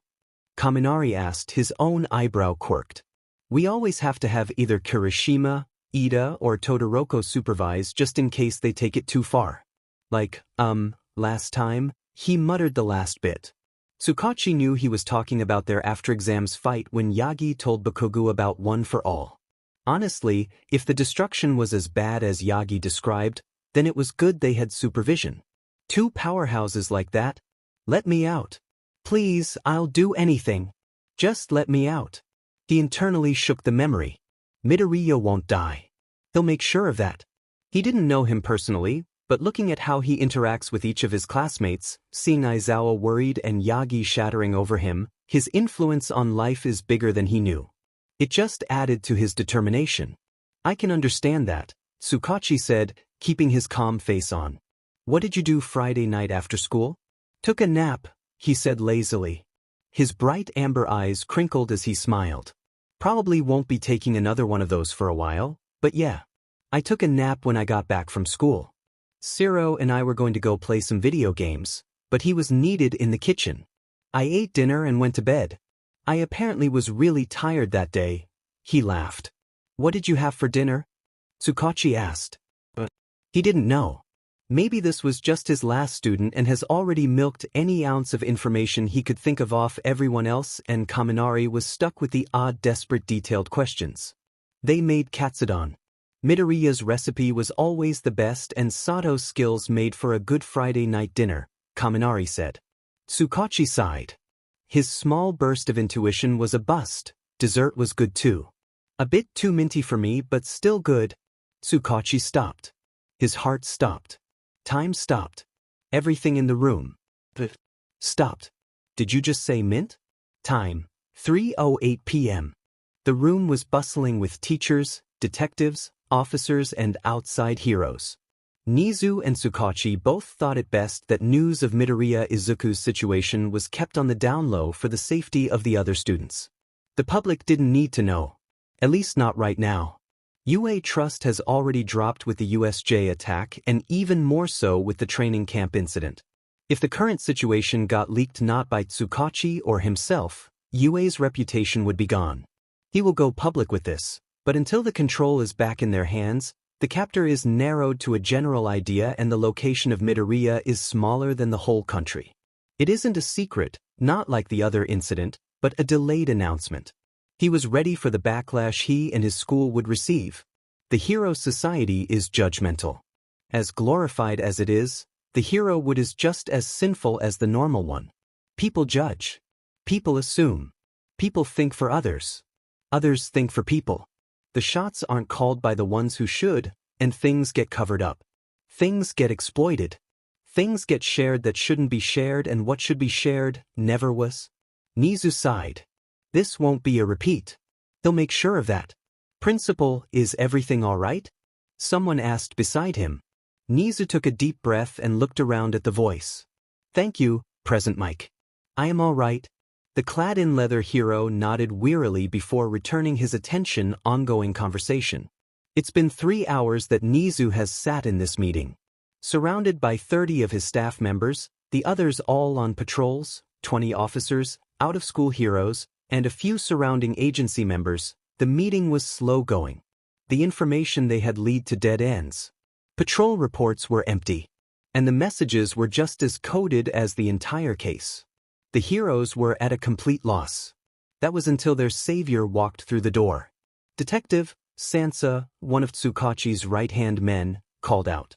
The huge UA doors opened dramatically as the tired but determined-looking detective walked through. Tsukachi, Snipe said, walking away from the 3-table-large map to the detective. You find anything? Facts. Guesses. I hope with you all, those guesses will also be facts, Tsukachi said, his eyes filled with something Nizu couldn't read. Anxiousness? Fatigue? Drive? Human emotions are too confusing. Please share, Nizu said, sipping from his tea. The room settled down as heroes and officers all found their seats. The agency workers situated themselves near the officers while the UA alumni sat close to teachers. Everyone shut up as Tsukachi stood in the center of the room. He cleared his throat before opening his first file. I came from the police station after my interviews with Class 1A. While most of the information shared was relatively innocent and unrelated to Midoriya's case, there were a few things that weren't. One being, TWG 34. I thought we agreed that the dorms were gassed after Midoriya was taken? A third-year teacher asked, pen in hand and eyes on Tsukachi. That was the most logical way, but according to, he narrowed his eyes at the paper. Kaminari Denki, Sato Rikido, and soon the rest of 1A, they all encountered the drug hours before the supposed 11 p.m. kidnapping. What do you mean, detective? Nizu asked lightly. Oh, how was he itching for more information? He needed just a little more to really let his mind go loose. At 6:58 Sato brought out a dessert he made with imported extracts and shared with the class. Simultaneously, Midoriya was called out by a text message, leaving the dorms and returning 10 minutes later with a notebook in hand. Afterward, everyone was asleep by 8:30, Tsukachi read off. He looked right at Nizu. The dessert was good. However, to a few, it was too minty. The second Tsukachi said the word minty, Nizu got the idea. Loud and crystal clear. Minty, you say? Minty, Tsukachi said, eyes drilling into Nizu. A few heroes looked at this silent conversation and decided not to intervene. Nizu was glad too. If time was on their side, he would have explained his thought process to them, but time is not on their side.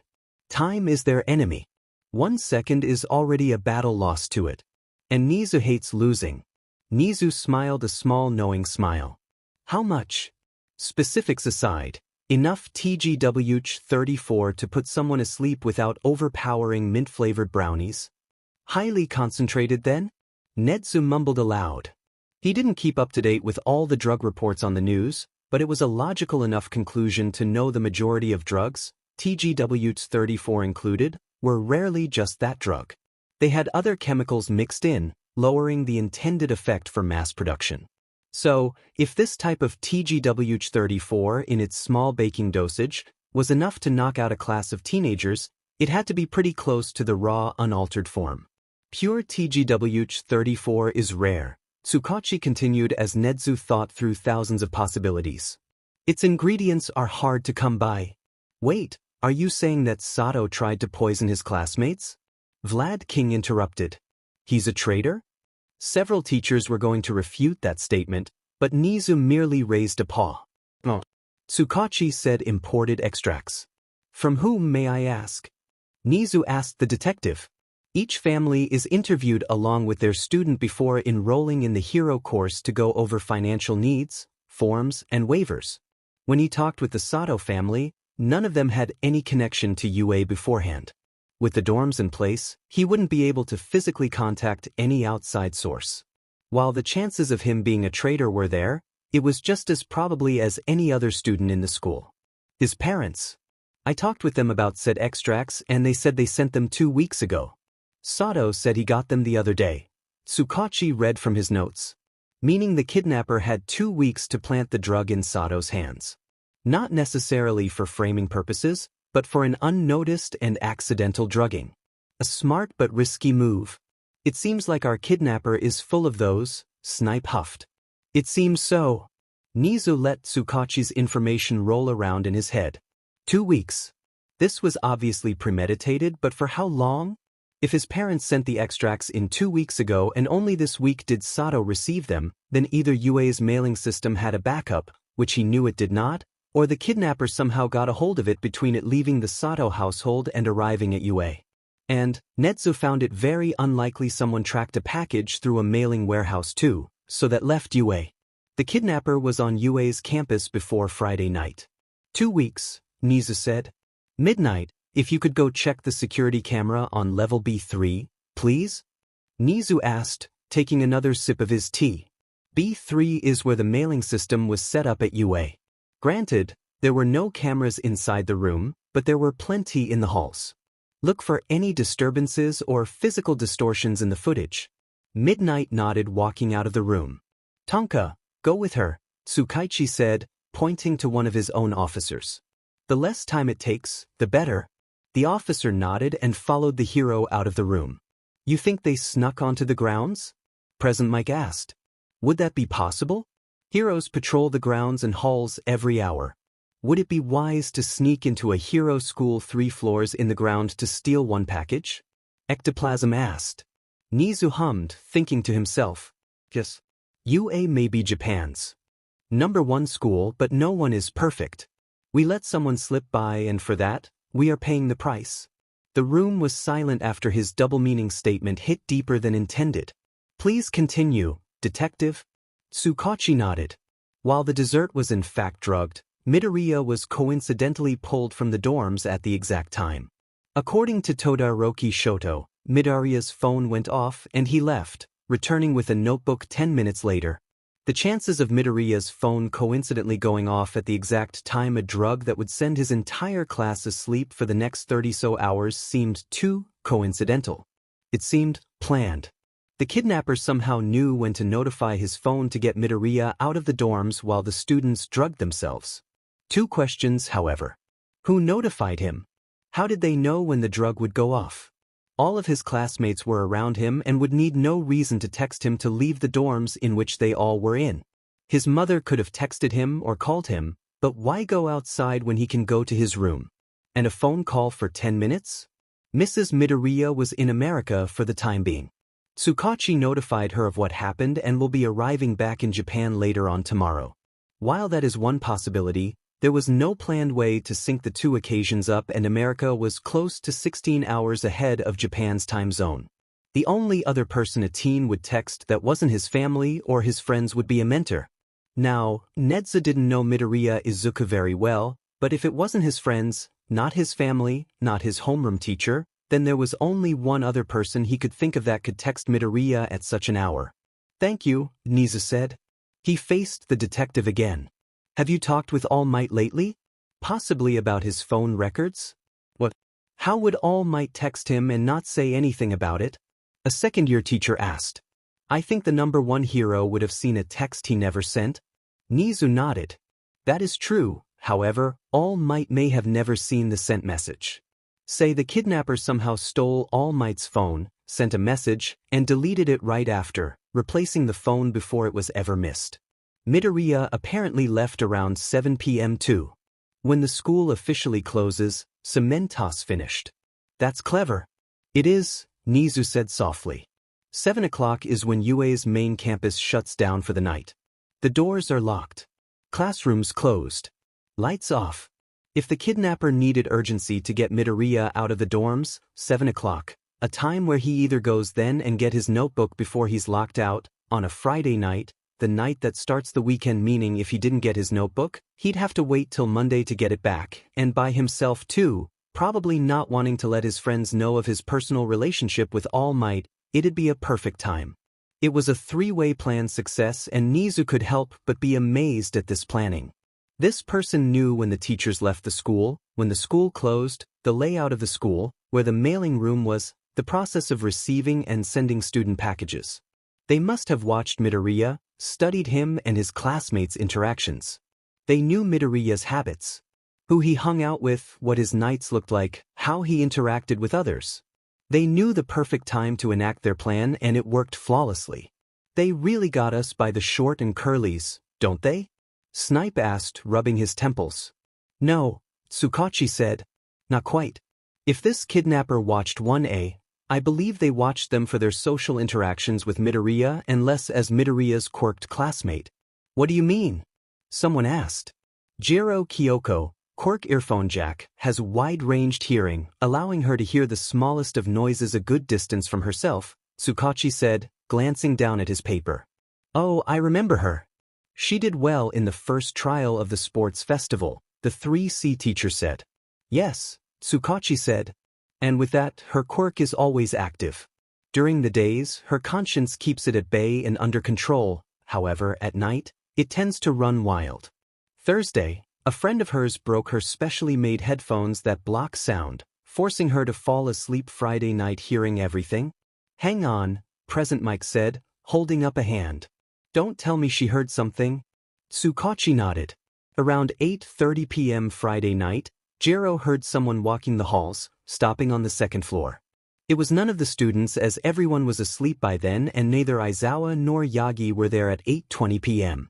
Midoriya was still downstairs at that time, Tsukachi said, meaning our kidnapper was already in the building when this all first started at 6:30 p.m. when dinner was first served.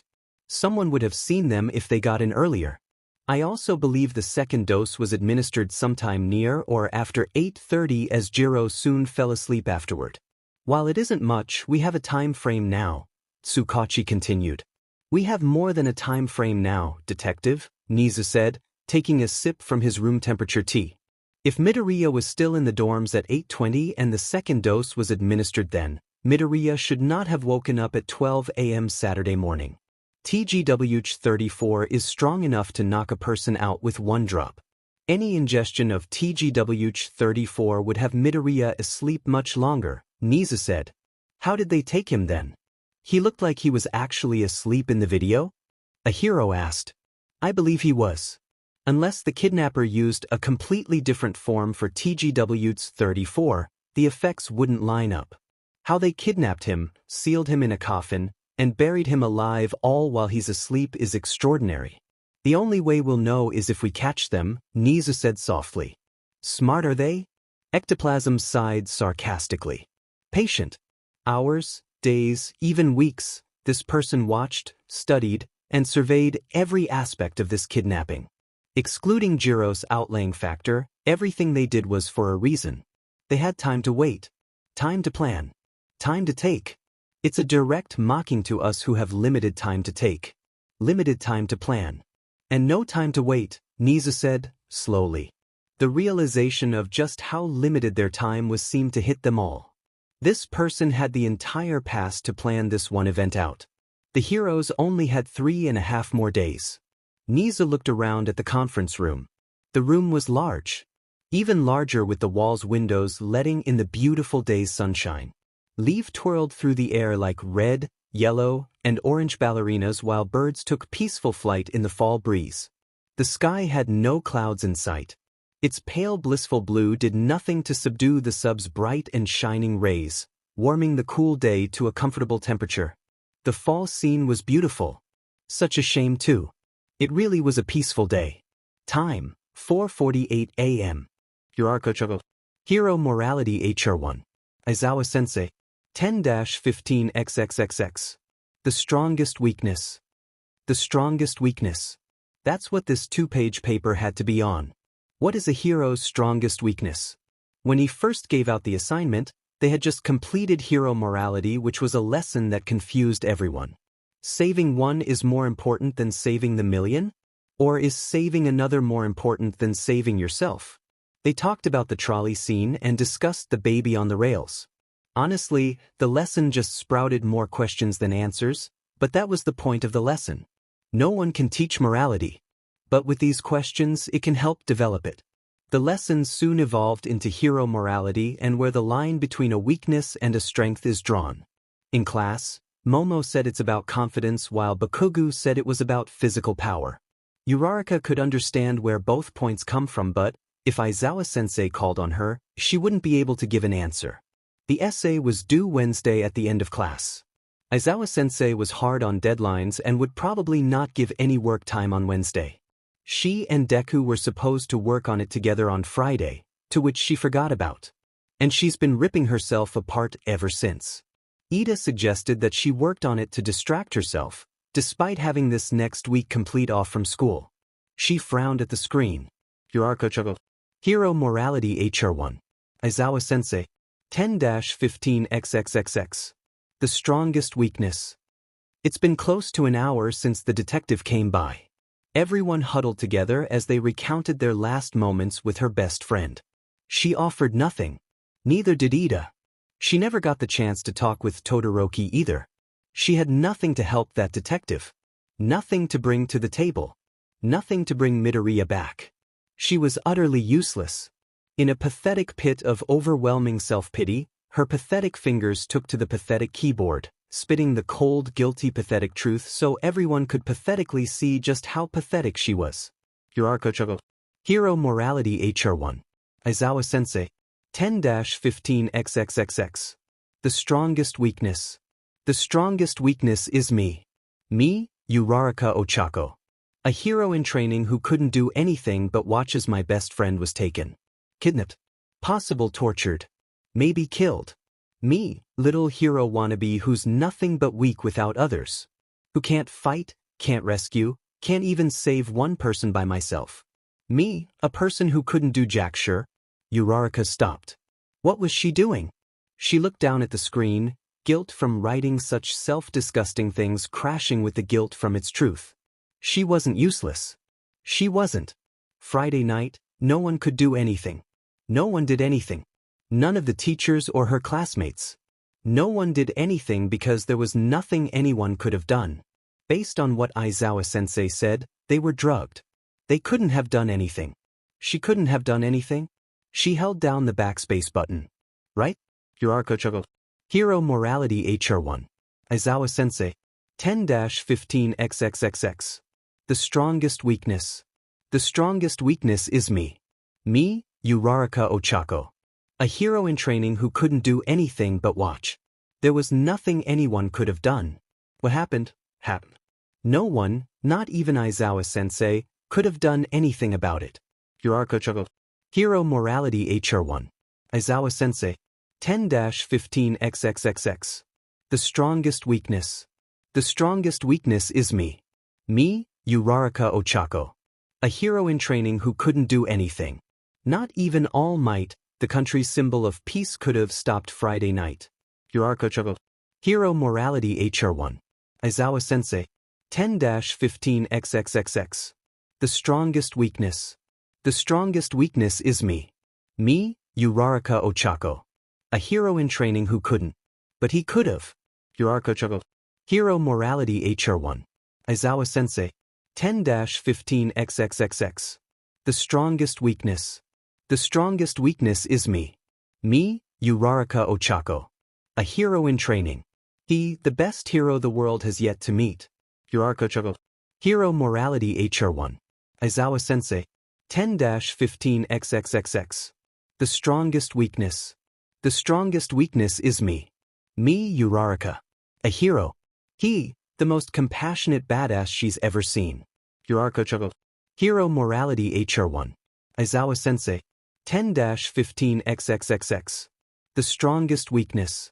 The strongest weakness is me. Me, Uraraka Ochako. He, someone who could make her laugh when she cried. Uraraka chuckled. Hero Morality HR1. Aizawa-sensei. 10-15xxxx. The strongest weakness. The strongest weakness is me.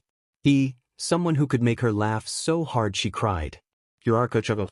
Hero Morality HR1. Aizawa-sensei. 10-15xxxx. The strongest weakness. The strongest weak. He, her best friend and partner in crime. Uraraka chuckled. Hero Morality HR1. Aizawa-sensei. 10-15xxxx. The strongest weakness. Her symbol of strength. Uraraka chuckled. Hero morality HR1. Aizawa sensei.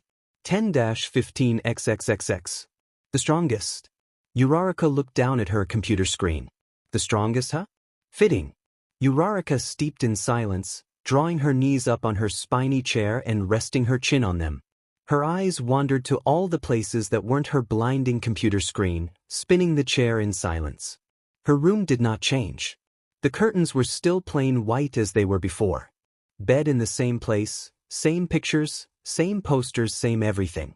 Even after the re-moving in, her room was still the same. When everyone came back from the hospital, she didn't have the energy to rearrange her room as the others did. All she could do was open box after box and put things back where they were, like a systematic robot who couldn't do anything but that. The silence was deafening.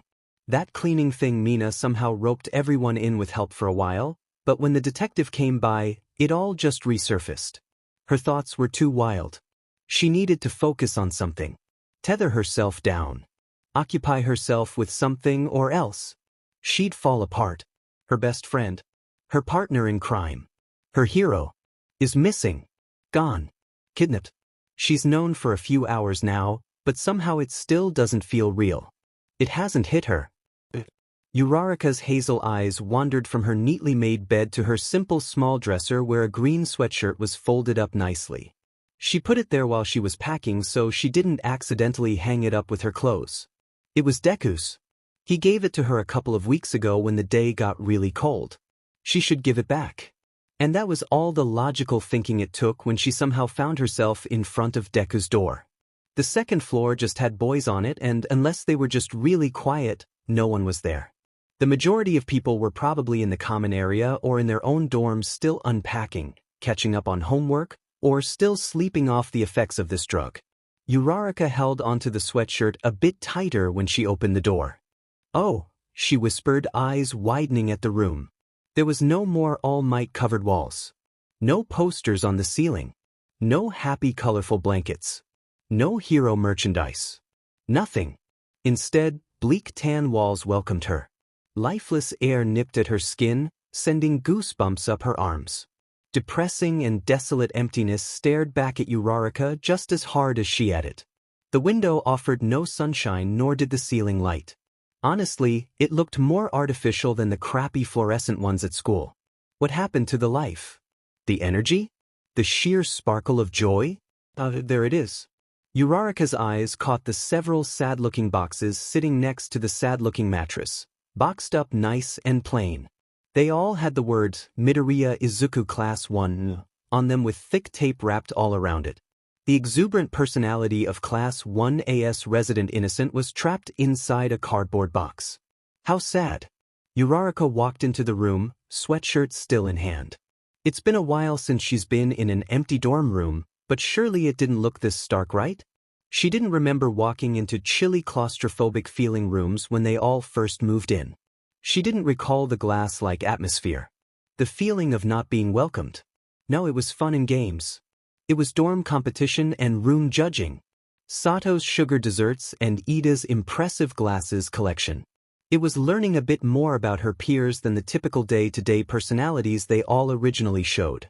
An individual and personalized snippet into each other's lives. This, though, wasn't that. Uraraka?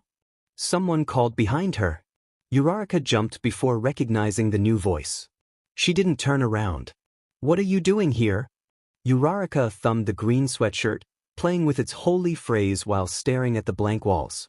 "I was returning this to his room, but dash." "But what?" Ida asked, walking into the noticeably colder room. He too started looking around the barren room. "This isn't his room," Uraraka whispered, eyes trained on the dead and bare space. She could almost see the red stars on his American All Might theme curtains, the line of All Might bobbleheads that would sit undusted on his armor, the notebooks typically piled high on his desk. His bed would have had blankets of heroes on it, while his nightstand would always have a hero book close by. The ghost of Deku's bedroom lingered in her mind as the pang of sadness and uselessness hit her again. Deku's room had life. This room did not. Ida seemed to understand this, thankfully, as he walked up to Uraraka. Do you want to go get Dash? We should make it his. Ida stopped. What? Uraraka finally looked behind her. Ida still stood a bit away from her with a water bottle that he probably got from the kitchen. His head was tilted in confusion and worry. She paid no mind to that as she continued. When Deku comes back, he'll need something to come back to. This Dash, she looked around the dull room. This is just sad. Uraraka, that is his personal belongings. He has private things he'd probably not want anyone to see, Ida rationalized. They separated personal belongings. Anything the police's people found was put in a separate box, so it'd air out naturally. Everything's already sorted, Uraraka nodded at the box labeled personal. Still Dash. His bed can be made. So he'll have something to sleep in, Uraraka interrupted, gesturing to the naked mattress. And his armor. So he'll have clothes to wear. Uraraka Dash. Posters too. He cherishes them more than he does his bones, Ida. You and I both know that. You probably even remember the big All Might poster that goes by the door and Dash. Uraraka. Ida yelled slightly, taking a step forward. His fists were balled and his eyes frustrated. Uraraka's eyes widened. Not only at Ida raising his voice but also remembering something important. Something so important that made her regret having this conversation at all. Something so big and precious to both Deku and herself, it was a mystery on how she even forgot it. Ida was his friend too. He was sad too. Lonely too. He was hurting just as much as she was. Probably focusing on himself, trying to let any worries about his best friend leave his mind while letting the heroes and adults take care of them. And here she was, begging him to seep in the Deku's memory with her only because she was the one unhappy. How could she be so selfish? I'm sorry, Ida, she said slowly, her head dropping. This isn't his room. He's only been gone for a day and it feels like an eternity. We can't do anything to find him, but we can at least do this. Give him something to come back to, Uraraka whispered softly, thinking about how cold the floors looked. There was a silence between the two. Ida still stood illuminated by the hallway's light while Uraraka hung her head in the dark corners of this foreign room. They were both quiet, both still, both tense. She didn't know why she needed Ida with her, but something about it would just feel wrong redoing his room by herself. You're wrong, Uraraka, Ida said, voice blunt and logical. Uraraka was going to give up when he continued, the big poster goes by his bed. Not his door. Huh. Uraraka said, springing on the spot. Ida stepped further into the room with a cheeky little grin.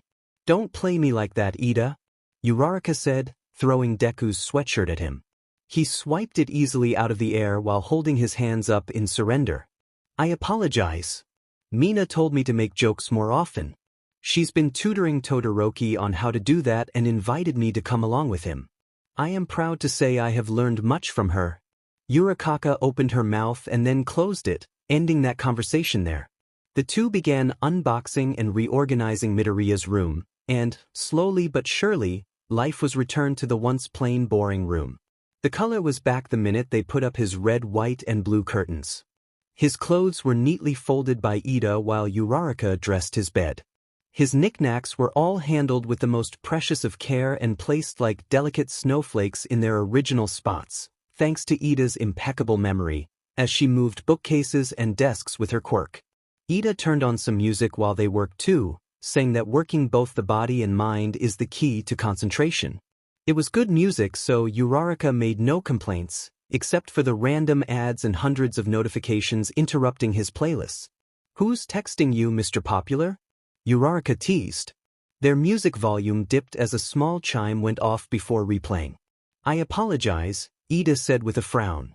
He picked his phone up from the small cup/makeshift speaker and read the little banner. It's just my news app. Apparently, there's an anniversary for something coming up this week. You get news alerts? Of course. A hero must stay on top of the latest events, Ida said enthusiastically. He then went on a small rant about the importance of news alerts and notifications in general. Uraraka didn't know if he was actually being serious this time or just trying to lighten the mood. Either way, she appreciated it. After a few more minutes of gentle teasing and a sermon on the pros and cons of the public press, The two resumed their unpacking duties. The room was almost finished when she came across a small pile of photos in the box by his mirror she set up. She was about to put them in the personal box when the stack slipped from its paper clip and fluttered to the floor, some of which landed face up. Was a group picture of their entire class doing a jump photo. Everyone's hair was stood up wildly as they all ungraciously fell back to the ground. She remembered that day too. Kirishima threw Bakugu in the air to get him up with the others while Siro taped Mineta to a tree while trying to look up the girl's skirts. Oof, that was a day. Another was with a beautiful young woman with green hair a bit too familiar with her. On her lap, a mini Deku sat with viridian eyes blown wide at the all-might balloon tied around his tiny baby wrist. Uraraka giggled at the one picking it up and rest-tacking them. He had a few of the places he's traveled to as well as a few with All Might strangely at a beach she's never heard of. Yet through all of those smiling faces one stood out. The same bright blinding beautiful smile she's grown to love looked back at her, its owner laughing with crinkled green eyes and bushy green hair as the picture's wind ruffled the soft locks. A scared arm blocked half of the picture from holding the phone, but no one would have needed the full picture to see the sheer happiness radiating off the teen. She could see her own blushing face right under his chin, tucked safe and warm in his tight embrace. Her eyes were closed but her smile was big. The two were a blushing mess if the windburn was anything to see. The sunset illuminating them both in a divine pink glow didn't help either. Uraraka cherished that day. She, Deku, Ida, and Todoroki went shopping for Ida's mother's birthday. They hit up a mall and shopped every store in the place, eventually settling on gourmet chocolates and a quilt. When they were going back to the dorms, they stopped in a park when Ida and Todoroki went to get something to drink, leave Deku and her alone in the park. She was talking about how they didn't have many pictures together and that they should take one then because of how pretty it was outside. It was a joke. Completely 100% a joke. Deku didn't know that. So, to her surprise, he grabbed her hand and led her to a rickety red bridge over a small little river. When she asked him what he was doing, he just smiled. A smaller, more hearty smile that always warmed Uraraka's soul. Trust me. Kachin did this with his girlfriend back in middle school. Deku said with a nervous chuckle. Gee, girlfriend? Are you sure? Uraraka sputtered, her blushing mess of a mind still trying to reel back from his comment. If you, don't want to, we don't have to. I was just dash. Uraraka was silenced as the green teen threw his arm around her and pulled her flush his chest. The two stood on the very arc of the bridge together in their own pocket of frozen time. It's fine now, Uraraka. Do you know why? He asked, voice confident and soft. At her confused face, he leaned down to her ear, causing her to blush more than before, and whispered in the softest voice imaginable. I'm here. Can you ever go one day without an All Might reference? Uraraka laughed and, throwing all cares out the window, wrapped her own tiny arms around Midoriya's waist.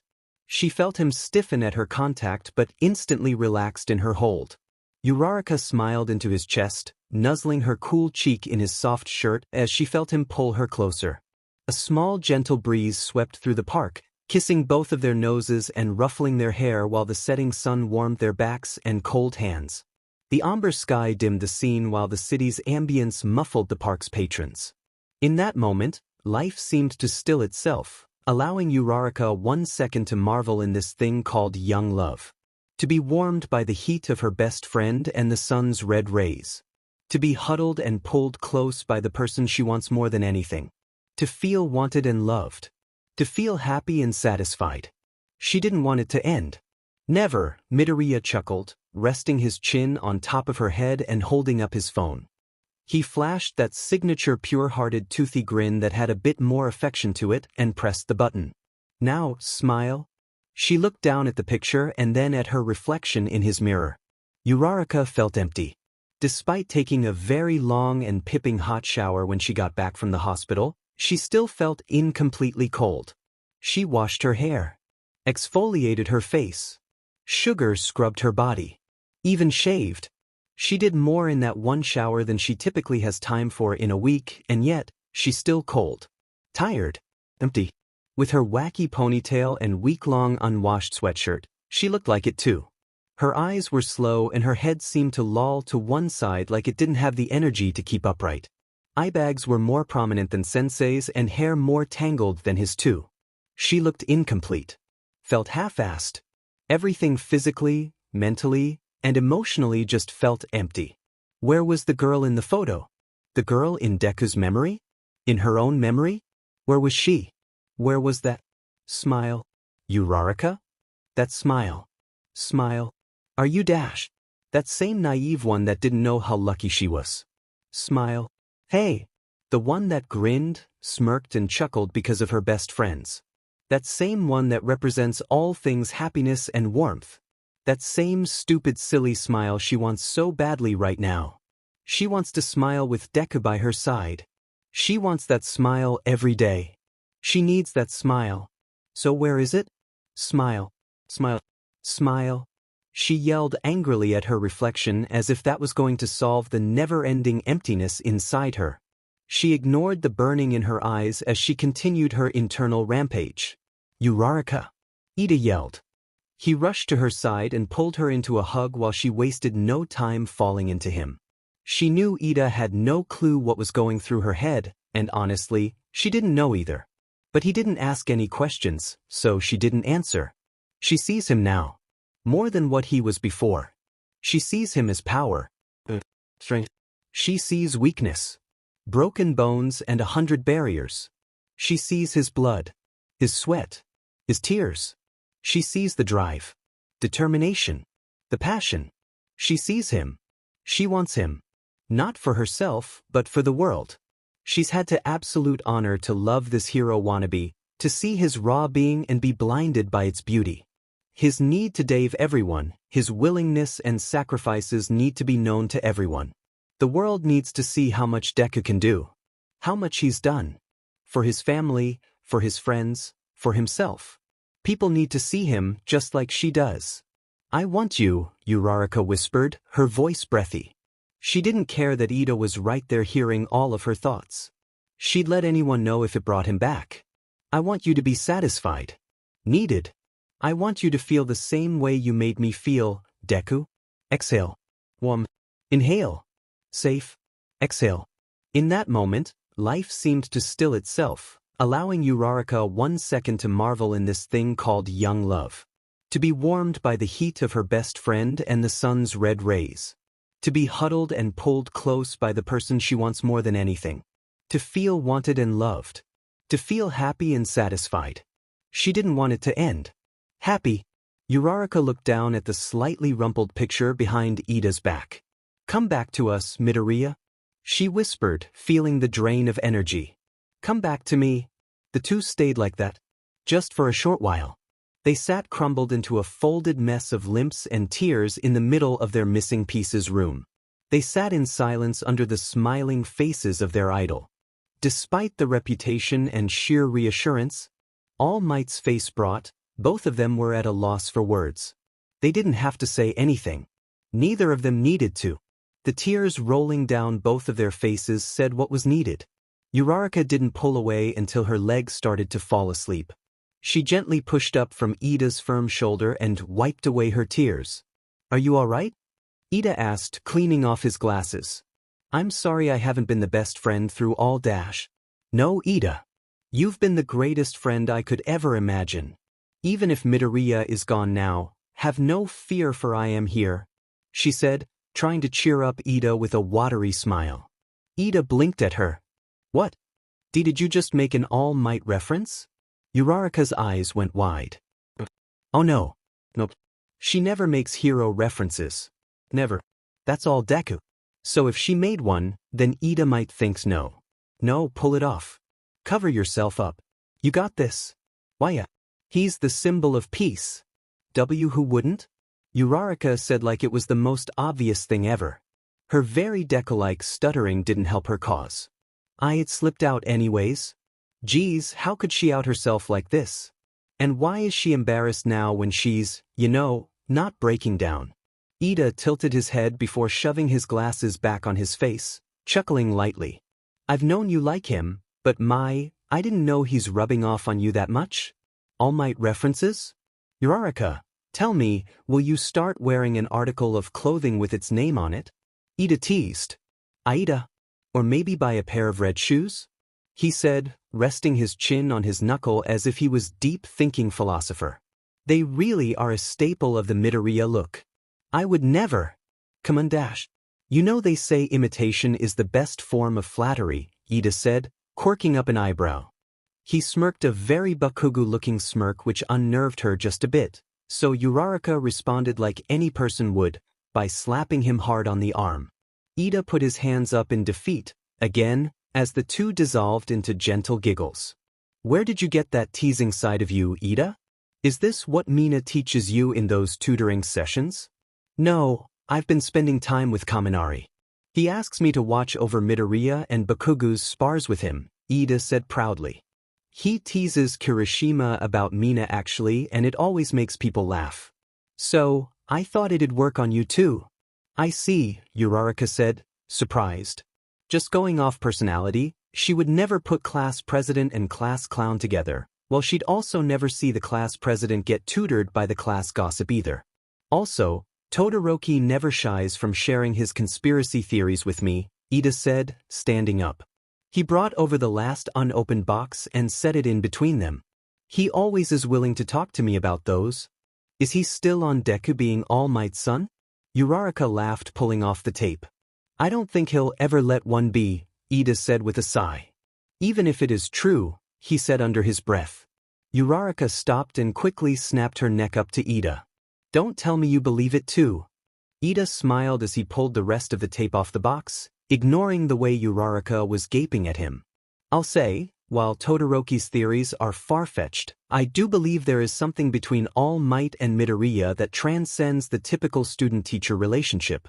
They are by no means biologically related, but more emotionally connected. Uraraka thought on that. I guess I could see that.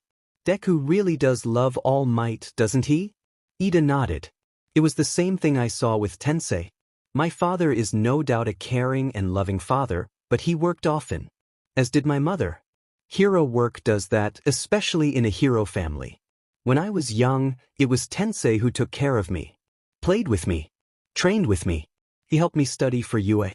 He made me lunches when everyone else couldn't and would always spend his free time with me. I remember always smiling when I was with my brother and gushing to anyone near him about how cool he was. While that is your typical hero worship, it was Tensei who was my hero. Not Ingenium, Ida said, reminiscing fondly. Uraraka smiled, thinking back to her moments with her father. She always wanted to help. That's all she wanted to do. But her father and mother always said no. They shooed her away from the bills and adult-like worries and just smiled at her. They'd smile and reassure her everything is okay. They'd hug her and love her like time was ending every day. She believed them too. Everything was okay. Even if it wasn't, they made it okay for her. It was her time to pay everything back to them. Maybe that's where all of Deku's determination comes from? Yeah, she said, smiling in her memory. I see it now. The two unwrapped the last box, which was the heaviest of them all. What is this? Ida asked, flipping the box over so Uraraka could get the tape on the bottom. She didn't even have to open the box to know what it was. His notebooks? And she was right. She opened the two flaps and pulled open the box.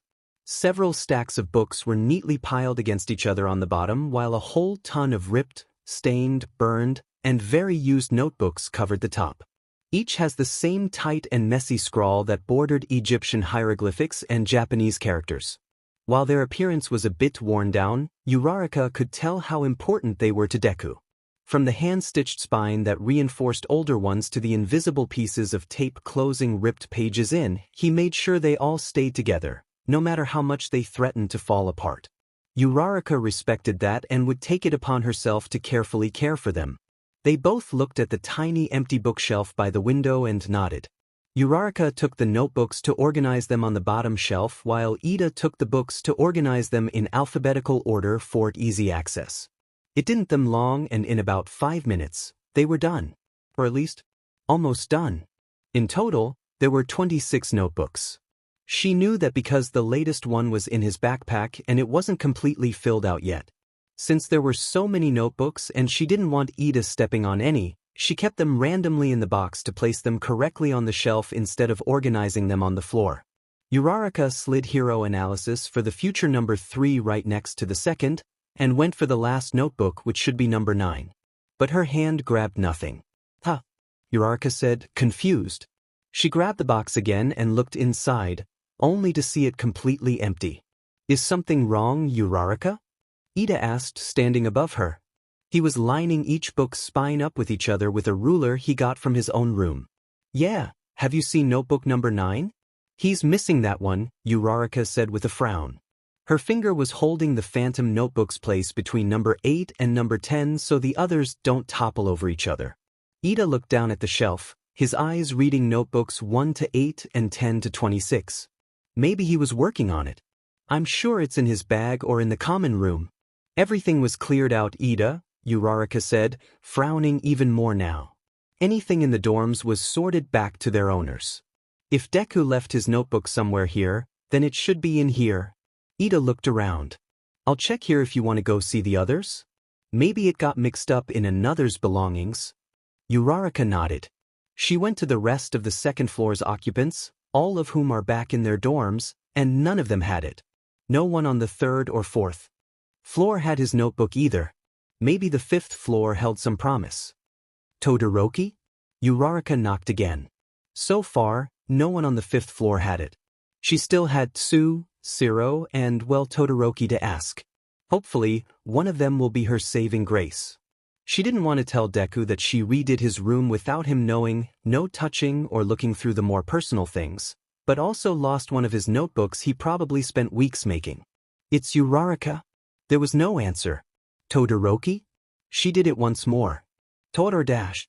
The door suddenly opened right as Uraraka knocked, almost punching the peppermint teen in the face. Uraraka? Todoroki questioned in his typical stoic voice, not even flinching at her raised fist. What do you need? Have you unpacked yet? She asked slowly, taking in his appearance. He all in all looked tired. If the tired-looking eyes, noodle-like posture and messy red and white hair, which was a direct contrast to the typical split-down-the-middle type of hair she and everyone was used to, had anything to say. Almost, he said with a yawn. Oh, okay. Do you by any chance have something of Deku's? Uraraka asked eagerly. Like what? He asked, opening his door a bit more and inviting Uraraka in. From the closed drapes, gentle fan and baggy Todoroki, he probably was taking a nap. She scolded herself for waking him up, but Todoroki looked awake enough anyway. I have a few boxes that I haven't touched yet. His notebooks? Ida and I redid his room and noticed one of his hero analysis notebooks were missing. I don't know if he lent them to you or anything. Uraraka asked hopefully, walking into the room. She didn't want to tell Midoriya that she lost one of his prized possessions. His hero ones? Todoroki asked. Uraraka nodded. He narrowed his eyes before rummaging through one of the boxes. He set a pile of books on the ground while he took out a small set of notebooks. Uraraka's heart jumped when she saw a black composition one, but that was just his Japanese one. I don't have it. Uraraka sighed. Thank you though. Maybe he left it at the school? Which one is it? Todoroki asked suddenly, standing up straight. Any aura of tiredness disappeared as Todoroki's eyes came alive. He looked over at Uraraka, who just stared back at him. The notebook. Which one? He asked again, a bit sharper than normal. Uraraka tilted her head, looking at him. His eyes were fiery and his posture straight. His fingers were rubbing back and forth against each other while his entire body was facing her own. She's seen this before. When Deku would have a very important thought, he would act the same way. Typically with mumbles and a pencil in hand, but that's beside the point. She could tell Todoroki had something on his mind. She wanted to know what it was. Number 9. Why? Todoroki's eyes wandered off into space, eventually lighting up. He left it at school. Uraraka's heart actually did jump out of her chest. With sweet relief, she breathed. Really? Thank you, Todor dash. Friday night. Uraraka's smile slipped off her face. What? Time, 4:03 p.m. Quiet. It's too quiet. Aizawa blinked away the burning in his eyes as he began another staring contest with the projection screen. It was 10:04 a.m. and he hasn't heard Midoriya say anything in the past 2 hours when he first got here. The officer watching Midoriya almost collapsed at Aizawa's feet when he said he'll take over. Are you sure? I can go longer if why you're needed somewhere else, the officer said hesitantly. Aizawa's eyes trailed to the man's iron grip on his pen. Oh. Tsukachi sent me here. Another colleague and I will take over. You're free to go. The officer visibly relaxed, dropping his pen and covering his eyes in his hands. He took a long sigh while Aizawa stood there awkwardly, not really knowing what to do. He woke up, he said quietly, breaking the silence. The officer didn't look up. Did he injure himself? Aizawa asked, sitting down at one of the desks, the projector up and running in front of him. He remembered seeing Midoriya's wrist hit the metal top, dislocating it at the best-case scenario, and shattering it at the worst. He didn't know how much more damage his bones can take at this state. No, not physically. At least not now, the officer said with a sad chuckle. He started crying, when he woke up? Understandable, Aizawa said, taking his own mental notes of the officer's recall. He saw 3 files, a laptop and a notebook sprawled across the officer's table. He'd look at everyone when he's alone. I don't expect him to wake up dash. He said he didn't want to die. Aizawa stopped. The officer finally looked at Aizawa. His eyes were dropping and his skin a bit paler. Aizawa saw the crescent moons in his hands, but he made no comment. Please just let me out. The officer took a breath. I don't want to die. Oh. His student, his problem child, didn't want to die. Who would have thought someone didn't want to die? There was so much wrong with this situation he didn't know where to start. Midoriya was 16 years old. He isn't supposed to be worried about dying. He wasn't supposed to be scared because he's not supposed to be scared. He was supposed to be in this school, laughing with his friends, stressed over late assignments and sweating at a new training routine. He was supposed to be here with Aizawa. Safe and protected. Not there. 6 feet under the ground. Scared out of his mind. Crying of his own death. He's supposed to be here, not there. Wherever there is. A silence must have overtaken the room as the officer cleared his throat. Aizawa looked up to the now standing officer. You're his teacher, right? He nodded. I'm sorry, he said quietly. Everything Detective Tsukachi and I recorded is in the notebook and extra files are on the computer. You're free to read through. He woke up an hour ago too. With that, the officer left, leaving Aizawa with all the questions in the world, but no answers. Aizawa looked up at the screen. He couldn't see Midoriya's face that well and the green glow stick was fast losing its color, but he could see the shivers and trembles of the boy's beat up, bloody and bruised legs. He's cold. Aizawa turned the volume up on the speakers so he could hear anything and everything. Nothing was heard. It was horrible to think that Midoriya's shaking body was the only indicator that he was still alive. He sighed. Midoriya's body was still, his chest rising deeply up and down. Through the grainy video, he could see his fingers tapping to something. Maybe a song? Morse code? Aizawa hoped it was something to keep him sane, so Aizawa followed. Aizawa spent an hour tracking Midoriya's tapping fingers. Aizawa knew Wabin code and his students too once they hit their second year, but none of the taps made any sense. Aizawa tried to break the random letters Midoriya was sending over, thinking that they were a code within a code, but it was nothing. It was just gibberish. He tried Morse code. He knew All Might spent time in America and probably picked up the Western type of silent code that Midoriya might have learned due to his fanboyness, but again, none of it made sense to him. He doubted Midoriya was even fluent enough in English to use Morse code. And even if he was, Aizawa himself recognized none of the English words he presented. Midoriya tapped the hours away for a while until he must have gotten tired and stopped. Aizawa frowned at the movement. What are you thinking, Midoriya? Aizawa whispered to himself. The boy readjusted, trying and failing to find a comfortable position. A new hero perhaps? Analyzing your classmates? He hoped that Midoriya would say something out loud. Not for Aizawa's sanity but for Midoriya's. When they find Midoriya alive, his sanity may not be the same.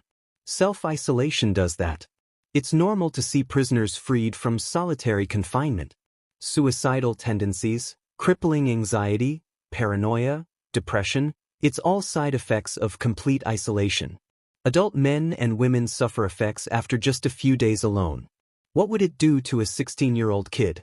He may be alive, but his mind would be far from fine. Come on, kid, Aizawa said louder, eyes narrowing up at the screen. You're always muttering. Tell me something. Midoriya didn't say anything. He sighed again. While scribbling down times and any movements Midoriya made, Aizawa re-listened to the kidnapper's tapes and racked his brains for anything that had happened that would prompt a person to kidnap a student. Of his years teaching, he couldn't think of anything. Any attacks or extraneous things that went wrong all happened this year, which he was not proud of, yet the tapes alluded to something in the past. Even before UA, the only connection he had to the school was that he went to the school. Before his teaching career started, he teamed with UA during a villain chase turned forest fire a few years ago. Again though, he never fought alongside them. They just happened to be there. Everyone at UA was a hero, meaning everyone had some kind of enemy out there. But who has a grudge against them all? It was surreal to think that Aizawa was sitting in a huge, sunlight-lit room with windows lining one wall and the UA logo on the other on one of the most comfortable chairs he's ever sat in. The air was crisp and light. The sun's rays made the room seem even bigger than it was, just adding to the sheer space of the room. Aizawa felt like it was a sin to be so comfortable. Talk to me, kid, Aizawa said, taking another look up at the screen. The room's been silent for the past 4 hours. Midoriya's fingers laid still. Tell me if you finished your essay. I know the majority of your class hasn't even started. Nothing. My teacher assigned the same assignment to me when I was at UA. An essay written to help decide what kind of hero you want to be. If you thought I was harsh, you wouldn't stand a chance against him, Aizawa huffed. Laps for irritation, weighted squats for training mistakes, push-ups for idiotic answers.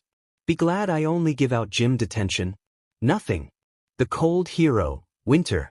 You'd be interested in him. He had the ability to create snow, ice, and frigid temperatures anywhere he wanted to. However, his body temperature was at an abnormally low level.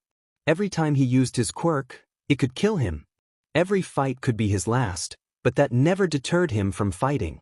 His stubborn but heroic determination is something I see in all of your classmates, Aizawa said, looking up at the screen. Midoriya's leg wiggled. He always pushed us past our physical limits, making new ones in the process. He taught mental toughness and emotional durability. Cut away all the gruffness, he was actually a decent teacher, Aizawa said absent-mindedly, tapping a pen against the table. Aizawa was never the talker. Never the social person nor the party animal. He preferred the back seat in conversations. If someone started one with him, he'd finish it as politely as he could, which was quite blunt at times. But what's the point of faking a conversation he has no interest in? He'd chip into Nemuri's conversations if he wanted and normally would let Hisashi start, carry and finish their conversation all on his own. He liked his voice. Good background noise. He never talked with any of his coworkers about personal matters. Never told anyone about past relationships, past jobs, past missions, past life, his past. No one needed to know but him. He wasn't ashamed of his past as there was nothing to be ashamed of, but again, it was his life. It took a decade's worth of friendship with Hisashi for the hero to know as much as he does now. The same goes for Nemuri. He hasn't talked to any of his classmates since he graduated and keeps in no touch with his sidekick days. He never shared his close calls on his patrols, unless Recovery Girl beat it out of him, and he doesn't have many funny stories to tell. All in all, Aizawa doesn't like to talk about meaningless things. But now, it's all he could talk about. He didn't know what it was, but something in him told him to keep talking. The more he talked, the longer Midoriya lived. Completely illogical, but logic had no place in Aizawa's head right now. So he talked, and talked, and talked. He talked about his old sensei, his first year at UA as a teacher, the first cat he adopted, the time he accidentally broke Hisashi's nose during Halloween, his overseas underground missions, his co-workers, his agency, his hero inspiration, his capture weapon idea, his hero name origins, everything that doesn't matter because somehow, he felt like it did. Mike chose it when I was a second year. I didn't care what my hero name was, so he chose it. Looking back now, there were probably better choices than Eraserhead. It's stuck for the past 16 years now, Aizawa said, his lips slightly upturned. He looked to the clock on the wall. 4:21 p.m. It's been 8 hours. And Midoriya still hadn't said a thing. Aizawa looked up at the close to the pitch-black screen. Midoriya's body was still. So still. So dead-like. He hasn't twitched. Wiggled. No taps, kicks, punches. No cries, shouts, whimpers. Nothing. Midoriya was completely and utterly still. Just like him. Something in Aizawa forced his mouth open and spit out the thoughts clouding his mind ever since this all started. Eraserhead was a name for me created by Mike, but it was used most often by another. Aizawa started slowly. It was different when I was here. The school was smaller back then and more selective with its participants, favoring more subtle quirks than flashy ones. UA has changed over the years, however. The one thing that has stayed the same is the students. From the years I went to UA to the ones I've taught here, the students never change. Too self-sacrificing. Too willing to die for someone else. Too stubborn. Every hero student has those traits in one way or another, and the way you act reminds me of someone from my own days at UA. A hero course with wild hair and a personality so big, it was suffocating. He was energetic, extremely smart, and full of humanity, Aizawa said slowly, his own thoughts muffling the sound of footsteps. He was a person whose heart outweighed his mind, who acted in the present and atoned in the future. An impulsive hero who could do anything to save the day and do it with that stupid grin, Aizawa said with the smallest of smiles, his eyes burning with something that isn't a dry eye. He was someone who anyone could rely on, who always had your back and always was there to hold yourself up, even when you can't do it on your own. But he was also someone who grew up too fast and paid the price for it, Aizawa sighed, his chest feeling a bit off. It's been years since he talked about him, but for some reason, it felt right. He was my best friend, my future agency colleague, the third musketeer in our little band of heroic misfits. He was a student, a friend, a hero, a child. I didn't see it back then, but we were only 16. Babies compared to us now, Shirakumo, Aizawa huffed, his chest getting a bit tighter. You really are just children, Aizawa breathed, looking up at the still video. Children aren't supposed to fight. They aren't supposed to pay. They aren't supposed to die. Back then, we were only wannabe heroes ready to die for a cause we didn't know. I'm the hero now. Not you. Not Midoriya, none of my students.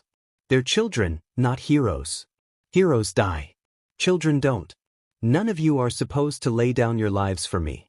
Why can't you stop being the hero, Shirakumo? He yelled up at the screen. Midoriya's leg shifted. Reality came back. Aizawa sat down. When did he stand up? You two both have similarities. From your personality to your intellect to your heroic heart, but one thing is certain. I won't lose Midoriya, Aizawa said fiercely. A certain rooftop memory popped into his head. He, Hizashi and a blue-haired student all sat on UA's roof. They were all laughing and joking with each other, skipping out of math class or some subject like that. Heroes, they all agreed they were all going to be heroes. If only they had known what that really meant. Aizawa looked up at the screen. I won't lose this time. Nah, it was a team effort. My partner was cheering me on the whole time, right, Shirakumo? Second-year Eraserhead said happily, riding out the victory high of his first villain win. He couldn't have done it without Shirakumo's words in his ear either. Now, where was his partner in heroics? I can't. Aizawa? Someone asked behind him. Aizawa subtly jumped. What? He spat, using anger and irritation to cover up his moment of weakness. It's 4:30, you're free to go, All Might's quietly said.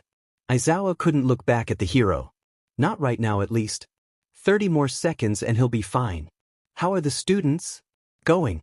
Midnight is watching over them until you arrive, All Might said, walking into the room.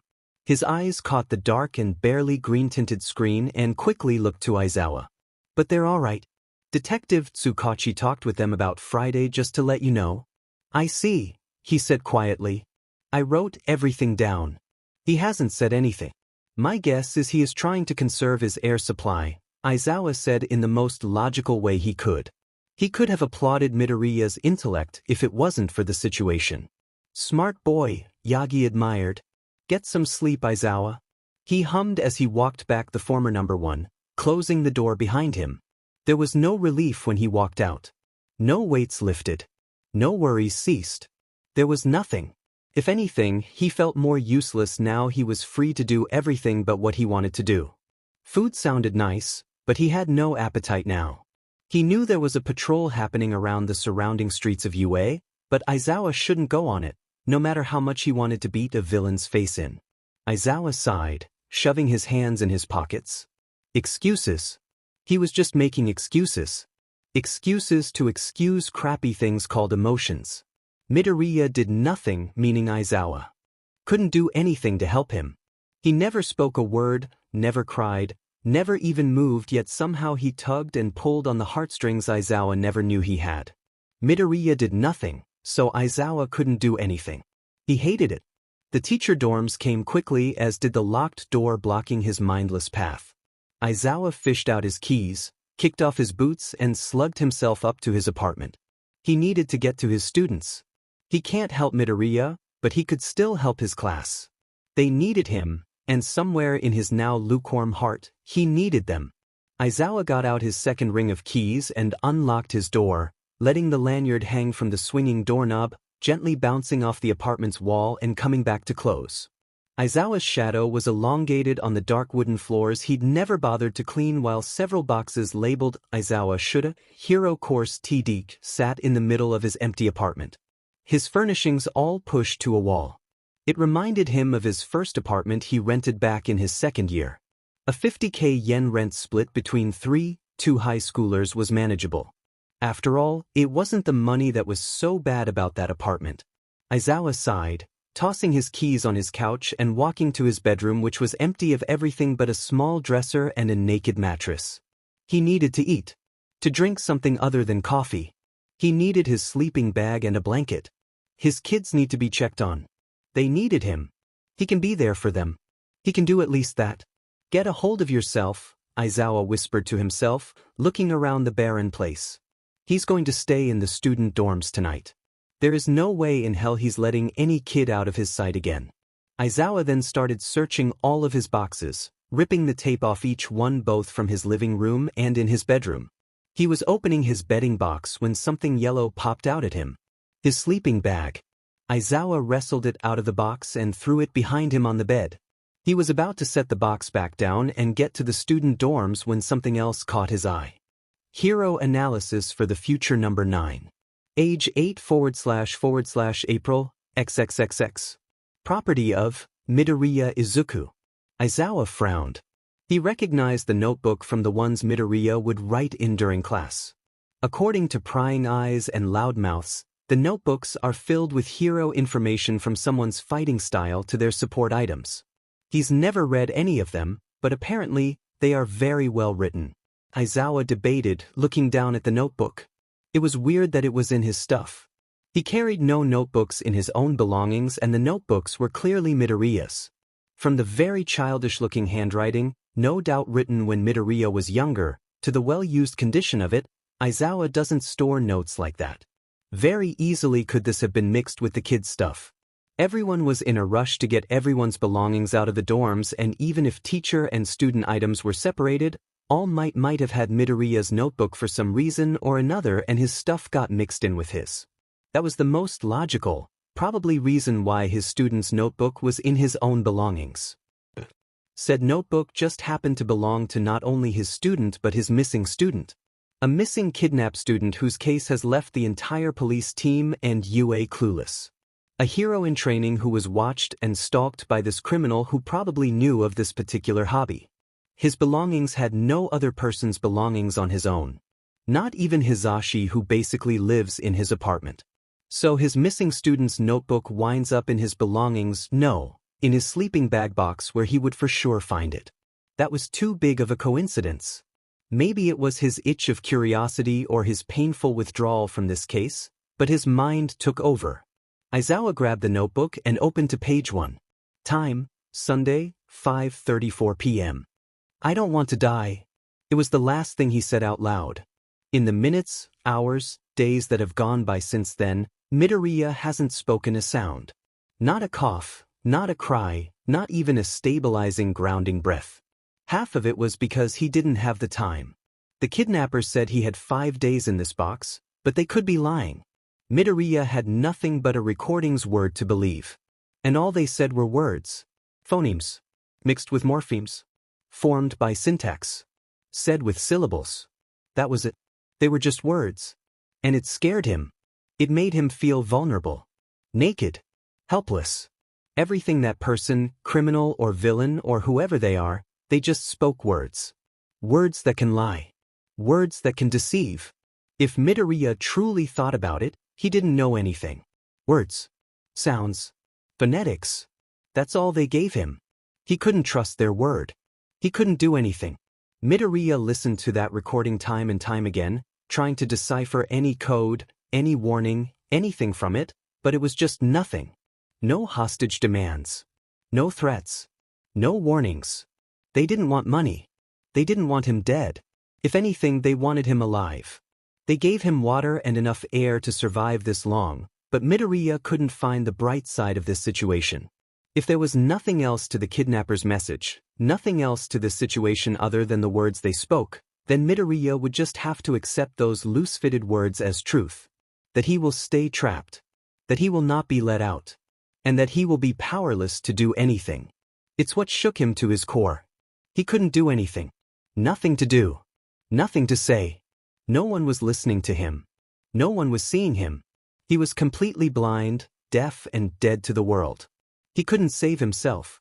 He never had the chance to. This fight was over before it ever began. Helpless. He was in every way helpless. That was the second reason he didn't speak. He was tired. In this numbed state of emotional and physical fatigue, he didn't have any energy to spare. No energy to beg for help, scream for someone, fight and lose again. The realization of reality hit him hard before. This is just the fallout. The consequence of being helpless. His adrenaline rush dissipated and his fight or flight instinct withered away. He was left cold and numb in this tiny metal box with only his thoughts, his pain and the feeling of impending doom to soothe his shaking soul. The panic, anxiety and general overwhelming tide of fear pushed away any kind of hunger or thirst, but he knew that time would come. He still had the 2 unopened bottles of water, but he never touched him. Midoriya thought they were his out. His one-way ticket out of his hellish situation. His willing death. Chances are the water is poisoned, and the minute he drinks it, he'll die. His kidnapper probably put them there to show how weak he is. To show his cowardness. To show just how much his beloved heroes failed. Death by suicide. It'd be another nail in his coffin. But he wasn't ready to give up just yet. Not in this moment at least. Before his last awakening, he tried to be optimistic. He tried to sit tight and wait for his heroes like a child patiently waiting to be found in hide and seek. He thought about class, the essay due Wednesday, the unfinished homework on his desk. He recited Friday's school lessons, visualized hero formations, analyzed quirks while his fingers would tap the song his mother used to sing him to sleep. Yet, the more he thought about his friends, the more he felt lonely. The more he thought about his teachers, the more he felt like a burden. When his mom would pop into his mind, guilt would add to the shame. Each thought just proved that he couldn't hide from this reality. He wasn't naive enough to believe he'll make it out in one piece. He knew that. Even more so now that the fog of panic and thunderclouds of fear cleared from his mind. Right now, in fact, in this simple, numb state, everything was clear. His pathway to the future was unmistakably crystal clear. He knew exactly where his life was going. It would only be so long before hunger's spindly hands stabbed and clawed at his insides. So long before thirst wrung out his throat and mouth like a rag. So long before his sanctity slips from his hands, never to be seen again. Only time will tell. And maybe that was part of his fear too. The only thing worse than facing your biggest fear is dreading it, knowing what will come and being powerless to stop it. Midoriya has nothing but the future to think about. His lowly 5 days of a future. 5 days until he might die. 5 days until the hunger and thirst settle in. 5 days until he'll breathe his last breath. Will he go crazy? His thoughts were already jumbled and jumping, trying to squeeze themselves to his mind's forefront. Would those thoughts start fighting each other, killing each other, taking a piece of Midoriya Izuku with each fallen thought? What if that 5-day limit was another lie? What if instead of his limit being cut short, it was extended? He'd have more than 5 days? All his body truly needs is water, and he has 2 unopened bottles sitting tauntingly next to his hands. What if he actually lives? What if the heroes don't find him, but he stays alive? What if he lives buried alive for days? Weeks? Months? Laying in this box. Darkness downing him. Every thought, dream, nightmare, wish, sin, desire, fear, what if they all just continue? He'd rather die. It was almost laughable. 5 days. 5 days. 5 days. When did 50 years of life shrink to 5 days? Was it when he saw All Might's debut on his mother's computer? Saving over 100 people in a day with a smile on his face and laughter overtaking the fear in the air? Maybe it was when he saved Kaken from that slime villain and All Might offered his quirk that day. The wind through his hair, the sunset's rays on his tear-streaked face, the gravel on his knees, he remembered it like it was yesterday. Maybe it was when Aizawa-sensei said that expulsion threat was just a logical ruse on the first day of school? When his first legal step in the hero's pathway was almost ended by one man. Was it the USJ? Stain? The training camp? Camino Ward? Overhaul? What was it? When was it? Midoriya couldn't help but feel disgusted with himself. He didn't like this kind of thinking, this self-pity type of emotion. He was half inclined to just scream right there and clear his extremely loud and buzzing thoughts, but again, he needs his air and he needs his time. Neither of which are promised another day. So he stayed quiet. He shut his mouth, shut his eyes, and lost himself in his thoughts.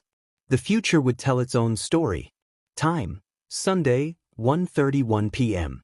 Person whose heart outweighed his mind, who acted in the present and atoned in the future. An impulsive hero who could do anything to save the day and do it with that stupid grin. A voice quietly rang through the hall. It was coming from the room at the very end of the hallway, the watch room as everyone had dubbed it. It was the smallest of the conference rooms, perfect for Aizawa and Toshinori's part in this case. Toshinori arrived a bit early to switch out for Aizawa. They agreed to switch every 8 hours or so, giving each one time to themselves before jumping back in. It was only 5:20 p.m. But as he walked closer to the conference room, the voice got louder and clearer.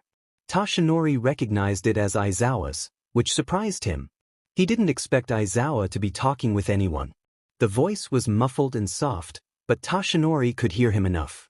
He was someone who anyone could rely on, who always had your back and always was there to hold yourself up, even when you can't do it on your own. He raised a brow. Was Aizawa talking about Midoriya? He's never heard him speak so fondly over any student. Maybe Naomasa was there? He knew those two used to work together before Aizawa became a teacher. But he was also someone who grew up too fast and paid the price for it, the voice sighed. He was my best friend, my future agency colleague, the third musketeer in our little band of heroic misfits. He was a student, a friend, a hero, a child. I didn't see it back then, but we were only 16. Babies compared to us now, Shirakumo. Shirakumo? You really are just children. Children aren't supposed to fight. They aren't supposed to pay. They aren't supposed to die. Back then, we were only wannabe heroes ready to die for a cause we didn't know. I'm the hero now. Not you. Not Midoriya, none of my students. They're children, not heroes. Heroes die. Children don't. None of you are supposed to lay down your lives for me. Why can't you stop being the hero, Shirakumo? Toshinori stopped outside the door, the voice on full volume. He looked through the door. Aizawa was standing in the room, staring sadly at the screen. You two both have similarities. From your personality to your intellect to your heroic heart, but one thing is certain. I won't lose Midoriya, Aizawa said fiercely. I won't lose this time. He pushed the door open. I can't. Aizawa? The man jumped ever so slightly before throwing a quick response. What? It's 5:30, you're free to go, Toshinori said quietly. There was silence, a stiff air between the two heroes. Toshinori moved into the room as Aizawa spoke. How are the students? He asked. His voice sounded off, more rough than usual. Going. Midnight is watching over them until you arrive, but they're all right. Detective Tsukachi talked with them about Friday just to let you know. Toshinori looked up at the dark green screen. Midoriya was either laying very still or asleep once more. Toshinori hoped for the latter. I see, Aizawa whispered, still not looking at him. I wrote everything down. He hasn't said anything. My guess is he is trying to conserve his air supply. Toshinori smiled. Smart boy. He looked over at his coworker who looked more tired than normal. Eyes half shut, jaw clenched, shoulders tense. Aizawa's actions said everything his words didn't. Get some sleep, Aizawa. Aizawa hummed, gathering his things and walking out. The door shut with a click as Toshinori was left alone once more. Just he, himself and his thoughts. Before he arrived, he was watching the dorms.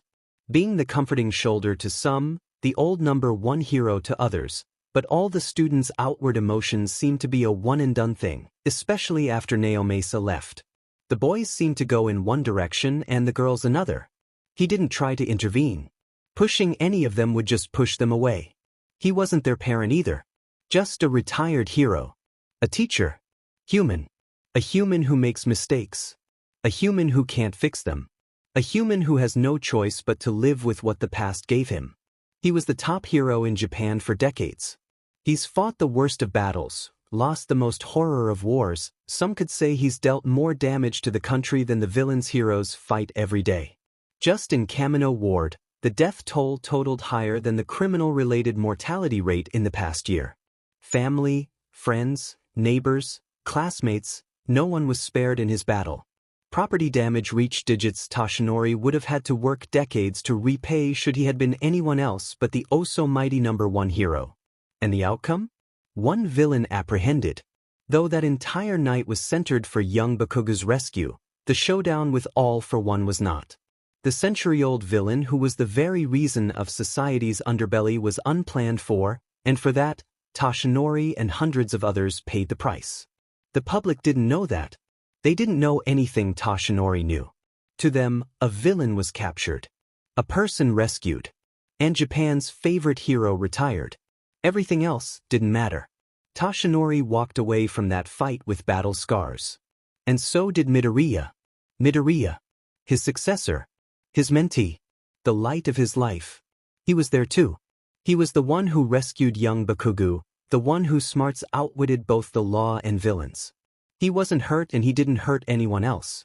His plan, while not foolproof, succeeded. Without him, Bakugo Katsuki may have never been free again.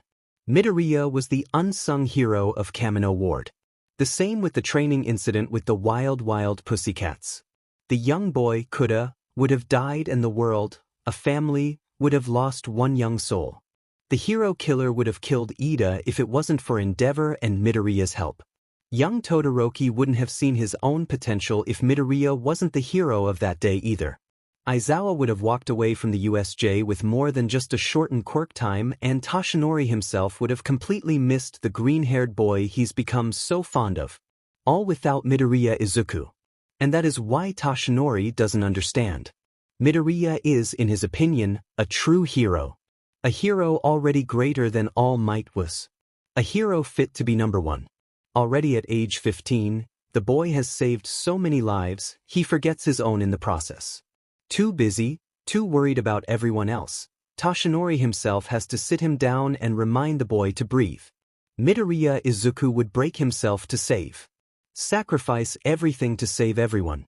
Every bone in his body, every part of his heart, everything he can do with whatever he has, he'll do. He'll be. So again the question comes, why him? Why this young child whose dreams were just to save others? What did Midoriya do to demerit this? Why in a class of 20 in a school 175 professional heroes did they single? Why Toshinori's boy? Why Midoriya Izuku? If this kidnapper took Midoriya because of whatever shoddy hero work they've experienced, Why take a hero in training who could be better than their image of heroes? Shouldn't a person mad at the hero society, mad at UA, go after a professional licensed hero? A teacher? Someone affiliated with a higher position within the school than just a first-year student? If they took Midoriya because of his connections, as the kidnapper said, wouldn't taking someone who had threads with the government, hero agencies, the top businesses in the country, not be more logical? Tashinori sighed, looking up at the still screen. He knew the answers to all his questions. He just didn't want to admit it. Taking someone like Tashinori himself, Principal Nedzu, even one of the teachers, it'd be more logical to make an impact on the country, but this kidnapper wasn't looking to disrupt society. They weren't looking for a bang, but for a whimper. It's probably why they went after a student and not a teacher. A child, not an adult. Because while adults had power, children had influence. Naiveness. A kind of innocence that weighed more than any amount of money in the world. The kidnapper must have known this. They knew where to hit and they weren't going for a knockout, but for an endurance fight. They want UA to lose by their own exhaustion, their own dehydration, their own ticking time. It's cruel. It's mean. It's brilliant in every way that it shouldn't be. This case wasn't a logical one. It broke every rule in the criminal catching textbooks. It didn't follow the thieves' code of conduct. It, in itself, wasn't trying to be a crime, and maybe that's why everyone was struggling with it. You don't deserve this, Izuku, Tashinori whispered, finally taking a seat at the end of the table. He closed his eyes and breathed. You don't deserve this. It was around 9 o'clock Midoriya began moving around. First, it was a loud grumble of the stomach, next was the whines of hunger pains, then came the inescapable anger of discomfort. Midoriya's voice was low and tired, filled with restlessness and desperation. I can't do this anymore, Midoriya's voice cracked across the speakers. I want to go home. Let me go home. Tashinori looked up from the computer. His fingers curled into useless fists. I get it. I get it, all right? Let me out and I'll go. Believe I won't come back. Just let me the fuck out, Midoriya panted, an arm tossed over his eyes. Just let me out. Just let me out. Just let me out. Izuku, Tashinori whispered, watching Midoriya anxiously bounce his leg against the end wall of the coffin.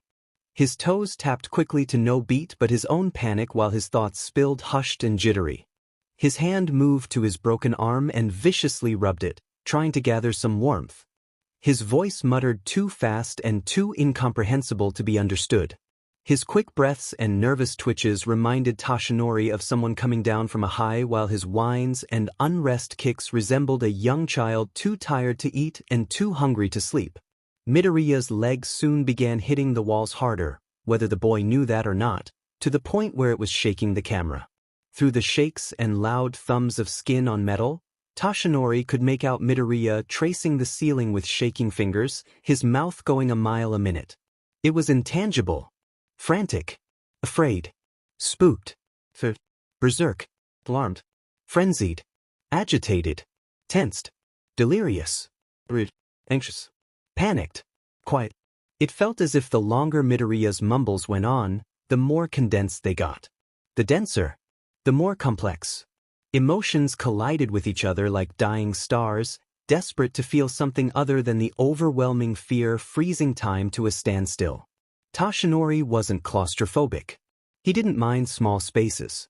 He wasn't even in a small space. But just watching Midoriya, anxiously tapping his fingers, anxiously bouncing his leg, anxiously mumbling his mind away, it's enough to get his own heart racing. It went on for hours. The sound of Midoriya's stomach cramping and grumbling filled the silence of heavy inhales while quick words fell from dry lips. Until, eventually, Midoriya Izuku began crying of hunger. Of pain. Of everything. It was the hardest thing Tashinori had to listen to. He's heard Midoriya cry before. He's heard the boy's tears of joy, tears of pain, tears of panic and tears of fear, especially this morning. Yet, this cry was completely different from all the others. It was silent. Absolutely silent. The only sound coming from the speakers was his raspy gasping and deep exhales, filled with shaky and wheezing pants in between. It was then Tashinori knew what this deafening noise was. They weren't looking for a bang. It was the sound of death. But for a whimper. The sound of Midoriya Izuka dying. As time went on, the pauses of silent crying got longer and the breaths got shorter until Tashinori heard a catch of breath. Please, just make it stop, Midoriya cried. Just make it dash. Tashinori leaned forward, trying to figure out what was happening when. Midoriya quickly turned to the side, wedging himself as much as he could between the bottom and top of the box, and heaved. Twice. 3 times before Midoriya threw up. The horrible gagging sounds of Midoriya choking on his own mess filled the room's air while his juddering body filled the large screen. He heaved and heaved, over and over again, until all the contents of his stomach were emptied. Pooh, Midoriya spat out, covering his eyes with a broken arm. He cried harder, angrily almost, curling into the tightest ball he could and forcibly shaking to get any sense of heat. The pen in Tashinori's hand felt heavy, though barely as heavy as his heart. He frowned at the projector, looked down at the notebook, and copied down the time, waiting to watch what comes next. All might. Someone knocked at the door. The door opened a bit more as the smell of hot food entered the room. Present Mike popped out from the hall with a bag of very late-night takeout in his hand. Mind some company? We just ordered a buffet of sorts, Mike said, grabbing the nearest chair and collapsing in it. Tashinori cleared some of his papers and waved him in. Long day? I've had longer, Mike said. He pulled open the bag and set out all the containers. Hungry? Midoriya choked and gagged as a loud splash rang through the speakers. The screen illuminated Midoriya's shaking body, his arms folded against his chest. Tashinori could hear his boy suffering. Crying. Dying. Alone. Cold. Without. Not right now, but thank you, Tashinori interrupted his thoughts. Mike silently studied him but nodded. He took the container of udon noodles and tried to stretch out in the tiny plastic chair. It's not fair of me to ask, but how is the kid? How's he hanging? He's hungry, Tashinori said, frowning at the screen. The boy exhausted himself once again, snoozing within his own realm of reality. But he's still going. Mike looked down at his own food and put it down. There was a brief silence before Tashinori cleared his throat. How's the investigation going? Are there any leads? We've been at the same point since this morning, Mike sighed, taking up the conversation. Every lead we have ends nowhere. But the morning patrol group should be coming in soon. Hopefully they have better ideas than us. Until then, it's a break. Give our brains time to recharge. I understand. We'd be hypocrites to our students if we couldn't follow our own direction. Tashinori smiled, remembering all the times he told Midoriya to take a break from training or studying. It'd be then they'd go for leisure swims in the ocean, go for nightly walks or crash whatever restaurants are open at the late hours. It'd be then Tashinori and him would make true memories, the times he cherishes the most. Please, I feel we wouldn't be human if we followed our own rules. I remember back when I was a student here my teachers would say things and do the complete opposite when they thought no one was looking. As a teacher now, I can truly verify that, Mike chuckled. What were your UA days like? Tashinori asked, glancing at the slight bags under Mick's eyes. It looked like he could use a change of topic. From what I've heard, UA has changed since my time. Not too different, I guess. Geez, it really has been 15 years though, Mike shuddered. I don't like that. I feel old. They both gave a gentle chuckle. Though it was 3 years to remember. My teacher was more like Vlad than Shoyuta, which I am grateful for in every way. If Shoyuta was our first-year teacher, I'd probably be on suspension number 9, Mike said sheepishly. What do you mean? Wasn't Aizawa in your class? Yes, but we were more lenient when it came to rules, Mike reminisced sweetly. The rooftop, for example, is closed to students because of us. Our group of friends would always go up there, skipping this class or that. Tashinori smiled. Sounds nice. It helped that one of my friends had a cloud quirk. It made for quick escapes off the side of the building. A cloud quirk? What's their hero name? It sounds like a good quirk for heroics, Tashinori asked. Midoriya would be all over this conversation. Mick's smile lessened. He, didn't graduate? Oh, Tashinori said, reeling back.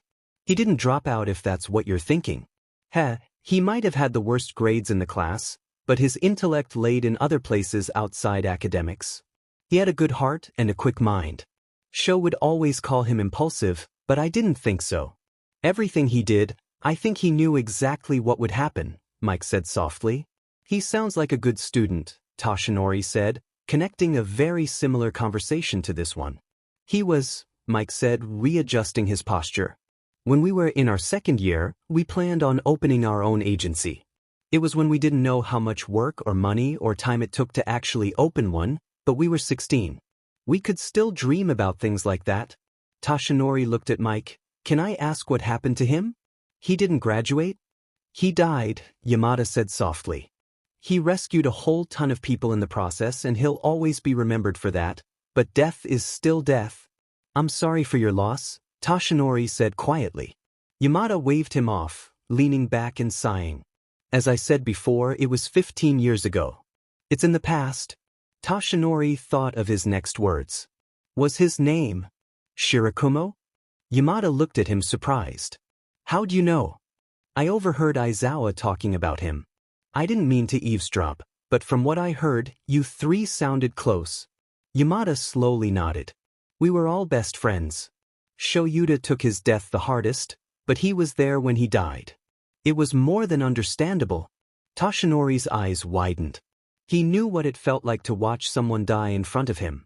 He's lost thousands of people before his eyes across the decades of hero work, but he was an adult. He was a professional hero. Even when Nana died, he was in his third year and halfway across an ocean when All for One killed her. Aizawa, it sounded like, was right there. As a child. Cruelty in its finest form. They were doing their second-year internships when a villain attacked. Details aside, Oboro protected a class of children from a falling building. He died in the most heroic way possible. Honestly, he reminds me of Midoriya sometimes. Midoriya is more awkward than Oboro in terms of personality, but I know neither of them would hesitate to jump into a fight, even in the ones they can't win. Every hero has their own stories about their bodies moving before their minds could think, Toshinori said, remembering another moment in time where he said that before. Yamada laughed. Don't let Shoyuta hear that. He pushes self-preservation more than anyone I know. I think it's because of Oboro that he's so hard on the students. Being a teacher who has to somehow teach that feeling of risk and loss to 15-year-olds still stuck in their hero worship, it's a hard concept to learn and not experience. I understand, Toshinori said sadly. Sometimes he forgets they're just children. He doesn't want to lose anyone. The room fell to silence as Yamada ate and Toshinori drank. Midoriya laid still on the screen as the sun slowly returned to its home under the horizon. Large pink, violent red, and soft blue clouds painted the golden sunset. Any other day, Toshinori could have appreciated the view. All of our students, I think they'd all make great heroes. Yeah, they would. Yamada sighed. But for now, let's focus on getting Midoriya back. We aren't going to let him die.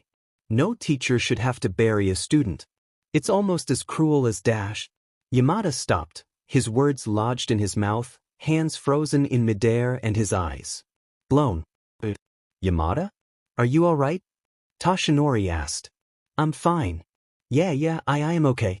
I have to leave. Holy shit.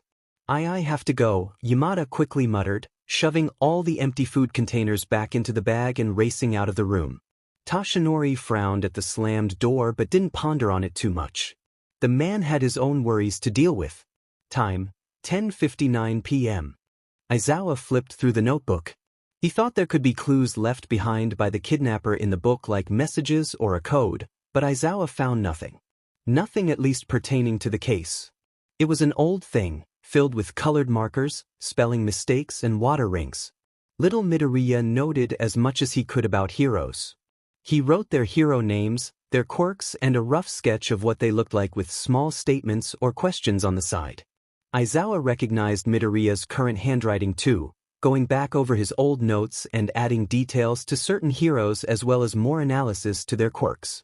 It was impressive, to say the least, especially with the sheer number of heroes.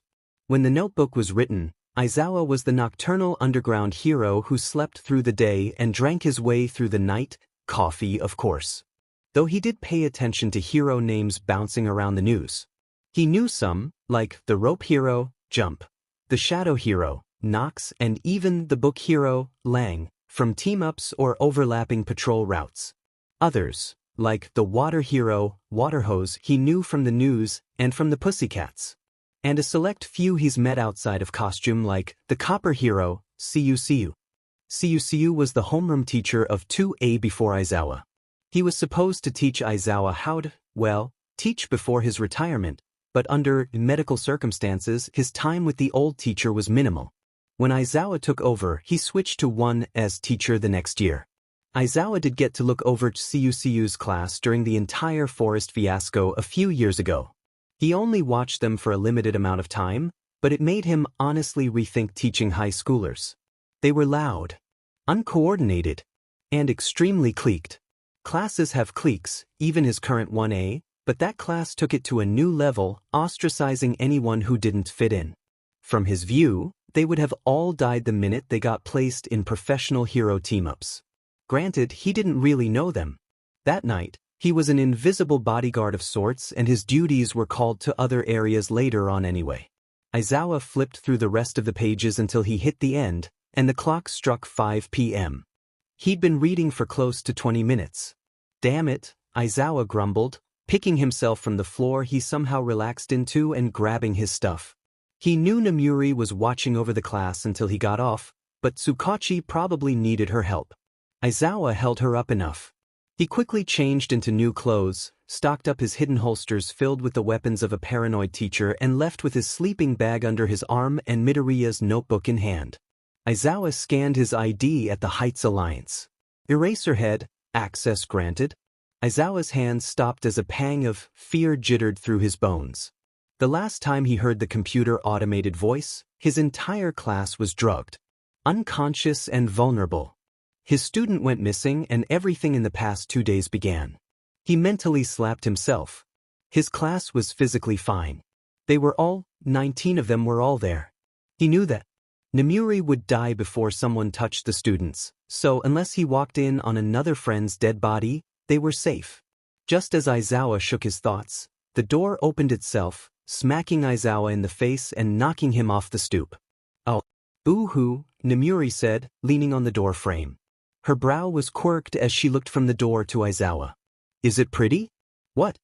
"Well, I saw you staring pretty hard at this door. I was wondering when you were going to ask it for its number? Maybe a night for drinks? This door must be something special to catch your eye, Shoyuta." "You're ridiculous," Aizawa grumbled, pushing past her into the main area of the dorms. "Yet, I'm not the one who spent the past 5 minutes staring at a door," Namuri hummed, locking the door behind him. Aizawa ignored her as he did a quick scope of the dorms. It was empty. The couches had no one in them. The TV was off. No radio played in the back. The kitchen was silent. Not a dish in the sink or a pan on the stove. The dining tables were polished, clean and vacant. Overthinking. Go drown yourself in a coffee and get some food in you. You look like a feather could knock you dash. Where are they? Aizawa whispered, looking for some kind of evidence his students were here. Namuri stopped her rag on his health and sighed. All up in their rooms. All Might said they've been away since Tsukachi questioned them. They're physically fine. And mentally? Namuri sat on the couch. They're a tight-knit class, Shoyuta. They take care of their own. They wouldn't let another fall behind, especially in a time like this. They've asked about Midoriya? Occasionally.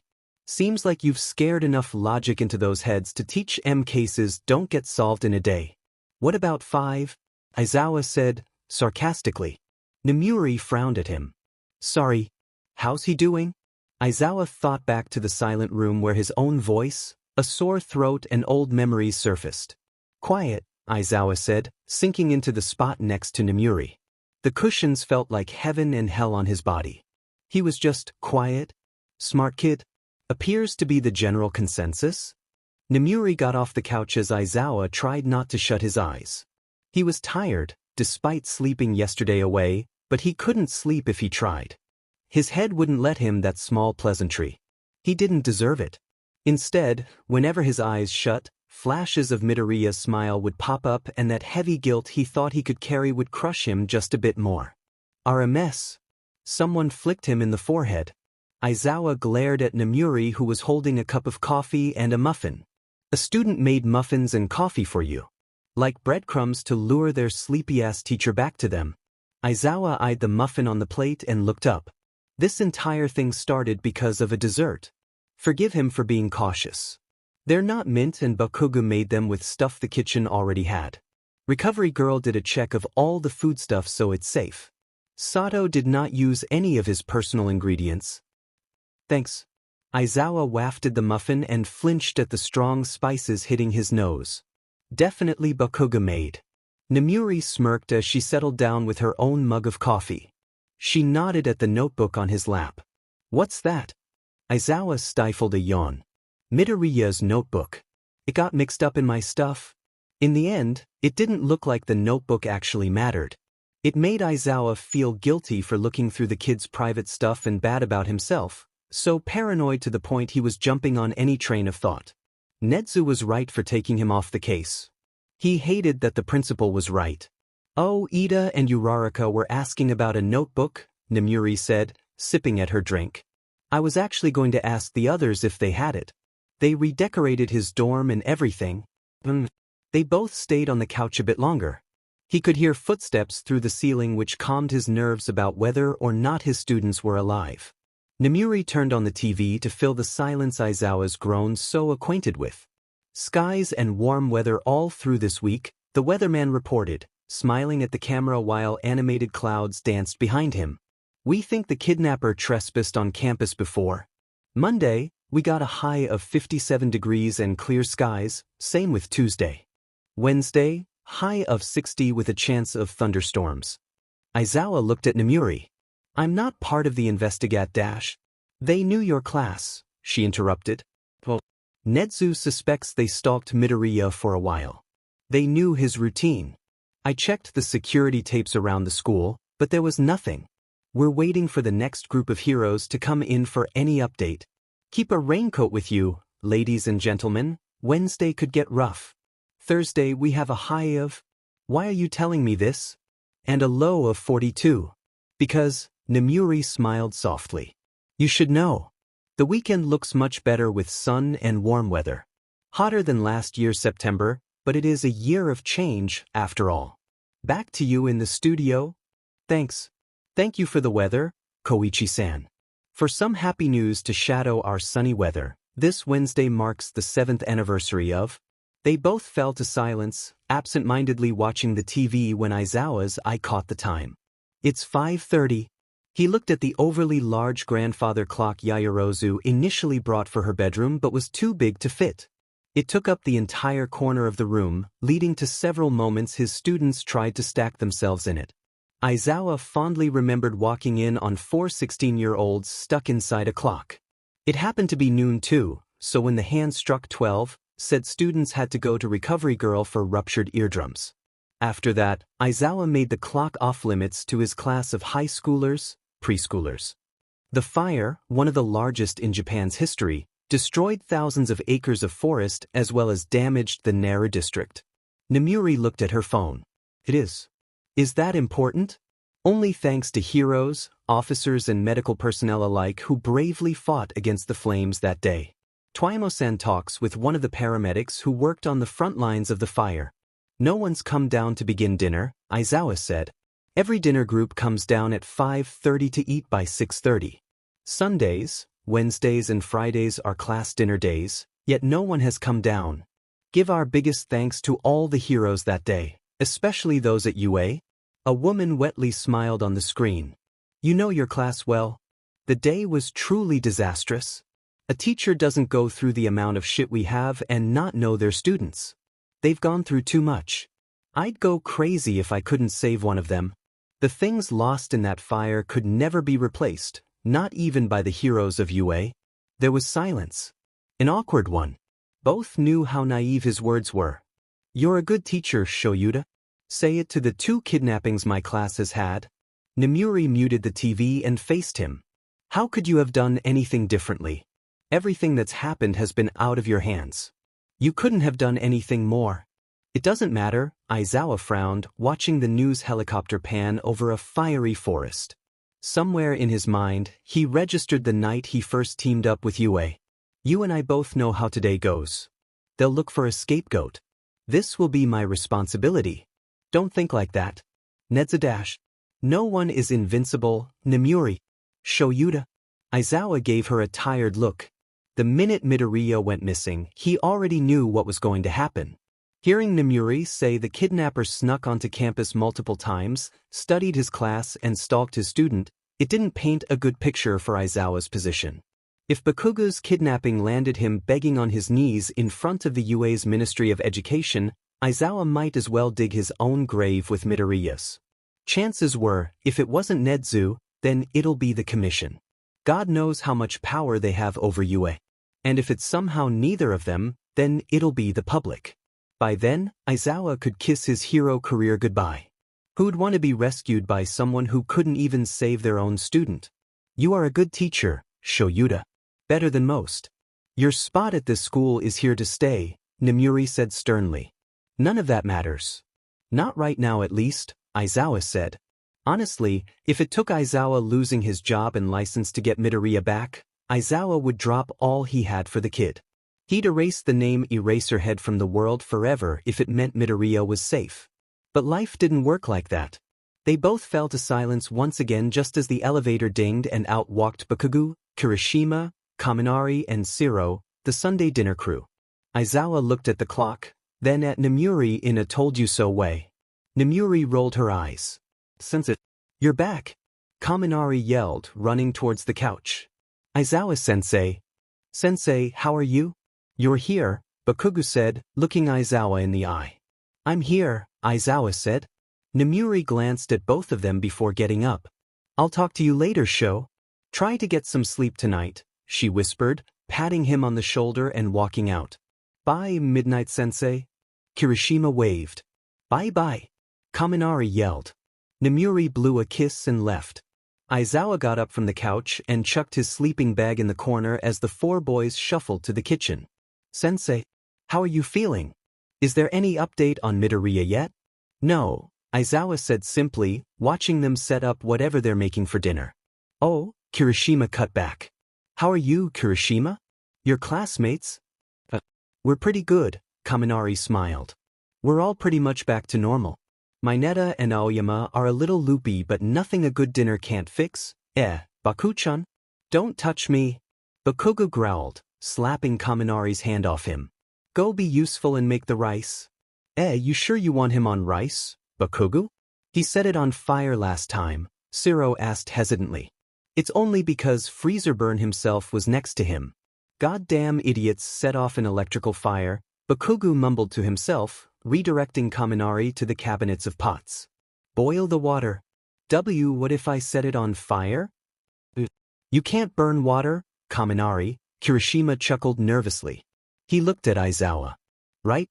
How these kids can fight tooth and nail against criminals and villains alike, yet still be completely vulnerable against a stovetop. No, Kirishima.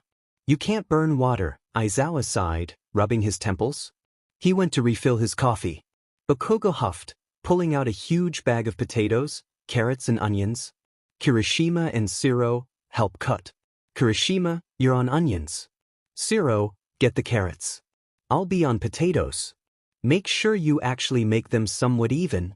Aizawa watched as Bakugo commanded the kitchen. They all got into action and worked in tandem with each other, with the exception of Kaminari who was stirring the water with a spoon. Everything was going well until Kirishima cut right through the onion's root.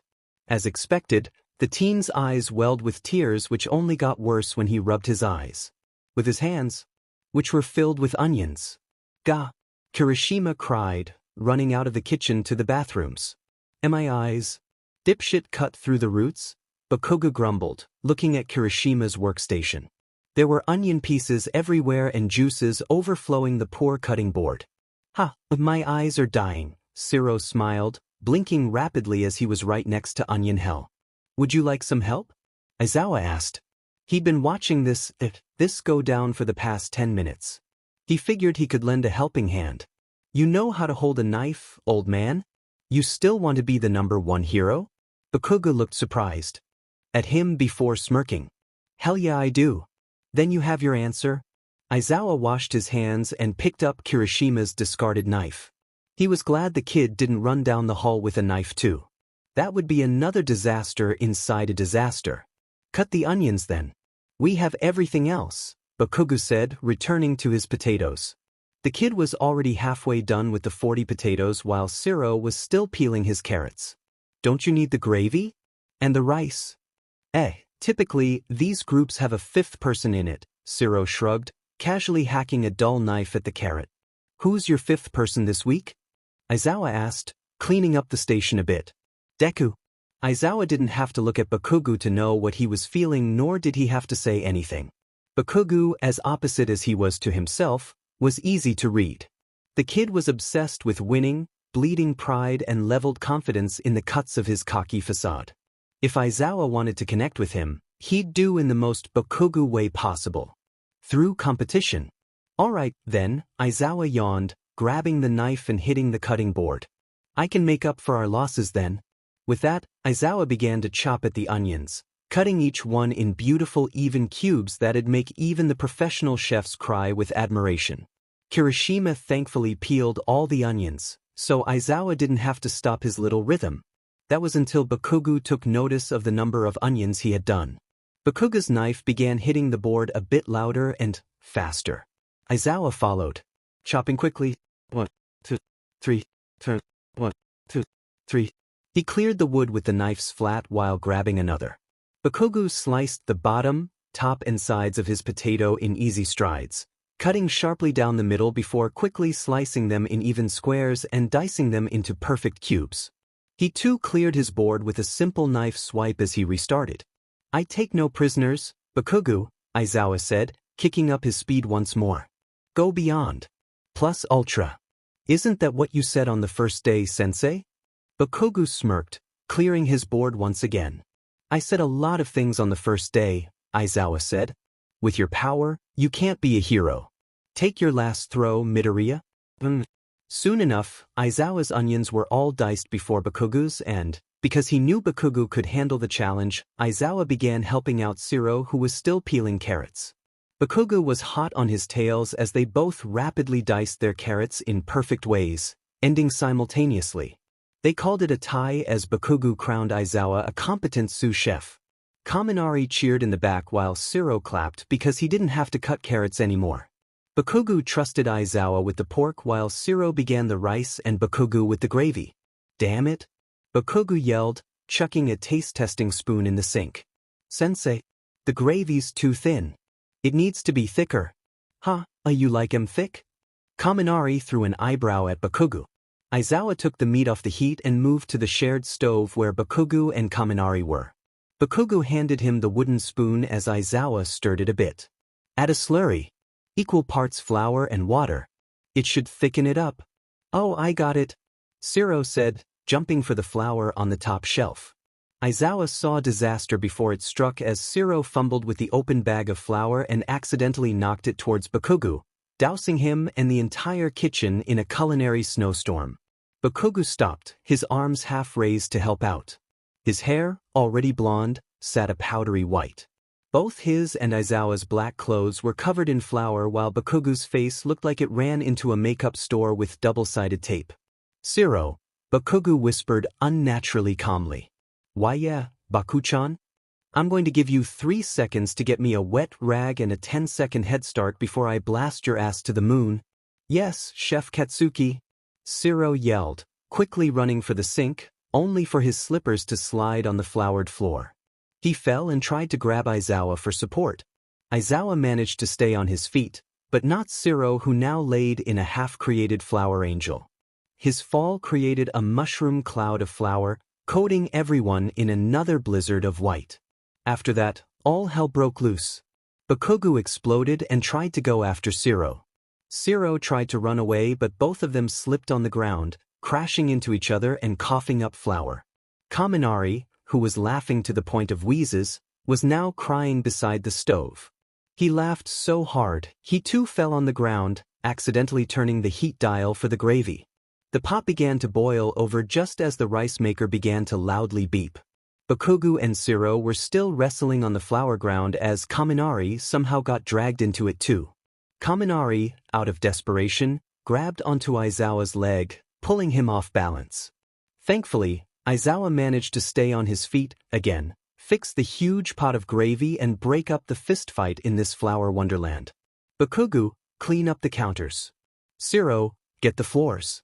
Kaminari, start wiping up the cabinets and walls, Aizawa ordered like he would an actual hero team, though without the urgency. By the time everything was relatively back to normal, Kirishima arrived back on the scene, stopping at his flour-covered classmates and distressed-looking teacher. What happened? It's only been 5 minutes? Kirishima asked, getting a glare from everyone in the kitchen. There is a reason, Aizawa began. That you are in UA's hero department. Make sure you stay with your strengths, yes? Yes, sensei. They all yelled. Kirishima walked over to the pot of gravy Aizawa was stirring, using the initially fallen flour to thicken it up when he looked over at the large pot of water still sitting on the burner. Hey, sensei, is that burner supposed to be on? They all looked at Kaminari. You didn't fucking turn on the heat? I thought I did. Plus, you only said to grab a pot of water. To boil, dipshit. Bakugo yelled, throwing the wet rag at the teen. You think it was for decoration? Then started another argument which Aizawa quickly broke up. He put Kirishima in charge as they got everything ready, and boiled the water, while Aizawa cleaned himself up and went to notify everyone. He also returned Midoriya's notebook to Uraraka and Ida, who thanked him endlessly. They all came down and they all ate together, Aizawa surprisingly included. The room was tense and hesitant, but, like the making of the dinner, everything soon loosened itself into the chaos that was Class 1A. People were smiling. Others were laughing and, like All Might's little story in the hospital, Aizawa's job was completed. It was close to midnight now. Todoroki looked down at his phone, his thumb hovering over the send button. My friend is missing. The police need your help. Send message? The detective said the police had it handled, but so far, he hasn't seen anything on the news about Midoriya's disappearance. Todoroki thought it was a secretive case like with Bakugo's where information was known and hidden from the enemy. Right now, though, it seemed they knew nothing. The interviews the detective conducted weren't very useful, nothing case-breaking at least. It seemed only Jiro and him had the most information. That was worrisome. Then comes the notebook which walked off alone. Todoroki knew Aizawa-sensei had it and returned it to Ida and Uraraka. He understood too. In the midst of another villain attack, things were bound to get mixed up. But to the point no other 1A student had it? Also, why was it one notebook that got misplaced and not any of the others? Why the notebook Midoriya ran back to get Friday night? What all? Everything felt like a big coincidence. Todoroki read his text again. My friend is missing. The police need your help. Send message? Todoroki wasn't a licensed hero. This wasn't his place. But honestly, when has that stopped him? Any police call would be piled with the others in Endeavor's agency. By the time any of the sidekicks got it, it could be too late. But, if Todoroki made the request, Endeavor would see it instantly. My friend is missing. The police need your help. Send message?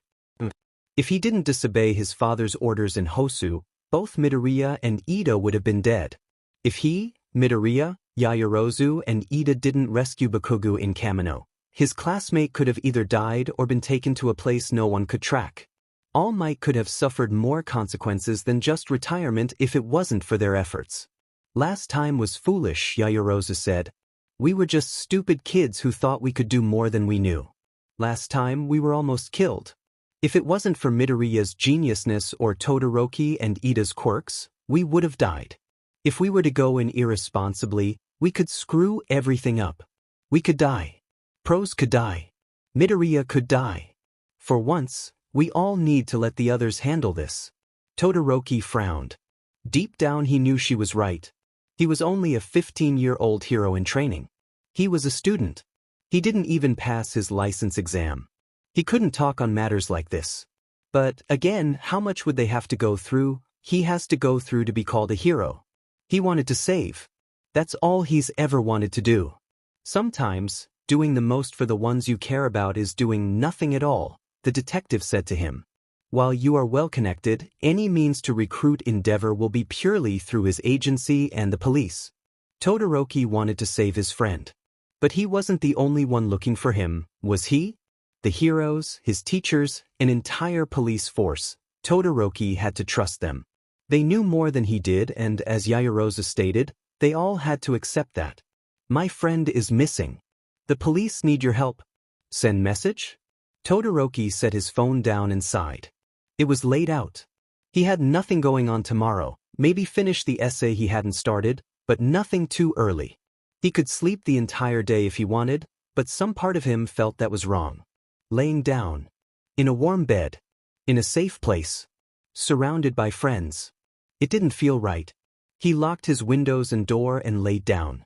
Sleep almost took him when he remembered to turn on an alarm. Very hazily, he tapped around for his phone, clumsily swiping out of the Messages app and setting his morning wake-up. Todoroki was asleep by the time his phone went off again. My friend is missing. The police need your help. Understand me.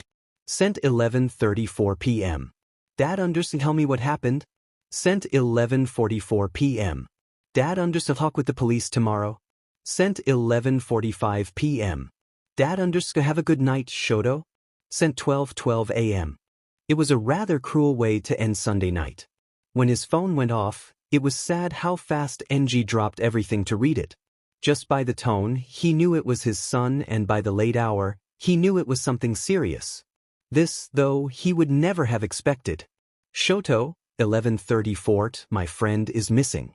The police need your help. As much as he wanted to be the hero, there was protocol to follow. And as the number one hero, he of all people had to follow it. He asked Shoto what he knew, reassured his attention on the case, and offered emotional support. Granted, his son was his son and not a disaster victim in need of heroing 10, but it was what NG knew. As a hero, this was professionalism. As a father, it was as much as he could do directly. Anything more would come across as too strong, and anything less would look like he didn't care.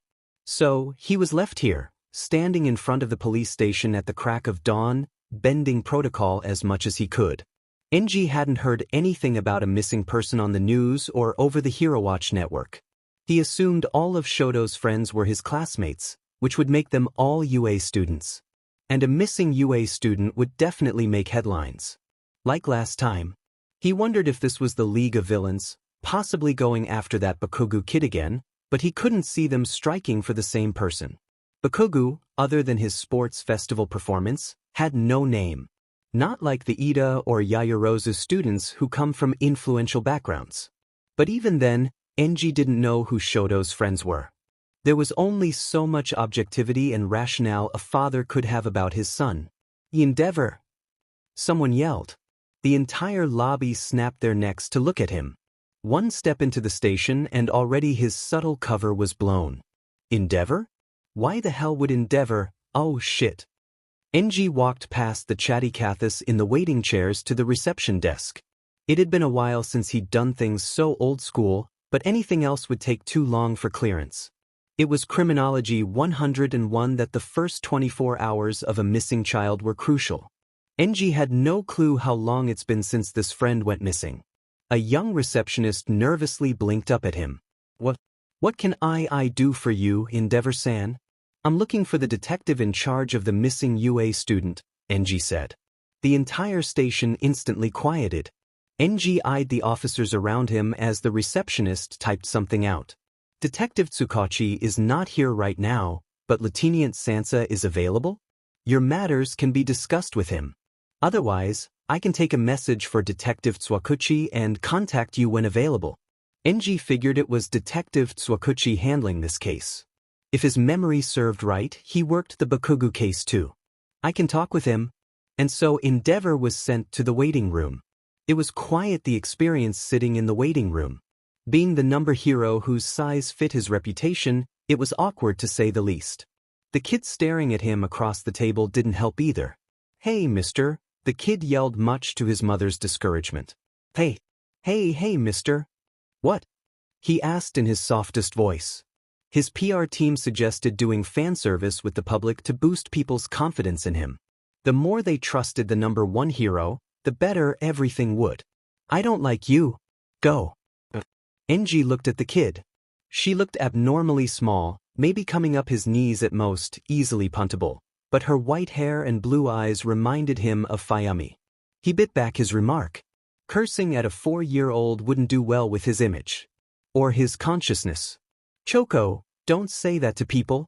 It's rude and hurtful and dash. It's all right, NG said softly to the mother. He looked back at the girl. Can I ask why? With no fear or hesitance, she listed off all the reasons she did not like him. Too warm. Too big. Too tall. And I don't like your beard. All Might is tall too, you know, he said. NG had to duck under door frames. All Might, though, it was practically limbo for him. Well, I don't like him either. Oh, well, now they could agree on something. Then who's your favorite hero? Genist? She shook her head, her white ponytails flying like a spin drum. Then who? Wash. She yelled with the excitement of, well, kid. NG blinked. The washing machine. He, the Hellfire number 1 hero Endeavor, was bested by the bane of his last week's paycheck. Maybe the times really have changed. Is it because he's short? Why no. It's 'cause he makes bubbles. And they can change color. I have fire, NG tried, holding a small flame in his palm. And I have bubbles, the girl mimicked, wiggling her fingers as bubbles slowly rose from them. Endeavor, sir, no quirks in the station, someone coughed behind them. NG turned to Sansa awkwardly standing in the lobby. He quickly extinguished his flames and stood. Miss, he bowed to the mother. Little girl. I still don't like you. The girl giggled. He sighed. He tried. Talk with a fan? Sansa asked, walking back to the private offices. Something like that. I'm here about UA's missing student, NG said, getting straight to the point. I'd like to offer my help on the case. I figured that was it. Tsuki cleared any hero willing to help. However, he is worried about public appearances. This case has not gone public yet. Too many heroes, big names too, may draw premature attention. Both UA's principal and Detective Tsuki want more information before a press conference. NG frowned. My agency is large enough to extend a few hands. Who else in on the case? A few surrounding agencies in Mizudafu, some of Detective Tsuki's underground hero contacts, as well as Hawks due to the aerial ability of his agency. He was just here checking some details before you came in. He's going over to UA to give his report to Tsuki. I'll let him know you're headed his way too. They walked into a quieter side of the station. NG noticed the lack of officers in the cubicle desks. Before he could ask, Sansa answered. The majority of us are all on this case. We really need all the help we can get. And they're all at UA? NG made a note to send out more sidekicks in the areas where the officers are stretched thin. Sansa shook his head.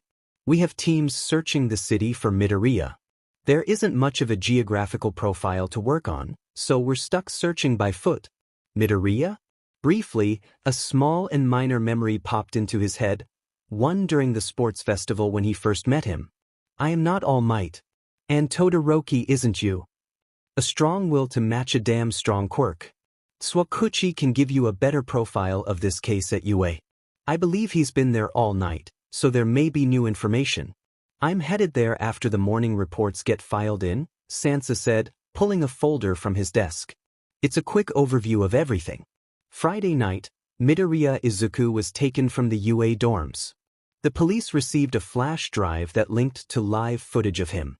The kidnapper gave us a time limit of 5 days, or until this coming Wednesday. NG looked over the papers and frowned. Live footage but a minimal geographical map? Is he in a room? We believe he's buried underground. He stopped. What? NG pushed the station doors open. Buried alive? That was one hell of a way to hide a hostage. It made sense how Hawks was called in. According to the Catman, they had no perimeter to search, leaving the entire city or even the country open. He'll double-task his sidekicks on their patrols and hook them up to the station, but before that, he needed information. Acting on anything less than fact would screw them in the future. Perhaps he should call Hawks to see what he had so far.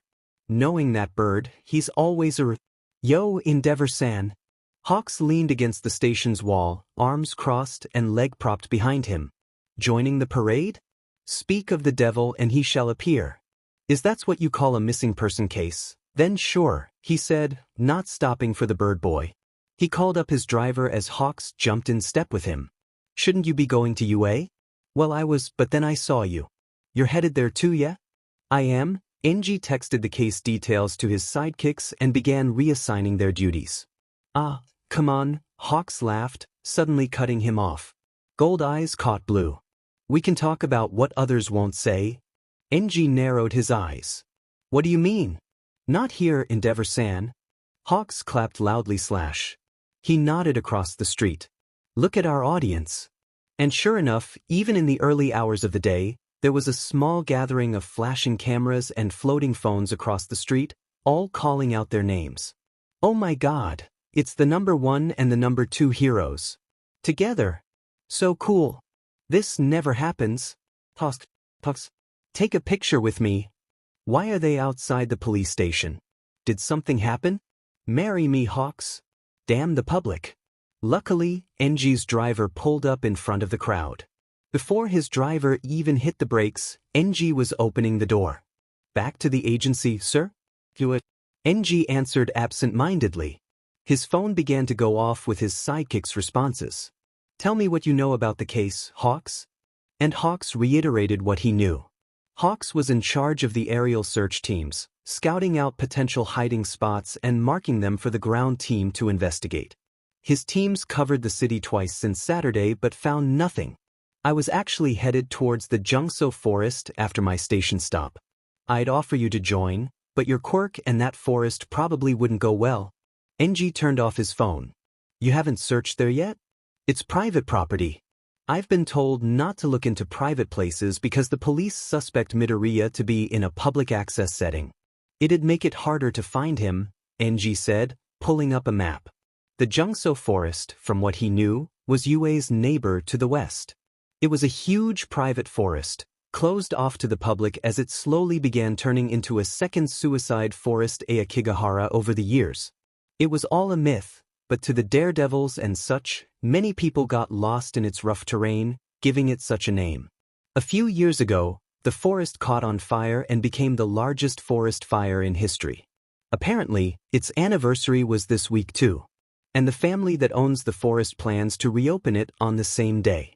True, however, I believe the private property would give them more secrecy and more time. Kidnappers who thoroughly plan out their settings need every second they can get, Hawks said, leaning forward. You've been snooping on private grounds? No, just flying over, Hawks corrected. Saving the information for a rainy day. Too much knowledge never hurt anyone. We can talk about what others won't say. Where else have you looked? NG asked, turning his buzzing phone over. Private access-wise. Everywhere. Well, everywhere except one spot. Where? We're headed there right now. His eye caught Hawks's in the mirror. I don't know all the specifics of this case, but enough can be assumed. Midoriya was taken from the dorms, meaning the kidnapper had to be on the premises and in the dorms. From the last chat I had with the detective, he was trying to figure out how the kidnapper entered and escaped the dorms unnoticed in the short time frame they had, assuming they took the same way out as they did in, but dash. It wouldn't matter if they never left, NG finished. My thoughts exactly. The kidnapper left a message for the police talking about UA's teaching staff. Their problem lies directly with UA. And with a grudge against Japan's pride and joy of a school, what better place to bury their student? You've given this a lot of thought, haven't you? Just want to solve the case, that's all. My student in turn is classmates with the kid and I'd like to have him back for his work study. If this case goes south, UA may shut the program down. NG huffed. If this case goes south, it'll be more than just that program going down. While UA was his alma mater, he held no real sentiment with it. Not like All Might or any of the other hero alumni did. He made his donations, supported his son, and respected it because it was, really, the best hero school in the country. However, Beyond that, Enji of all people knew Yue's other reputation besides the academic hardship. It's well known that the Hero Public Safety Commission puppeteered Yue.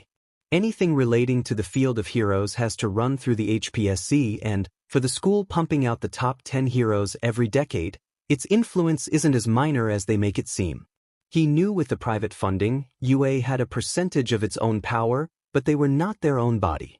The HPSC pulled the strings and Yue either went with it peacefully or risked getting taken over. More often than not, controversial policies pit the good of the school against the good of the greater hero society via the HPSC, leaving the ones it affects most the ones most hurt, the students. "We're here, sir," his driver said, pulling up to the UA gates. Enji got out and looked at the overly large main building. It's been years since he was back on his high school campus. Though he had many achievements in school, they all paled in comparison to life as a pro hero. High school was filled with over-eager teenagers, working their asses off for a big shot. Real life was realizing hard work didn't equate to success. Rather, it was about facing life's endeavors and persevering despite them that, in Enji's opinion, made the strongest hero. Strength like that was one thing no one, not even UA or the HPSC, could teach. Time: 7:17 a.m.